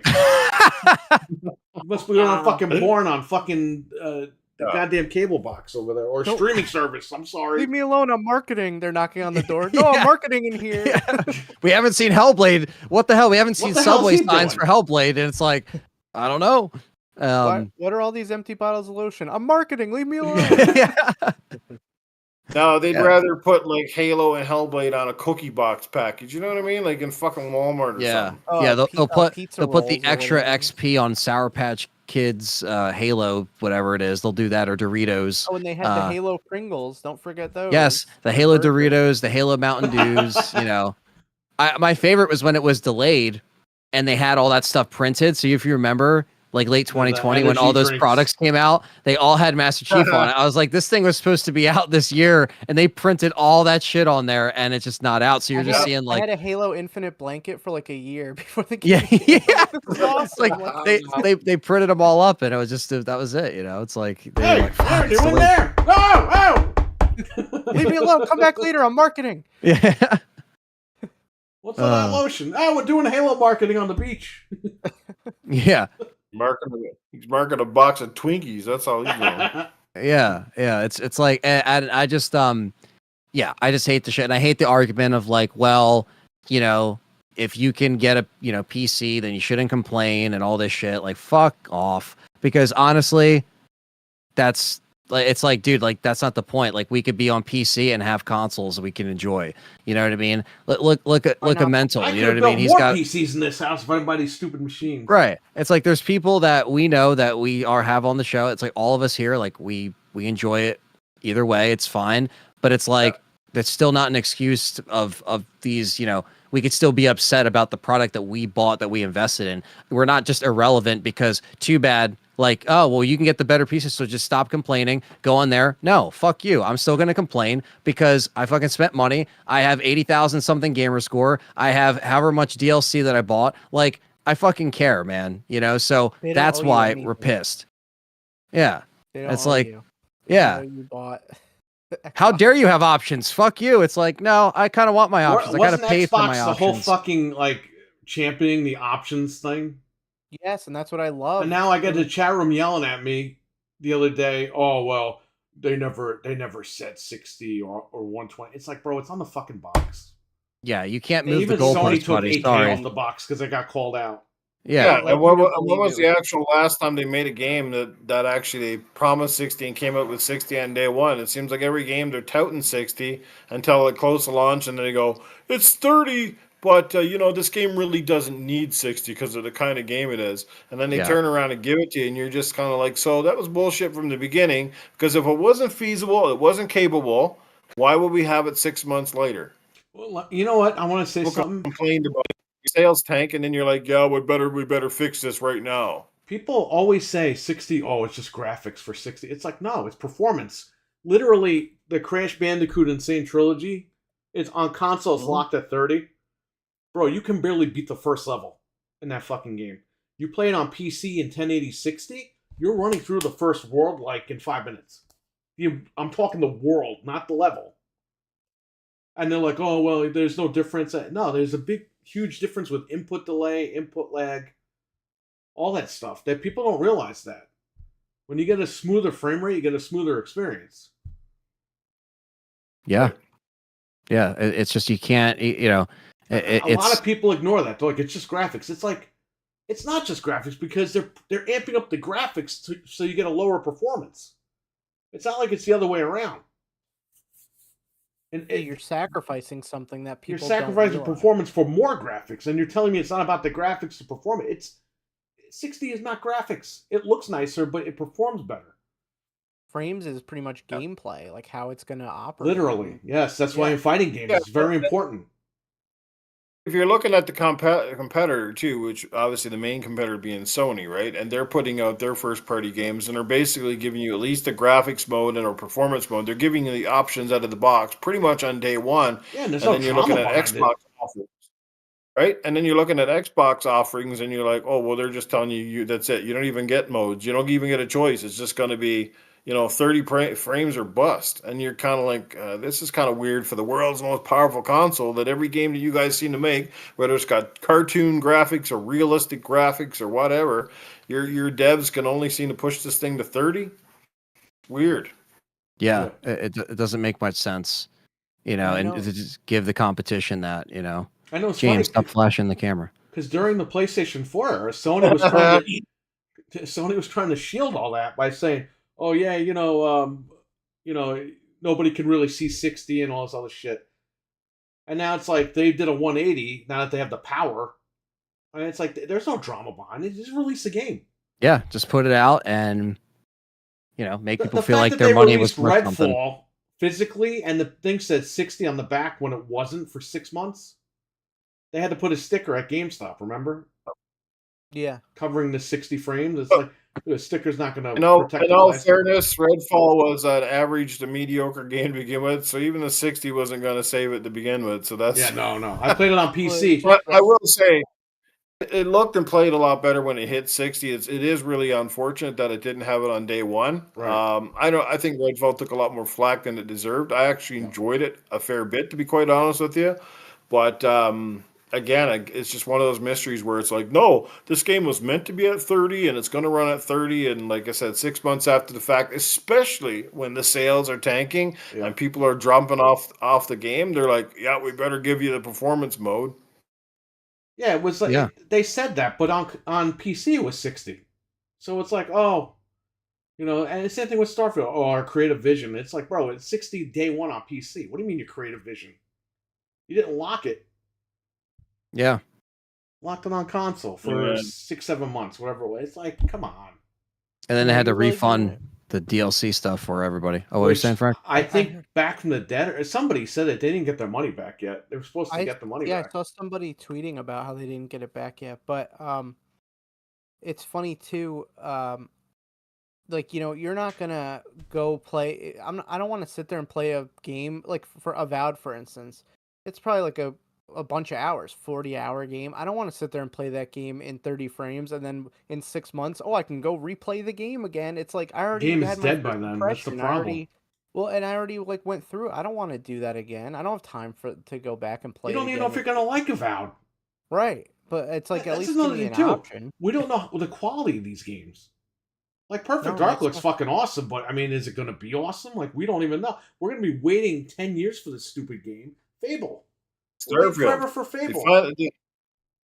Yeah, we don't know. Even Starfield, even with the frames per second in Starfield, but now they finally give us like a DLC where you actually get a land vehicle. It's like, did nobody think when you were playing this game to begin with was like walking along these planets like was not fucking monotonous and a part of the big drag on the game, and now you finally give us the vehicle. It's like, yeah, well, I mean, it's great now, but like it's a year later. It's a year to get one. They had to give it to us now because it's coming out on PlayStation 5 Pro. Yeah, I mean that's going to be the next thing, man. I'm just waiting. That Pro is going to launch with some games, and we're going to find out soon. Because if that thing is going to be announced next month, they're saying a month from now. At the state of play. Yeah.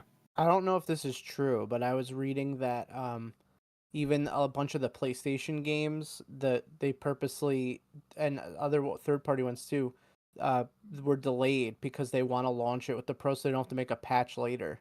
and that's why like a bunch of games. I didn't don't come know out. because they said this summer that they were told to make patches because they Yeah, I still don't have to know. work on the other machine. Right. So I don't So know. they're not We'll making see. I mean, we'll pro find only out. games. Yeah. No, but they'll launch them like ready to go with the for the pro optimized. You could do that, but I don't know. Yeah. It's We'll see soon enough. we shall see. We'll find out 1 month where Frank's trading in both his Xboxes for the pro. Well, I gotta keep one Series X because I have thousands of digital games on, but my other one's going. The 2S's and the X. I have 4 total. 3 of them are out of here. Xbox Sex Box, what's it called? They're really gonna give me almost $400. Are they for gonna them? put Pornhub on this thing? I've been seeing ads for this for years. Well, then I'll have to keep it, but I don't want to do that. So Yeah. Included with if Game Pass they make me an Ultimate. orange and black Series X with like a hub version, oh, I'm there. Yeah, day one. That'll be their best theme console yet. It's probably one of the biggest reasons why PSVR 2 is not as good as the first PSVR. Because on the second one, you can't get the internet thing under like you could with the first one. Oh wow. Okay. So fans are a lot So the more second happy one- with the VR on the Yeah, first one. the second PSVR is just you're just playing games and that's it. There's no other like options to do anything with it. That's why Axel wanted the VR one for me. Ah, damn. That explains it. He's like, Well, "When are you see, sending there's it?" like in defense, like see, there's something that Sony and I'm a big VR supporter, and Sony just to me has dropped the ball so bad with that. There's lots of games if you go to the PSVR store, but a lot of them are either MetaQuest like ports or they're third party stuff. And again, there's some that I would qualify as like legitimate games. There's a lot of stuff that's like very indie-ish, very tech demo-ish kind of thing more than anything else. Like they made that Horizon Call of the Mountain, which is a very good start, but like that's literally outside of that and adding the VR mode to Gran Turismo 7, like they've dropped the ball again on this PSVR 2 and they're asking an astronomical price. Again, so to say Sony's not impervious, no, like I don't understand why they put so much money and effort behind PSVR 2 to basically treat it like the ugly stepchild, like bring out some games that really utilize the tech and more people will gravitate to it for sure, but you have the support. You can't rely on the third parties to save your bacon on this thing. It's just not going to happen. And you got to get that price down like ASAP because when you're paying as much as the freaking console itself for an add-on, it's a recipe for disaster. And people are wondering, well, why are the sales stagnant on this thing? Duh. Take a freaking genius to figure that out. They thought all the fanboys are going to run out and buy it. Then they figured they'd sell $1,000 console. I mean, technically, you're going to buy the machine, you're going to buy the VR. That's their way of trying to pad it. But like you said, a lot of people aren't falling for that shit. It was way too much money with no killer apps. Yeah, no. Exactly, man. Again, it comes down to the games and it comes down to having exclusive games. Right? Hey, man. Yeah. Bottom line. I'm going to say this till the end of time. I'm still waiting for Jumping Flash VR for that stupid thing. Yeah, that would be cool. We need it. Oh, just get your wife to jump up and down with her shirt off. There's a jumping flash for you. Let's rob it. Yeah, I mean, there's a lot of potential there with Sony, trying to, bring stuff back that they should. Twisted Metal was one of them. And they dropped that ball, unfortunately. And if they're going to do stuff like that, I unfortunately we might not see a Jumping Flash in the future. But I mean, they brought it on the console in the Classics collection, but they didn't, it's like there's just so much shit that like they should bring back. Siphon Filter included. SOCOM included, just a lot of cool stuff that would go over pretty well today, I think. But yeah, it's just like, again, Sony's not innocent in all this either. I know this is all an Xbox episode technically, but still, it's just like, yeah, Sony has both consoles have been a little bit of a bummer this gen, or a big bummer, I should say, not a little bit. It's been definitely a very sad thing to see. It's been a rough generation for everybody except for Nintendo. You know what? What would sell SOCOM right now? If SOCOM came back, they had a dedicated team. Even if they had to remake one of the old games, remake it with new graphics and new whatever, and then do a multiplayer, but do the multiplayer in first person. Story in third, multiplayer in first. I bet you that would sell like crazy. Or you could, I mean, maybe this would be too much, but they could just, switch between. You could switch and choose what you want to play as in both. Oh yeah, do the switch between like the views? Right. Yeah, like Yeah. Battlefront. That'd be freaking amazing. The newer Yeah. one. It would be cool, and then they could obviously just keep it, just call it SOCOM, keep it simple, and They could have make killed that. Call. Well, I don't know if they could have killed, but they could have went like head to head with Call of Duty. If Jim Ryan would have stopped crying about that fucking thing and just said, you know what, let them have Call of Duty. We're going to do SOCOM and kill them because everyone's bored of Call of Duty anyway. Insomniac knows how to do a shooter. I mean, those Resistance games, those were friggin' amazing. Yeah. They have really tight controls, great weapons. So I think they would have the capabilities to make a great military shooter. So. Oh yeah, yeah. I think they have to utilize that. We know that Insomniac is good at. They can do third person, right? They proved it with Sunset Overdrive. Obviously, the Spider-Man games. Because you imagine if they put Insomniac in charge of a SOCOM game. Yeah, no, that'd be killer, man. Sony has the opportunity right now. Because they see Microsoft fucking up. They know that their games are fucking up like Concord and everything. But Sony's been quiet this year because they said in January, we got nothing. Like, we're going to go back to the drawing board. I hope to God that Sony goes back to PlayStation where it was variety. They say, hey, you know what? We're going to have a couple live service games out there, but we're going to focus on variety again and make people more excited about our games again. They really need to do that. They need to shift to that gear. Do you think they're going to shift to more live service because of Helldivers? No, I think you should focus on your offline games, but maybe have some multiplayer components to them. Yeah, mix it up a little bit. Like how Last of Us had that thing and Uncharted had the online. Do that. Last of Us 1 online is pretty underrated, in my opinion. Yeah, and then Factions was supposed to be its own thing, and then that got cut. But not every game has to be online. I think they're learning that the hard way because Concord is tanking. Right. And it's pretty much dead. Not even 1,000 in its first week is not a good. That's wild. Wow. It's been more people watched the trailer than played the game. It's brutal. Been in development for 8 years, and There's more people on Call of Duty 2. 8 years of development, jeez. And it's like back then when they started it, yes, people were into those type of Overwatch games. Now it's not the time for that. It's like kind of like what Noof said. It's like moved on. Yeah. Well, that's it. You're hot and you're not. It was like the PUBG craze, and then it just turned into something else. It's just crazy. Not to say that PUBG isn't still popular. Obviously, still has a large player base on PC, but I don't know how PUBG is still holding up with Xbox or with PlayStation or any. Is PUBG even on? It is on PlayStation, isn't it? Yeah, I believe so. Fred still plays PUBG. He's the only guy on the servers.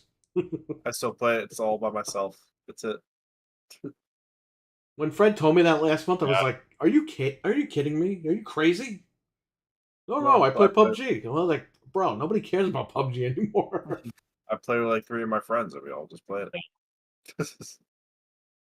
I just played it through the roughest phases when it first came out, and I just thought it was such like dog shit from like a perspective and the play control and stuff. It's just like, yeah, I just couldn't get into PUBG, man. I wanted to so badly, but it was it was way more complicated. You know what I mean? Yeah, no, I get you. It's like I'm controlling a guy that has like fucking stiff person syndrome or something like that. I think he doesn't move that well. That guy, like, it sucks. It sucks, but I mean, like, I don't know, there's something about it that just keeps us like coming back to it. It's very intense. The payoff when you get into deep in the game is there is not much like it out there. Like, it's friggin' intense. Like, I tell you, you get a good team in that game. And you get down to that last couple of dudes or whatever. Like, it's just wild. The problem is just the map is so freaking big, and then you can have some guy shooting you from way out fucking yonder, and you have no idea where the hell he is. I'm just like, oh well, I'm dead. All right, that happened. Worst shooter I've played in the last 5 years. Hell Let Loose. Oh my god, that was infuriating. Hell Let Loose. I never heard of it. It sounds like you gotta go to the bathroom. Hell Let Loose. Yeah, pretty much. Well, you want to go to the bathroom after Bell. Brutal. Like, it's no kill cam either. You think getting picked up by guys that are like miles away and you don't even have any clue where you're getting shot and you just die and you come back. That's all Oh, it was lovely. for me. Yeah. Like this one level, like in the night, like it's in the dark, you can't see shit. I don't even know how the guys can see you to shoot you, and you're just getting shot all over the place. It's like the worst parts of Battlefield, but multiplied by 20 times. You know what I mean? Oh Jesus. I'm getting shot by a sniper. I can't even see him. He's like, and there's no kill cam to even let you know where you're getting shot from. He's like, you're dead. You're dead. You're dead. I remember. It's like, yeah, let's hell let loose. I remember I worked at CompUSA in White Plains, and Call of Duty had just come out, like the very first Call of Duty. It was only on PC, and we're in the merchandising in the basement. We just got it in, and one of the guys that does returns opened the box, and this was an older guy, and he just looks at the name and laughs. He goes, "Call of Duty," like he's thinking Call of Nature, and he's like laughing it off, like this game is never gonna sell. And it's like the biggest franchise now, 20 years later. Oh, it doesn't make enough money though, as some people say. We need to do a community game night on the Call of Duty 2 from the 360. Yes. It's so epic. It's so slow and lethargic now, but it's still awesome. No, I love like the older Call of Duties. Like I used They're to fun. play. Yeah, my old Call of Duty. I used to play MW2. That was my first Call of Duty I've ever played. That was the first one I got. Call of Duty aggravated 2. Call of Duty 2 was the reason I bought a 360 in the beginning. Like that was the game for me, and it looked amazing. I remember seeing those graphics and my jaw was on the floor, and I'm like, "Holy man!" You know, there was no Halo 3 at the time, right? Yep. So that was the first big shooter. I was Yeah, like, "Wow!" I bought that. I bought that game with the S video adapter because my TV had S video, and I was like, "Oh, I'm gonna play Call of Duty with S video on the 360." Was Epic Maps? That was a wicked campaign too. That was such a good campaign. Oh, the campaigns were great. Yeah, I used to love the campaigns, and now it's just like, what the hell are they doing? They just want to focus on the multiplayer now. Yeah, it should come with the hard drive. Yeah. On the tumor that pretty fucking much. comes That with should it. be the special edition of Call of Duty. Yeah, it comes with its own freaking hard drive. It's a fucking tumor. It's just a Call of Duty tumor. You It's know, like if this everything's guy was good at on it. marketing, that's a good idea, Noof. He just sells the Call of Duty hard drive with the game on it. Yeah, just make a partnership with Seagate and sell fucking little hard drives at the game, and there you go. Yeah, wrap it up in that little that logo, the dog logo or whatever the hell they use, and It's just so freaking big. you got it. But Well, no, they gotta. I said to a buddy the other day, they just got to get rid of the Warzone. Period. Like Warzone should be it's a free to play mode, but it should have nothing to do with like I think they a said standard that multiplayer. they're going to Yeah, do that for this one.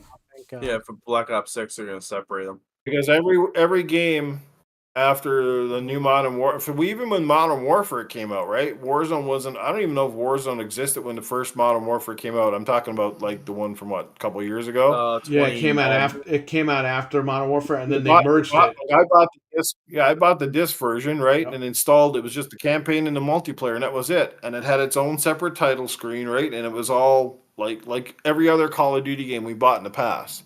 And all of a sudden, Warzone comes out, and then they start basically adding that to the game, and then they're giving you the option to delete the campaign or delete whatever. But the thing is, you couldn't delete the Warzone. You had to take it no matter what. It was like it was an auto install, and it takes up massive amounts of space. Yep. And I was like, I want my campaign, and I want my regular multiplayer. Get this fucking free to play bullshit off of my console. Yep. But that's not how they work it. That's why now when you boot up see, even when I'm on my Xbox now, I can't even tell which Call of Duty people are playing because all it says is Call of Duty now. Right. Yeah, it's just I Call of hate Duty, that. Modern not Warfare 3, it MW3. doesn't even say Yeah. Modern Warfare 3. It just says Call of Duty. So like, oh I well, hate that's no that. good. What are you playing? Which one is it? So Right? annoying. They got it That's all just lumped in. I don't irritating. know, because you want all those free to play morons to fucking just like, I don't know, trying to confuse people, I guess. So they'll just jump into the free part and then start paying money. I just installed Uh-huh. a 200 gigabyte fucking update for the fucking game. Like, Jesus fucking Christ. Yeah, that's annoying too, right? I'm Coming home, installing a getting ready whole to play and sit Yep. down, and you got another fucking like That not happened to me 20 like 2 gigs, days not ago. 40 gigs. Yep, that happened right? to me 2 But like days ago. 100 plus. Oh my god. My wife plays Texas Chainsaw. She's like, all right, I'll play an hour before bed. She goes there, is an 89 gigabyte update. And I'm like, what the hell? By the time it's done, she can't even play. She plays like one round and then she goes to bed. So stupid. These Yeah. freaking updates, man, killing me. Or when we used to stream, like we would get on and Jeff would be like, "Oh, I got to update," and he's updating for like 2 hours. Yeah, it's freaking annoying. That was another that was one of the big things that actually started killing the community game nights too. It wasn't just that trying to get people together, it was the fact that every game is so massive, and then every friggin' week there'd be another update, and you'd get there and sit ready to do games, and half the guys would show up on a Saturday evening and play the game, and be like, "Yo, no, I got another update already, and it's like 40 gigs, so they're going to be there another hour." I think that happened to me once with you. I downloaded the game like 3 days prior. I was like, all right, I'm going to have it installed. Everything's ready to go for Saturday or Sunday or whatever it was. And dude, when I went to join, it was like, oh, there's more of an update. I'm like, come on. I updated this last week on purpose. Like, so I'd be ready for Sunday, you know? It's got to the point of being big and really ridiculous. Like, it's one of the biggest gripes of this whole gen. It's just stupid. Like, there's no optimization on any of these games anymore. Yeah, no. And not to mention, when you do an update, it takes up more space. It doesn't overwrite the old stuff, because why do you gotta keep needing more space? Yeah, for Call of Duty, I had to delete the whole game because it said I didn't have enough space, but I did. I had to delete the whole game and re-download it because it refused to update. It wanted me to clear out like double the space. So I said, fuck it. I deleted the whole thing and re-downloaded it. And then it was fine. Why do I have to do this to play a game? I did the same thing before, too. Like my dad, he hated this gen. Or, you know what I mean? Because or the previous gen. He's like, why can't I just play the game off the disc? And I was like, that's not how it works anymore. Oh, but the other one lets you do. I'm like, he didn't understand. Like he's like, it's a disc. I should just put it in and play. It's like, yeah, but they changed that now. The disc is just your license now. That's it. Yeah. Yeah. But I remember. Guys, I gotta run. But hey, we didn't. Thanks for having me. A good time. I know you guys missed your opportunity. What's wrong with you, man? What are you doing leaving? Well, Mental 9R. Frank, can you drop his link in the chat? Check out Mental 9R on Caffeine Entertainment on YouTube. Yeah, getting up there on videos, around getting close to 30, I think, on there now. So nice. I love your shows because they're like about 40 minutes long, and it's great. You get right to the point. Yeah, we're trying to keep them closer to 30. The odd time, though, they've been running. But initially, I think they were too long. They're, that hour plus hour and a half. So we're trying to keep it streamlined and splitting it up if we have to keep the length down. I think you got it down, man. I really enjoy it. And it's broken up into sections when I watch, so it's great. Right on. Well, I appreciate that feedback. Thank you. Thanks. And the Verge video, man. I watch it every couple of days, man. Just Good. your reaction to that. Oh, man. Yeah, that was... Mental, are you going to the Edmonton Comic Expo next month? I don't know, to be honest. When I am actually, I don't even know when it is. I knew it was coming, but September 20th to the 23rd. 20th to 23rd. I think I'm going to go because I want to get an autograph or a picture with Robert Patrick. So, okay. T1000. Yes. Oh, I should do the Arnold voice when I walk up to Robert Patrick. That's what I should do. I should do my Arnold voice, eh? Yeah. That would be good. He'd probably try to kill you, though. But come up behind him. What are you doing here, Robert? It's long to see. He turns around at you and he's like, what the fuck? Yeah. You know what's good? You know what's great for liquid metal is I'm going to give you some Viagra.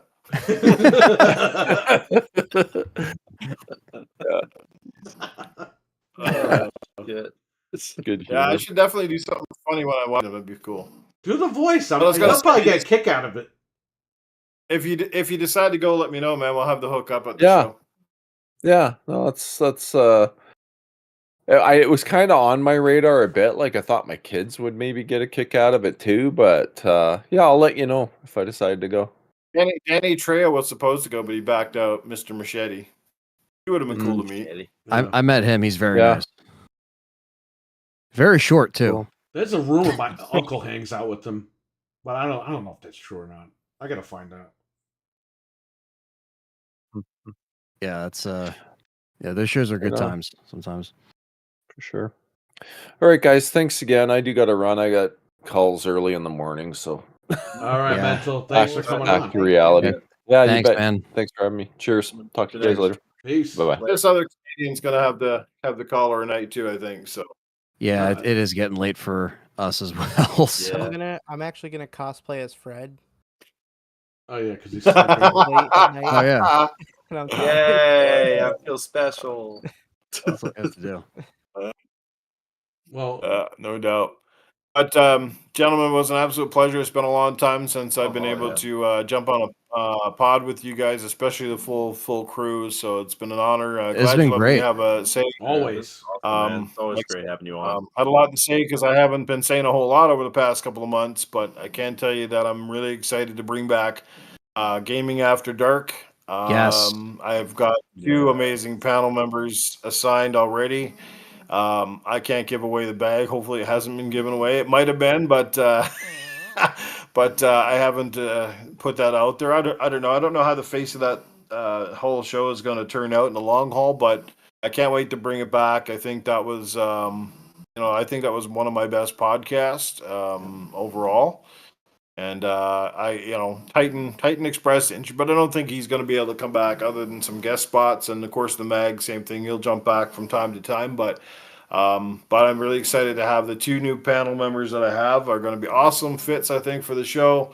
And like I said, I can't wait to be in October, and we'll go from there. But yeah, I'm excited to come back. Well, it's good to have you back in the game, Sounds man. awesome. Oh, yeah, man.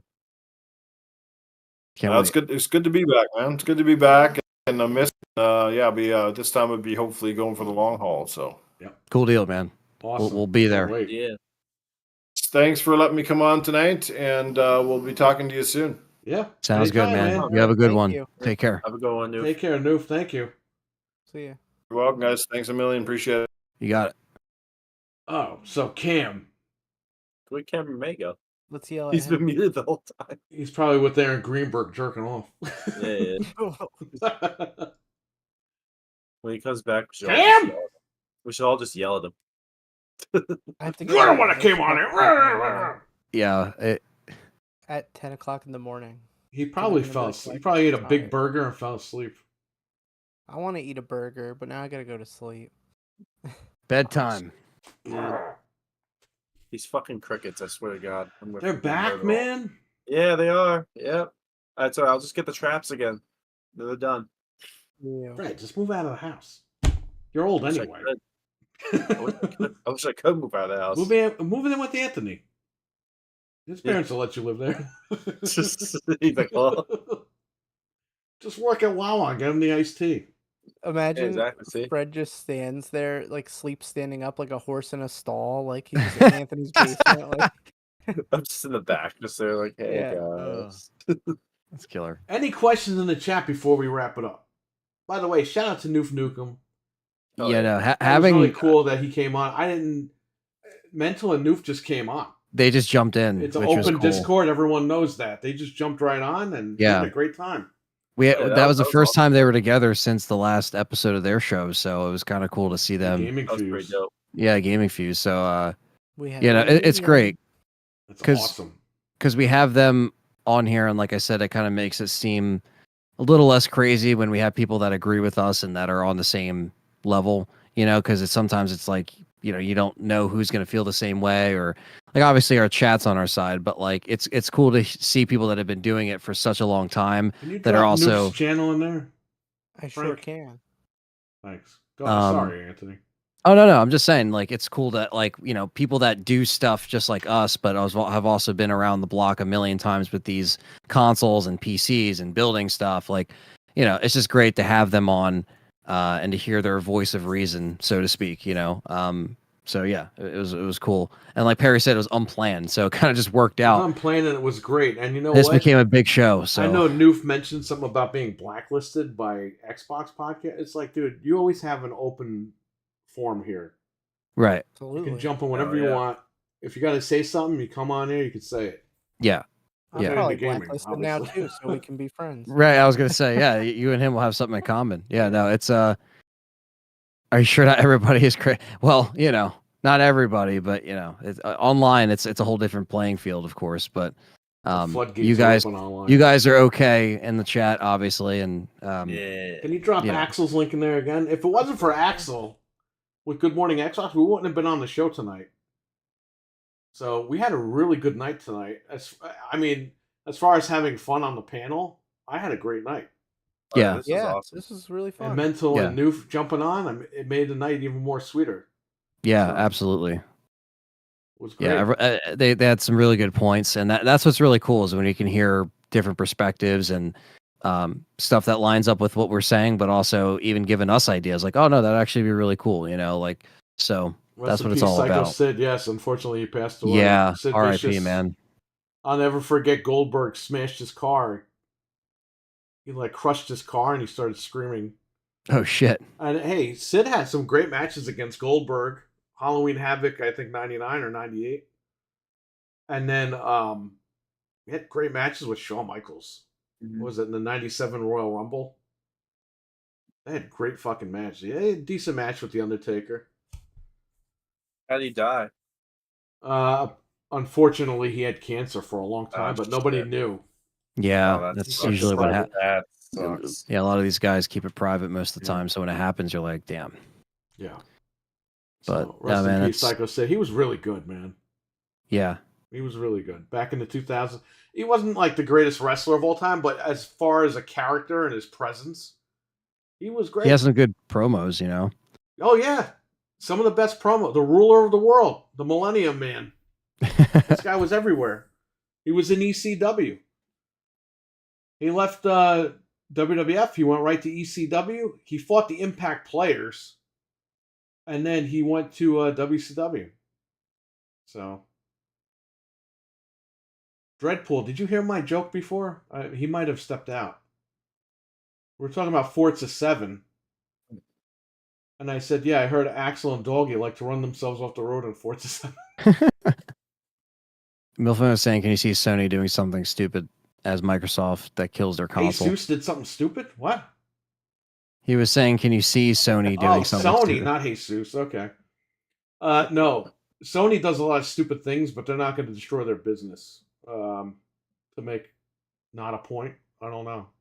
They'll Yeah. stay a traditional console as long as possible because that's Yes. what works for them, even to the point Right. where And it might kill them. I think that this shifting, now that they see that Concord flopped, I think they're going to focus more on the smaller games and the story-based driven games. And hopefully they go back to variety. Hopefully they sit back and be like, what made PlayStation PlayStation? They look at 1 and 2 and they're like, got it.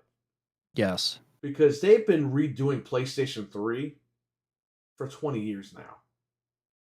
PlayStation 4 and PlayStation 5 are just a rehash of 3. We gotta switch it up a little bit here. Switch it up. Bring back the fun games. Bring back the backwards compatibility games. Bring all this shit back. The store is getting the games little by little, but bro, you have the whole fucking library. Bring it over. Bring over their library, their first party IPs. Just bring them all over. Get Capcom on the horn. Get Resident Evil 2 and 3 on there. I mean, come on. Move it. Psycho Sid should have been in a horror movie. He might have been. I don't even know. A lot of wrestlers did these horror movies back in the 2000s. I don't know. Oh, yeah. I do remember, though, the first WCW pay-per-view of 2001 I think it was called Sin. Bro, he jumped off the second rope.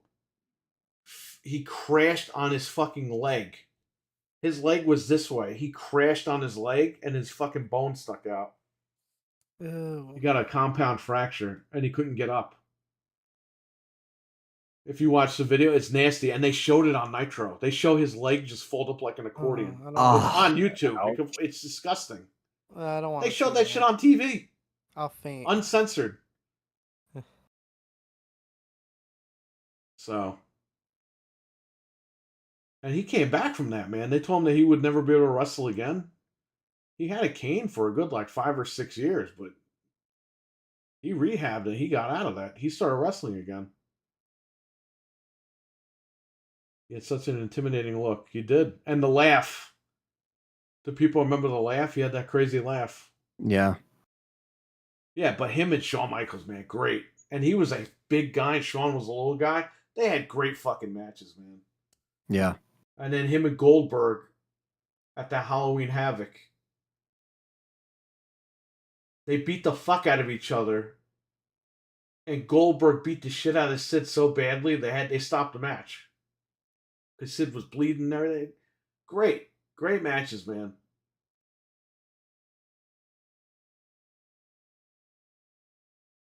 Anyway. No questions? We'll give you guys like 5 more minutes, and then we'll head out. Fred's been tired. Fred's been asleep this whole... I was I'm actually turning asleep into for the Fred. whole- Eat one of those fucking things. It'll wake you right up if you get the nasty fish one. Oh yeah, let's see what I get. Let's see. Now, what do you I got have 2. here? Beanables? It's Bean Boozled. Bean Boozle. Okay. Yeah, so this one, so I have these 2 right here. You've been let me turn. Bean Boozled by Phil Spencer. Let me turn off the freaking background. There we go. There we go. All right, so this one is either booger or juicy pear, Booger. and then I have another one right here. How do people know what boogers taste like? That's nasty. The fuck is this? Oh yeah, this one is the either peach or barf. It's barf. That's nasty. Barf is horrible. Barf is actually really disgusting. Is it barf? Oh yeah. Ew. He's used to eating barf, though. He's Wow, like that's a a cat. word. He's Yeah, Fucking woke him up. That's the widest his eyes have been this whole show. I should have just ate one of these. Yeah. Yeah. They're right next to you the whole time. You just, Yo. Dude. Review Tech USA. Someone should put that shit in his edibles. And he'll eat it and he'll be oh. Jimmy. Zarek has a question. Please be juicy pear. Is it possible to buy a game on the Series S and install Boogers. after on the 360? Yes. There was if you buy a 360 game that's backwards compatible, You can install it on you 360. can probably install it by going into your purchase history on your 360. Yeah. And then you can install it from that way. Yeah, because as long as it's assigned to your account, and like Perry said, it's backwards. That might work. It used to work. I don't know if it works now, but it used to work. Jimmy Cricket giving his thoughts on the Xbox drama, says Eli. Who the fuck is Jimmy Cricket? The cricket's in his basement. Oh, okay. Yeah, Fred's Crickets. What's up, Oh, yeah. Eli? What's up, Eli? They're gonna be dead tomorrow when I put these straps down. He's like Damn. Willard. There's just a sea of crickets that he commands. Fuck It's Pinocchio. always around this time of the year they Yeah, crickets they always start find their crawling way in here. I just gotta I got these traps at Tractor Supply. They work for like a freaking charm, so I'm just gonna get them again. What will happen first? Fred streaming again, or Xbox coming out with a game? Damn. Oh, Well, Xbox takes about 20 fucking years to release one game. So Fred, Yeah, we'll go. With Yeah, Fred on that. we'll go with go Fred. with Fred. I'll put my money on Fred. Mm-hmm. Hello, Eli. Eli's doing the acknowledgement. oh god, that was nasty. Why are those much more nastier than the ones that we had? That's what I'm saying, man. Bean Boozle's really disgusting. No, Like, they're like these are like the ones that we had last time, like the ones in the box. These ones are worse. yeah. Like goddamn. Stevie Mac. that's the flavor. So apparently, okay, so it's not going to be like a state of play. It's just going to be like a showcase, or not a showcase. I don't know anymore, man. What are they? It's going to just be focused on the pro, Right. Like Yeah. and that's going to be at the end of September, from what we're hearing. And then they're saying it could launch in October, like right away, imminently. Yeah, I think it's going to launch. And that Series X is coming out October 15th. So that would be nuts if Wow. they What if get it's the it same before- day? then they're dead. Yeah. They're dead. If it's the Literally, same PlayStation price- could just release it any day, and the Xbox. No one's. dude, they didn't even sell out of the 2 terabyte one. Like scalpers don't even fucking want it. You know what I mean? If the Pro is the same price or less and releases around the same time, dead. They're gonna sell for the same price, I would. and I they're would gonna do and they're gonna 200. actually sell out of the Pro. Yeah, it'll sell out immediately. It'll sell immediately, and we're gonna be there. I'll get mine at GameStop, I guess. We're getting them, and that's it. I don't want to hear it. Yep. I know I said get rid of my Xboxes. I really want to get rid of them, but I Get can't. rid of I some have of too them, much of just a library on them. Even though I haven't really played them that much. We'll just keep like 1 or 2. That's what I'm So gonna what do. you saw in the beginning of the show was just me amped up, just screaming and yelling about it. But we'll go to GameStop or wherever and buy the Pro. We'll still film that. And Fred's still gonna have to come up with the money to buy his own. But I'm gonna trade Yeah. some of my systems in, so I'll be ready to get it at GameStop. We can film it or whatever. yeah, we will 'Cause I see don't what need- happens with that. I don't need 4 Xboxes anymore when I'm not using them at all or buying anything on it. So No, I'll keep one this for point- my bought, and that's it. at this point, it's pointless. Yeah, know? I'm not getting any more digital library on there. You know, it would have been nice if Xbox told us where they were going to go with all this shit. Like, even if they just tell us now, like tomorrow. So I feel Yeah. a little bit better about my purchase, but they don't fucking care, dude. It's not a I big would've- deal. If I get I rid of this would've- thing and I buy another one, I'm not going to get rid of it, but I'm just saying, like, even if you did, you can always buy another one down the line. That's the way I look at it. I'd rather just get rid of it now because it looks like they're going a certain way, and say one day they Get rid of change. it while it's still worth money. I'll say That's that. what I'm saying. I'll keep the one. I'll get rid of the other ones, and then if there's a miraculous change, I can always run out and buy another one. It's not a Trade big them in deal. during the pro week. Yeah, but Stevie, they might drop the price of the trade-in on Yeah. purpose because GameStop knows they can railroad you. They're giving a lot of money right now. They're Right giving now, for three- whatever three- reason, they're giving you $385. Yeah. Yeah, and the That Series means you S is rented the 247. machine for $115 for 4 years. Right. So I Which isn't can't. bad. And I not think bad at all. sometimes they give you more. Sometimes they give you like extra stuff for being pro. Yeah. So. Well, that's how much you get for being a pro member. Yeah, but then sometimes on top of it, they give you like 10%. Oh, yeah. Or Yeah, something. yeah, So but I like that's to if you be- trade stuff in. I know Yeah. if you're a pro and you buy something over 200, they give you $50 off.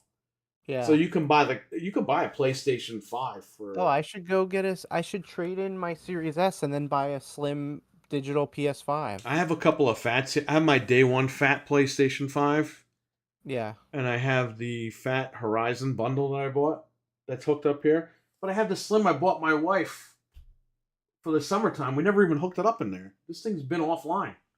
So I might just put this one over in the back here and take the other two and get them out of here. Yeah. I have an all digital downstairs PlayStation 5. Maybe I'll just take that and get rid of it. A used digital PS5 is like $408. And then if they give me money off of that, Yeah. I trade That's in a about how much Series I S. paid for that, by the way. Well, you figure if I take $250 off from the trade-in, and then they give me a little more off of it. Hey, that ain't bad. I'll pay like Yeah. $100 for a PS5, and I can actually use it. Milfman's asking when the Pro comes out, how much will the Slim be? The Slim is still $449 or $499. But you Yeah. can still get it for cheap. Like I said, GameStop's always offering money off it. Amazon always has it, and Best Buy sometimes they have it for $50 off. Damn, says Cam. Yeah, where'd you go? You disappeared. That's all right. We're about to leave anyway. The PS5 sold out in China right now because of the Black Myth game. Yes, that game was actually. It is coming to Xbox at some point, but they can't get past the Xbox certification. I Because just there was a read that it memory data leak in it, and they don't want. When there's a memory data leak, that means hackers can get in. So Xbox stopped them in their tracks. So that game is not exclusive. It's going to be multi-plat, but people are buying it because they think it's fucking like Sekiro. You know how many people came in and were like, "Do you have that new exclusive game Sekiro on PlayStation 4?" It's like, that's not an exclusive game. Oh, well, that's what the guys at my job said. I was like, all right, here's your game, you stupid idiot. I just read before though that they delayed Black Myth indefinitely on Xbox. So who Yeah, knows? because of the when it's memory gonna- leak. Yeah, so it It's could a be memory months. leak issue.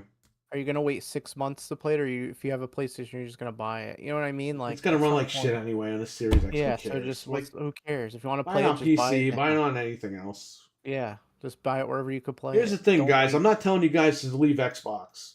I'm saying is if you had thoughts about leaving Xbox and you have one and you really don't care anymore, trade it in while it's $385.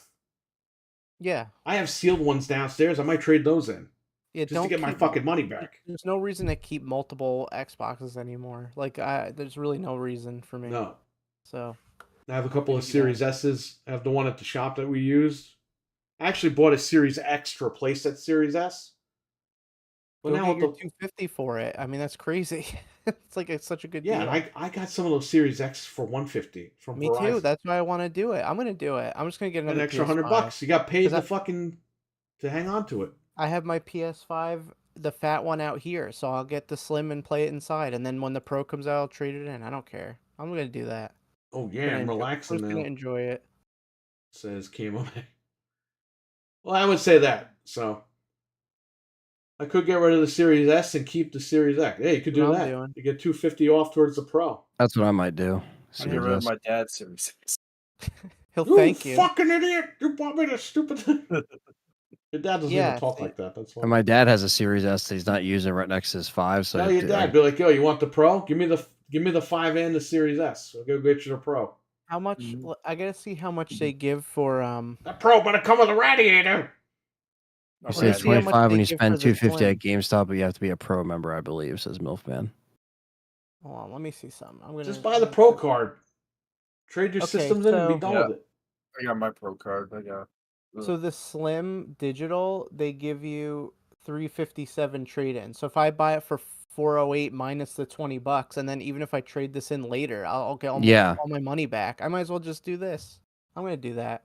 Bye guys, I'm going to GameStop. Yeah, bye-bye. We'll talk, Frank, because we'll go do a mass trade, a mass Exodus trade. And I'll sell my PS5. Be careful selling that thing. If you don't Seek sell it at my GameStop. PS5. You know what? I'll be honest with you guys. It's easier to sell these things at GameStop than it is to sell it to somebody else. Because they're going to lowball you. They don't go for much. And you're almost getting the same money. People on Marketplace are buying the Series X used for $200. Yeah. So if GameStop's going to give you $385 credit, Just buy it and then trade it. you could do that or just trade it in. Like, don't Yeah. even bother selling it. Yeah, just trade it It's in. more of a because hassle then to sell to somebody you than don't it have is to to worry about trade it it. in. Yeah. Take that money, put it towards the Pro. They're not going to carry the 2 terabyte Xbox at GameStop. So people No. can't even fucking do that. It's only Only Best Buy and and Microsoft. maybe that's why they did that, because they didn't want people to like get trade-ins on it. They got to deal with Best Buy because they did that with the SpongeBob, remember? It was only Yeah. Best Buy. Which is great for them, but it sucks for everybody else. So my wife probably could have used that 2 terabyte machine. I could have traded hers in for that, but Forget that. It's too much money. forget it. Can't do it. So, all right, we're going to run. I want to thank everybody for being in the chat tonight. We had over 30 people in here at one point. Thank you. Again, Nice. we amped a lot of stuff up. Just to let Axel know, we were just having fun. We're not mad at him or anything. No, I was there's kind of no- mad that happened, but, you know, we were like, let's just have fun with it. Let's air our grievances out tonight. And we kind of did that, so. Yeah, there's whatever. no Axel, keep heat rocking there. on with Good Morning Xbox. Oh yeah. And Iconic Video Games every Friday night. Check Axel out there as well. He made me play that game, that 2-point game. He got me into that. So thanks. Definitely check Axel out every Friday night on Iconic Video Games and every Sunday morning, 9 a.m. Eastern. Good Morning Xbox. So shout out to him. Frank, if you weren't on that show, we wouldn't be doing this show tonight where we got Mental 9R and Noof Nukem on. Yeah. See, so everything it turned out good in the end for something else. So shout out to everyone for the super chats. Shout out to Lotus Esprit for the memberships gifted tonight. Thank you again, sir. Appreciate that. Super chats, I think, You're were very Richard and much. RWK. Shout out to everyone who was here tonight. Appreciate it. Peter, Mike Mullis, everybody. Thanks, guys. Yes, thank you you guys. very much. All right, thanks. Peace. All right, peace out, Bye. guys. Peace out. Peace. Later. They left me. What are you doing?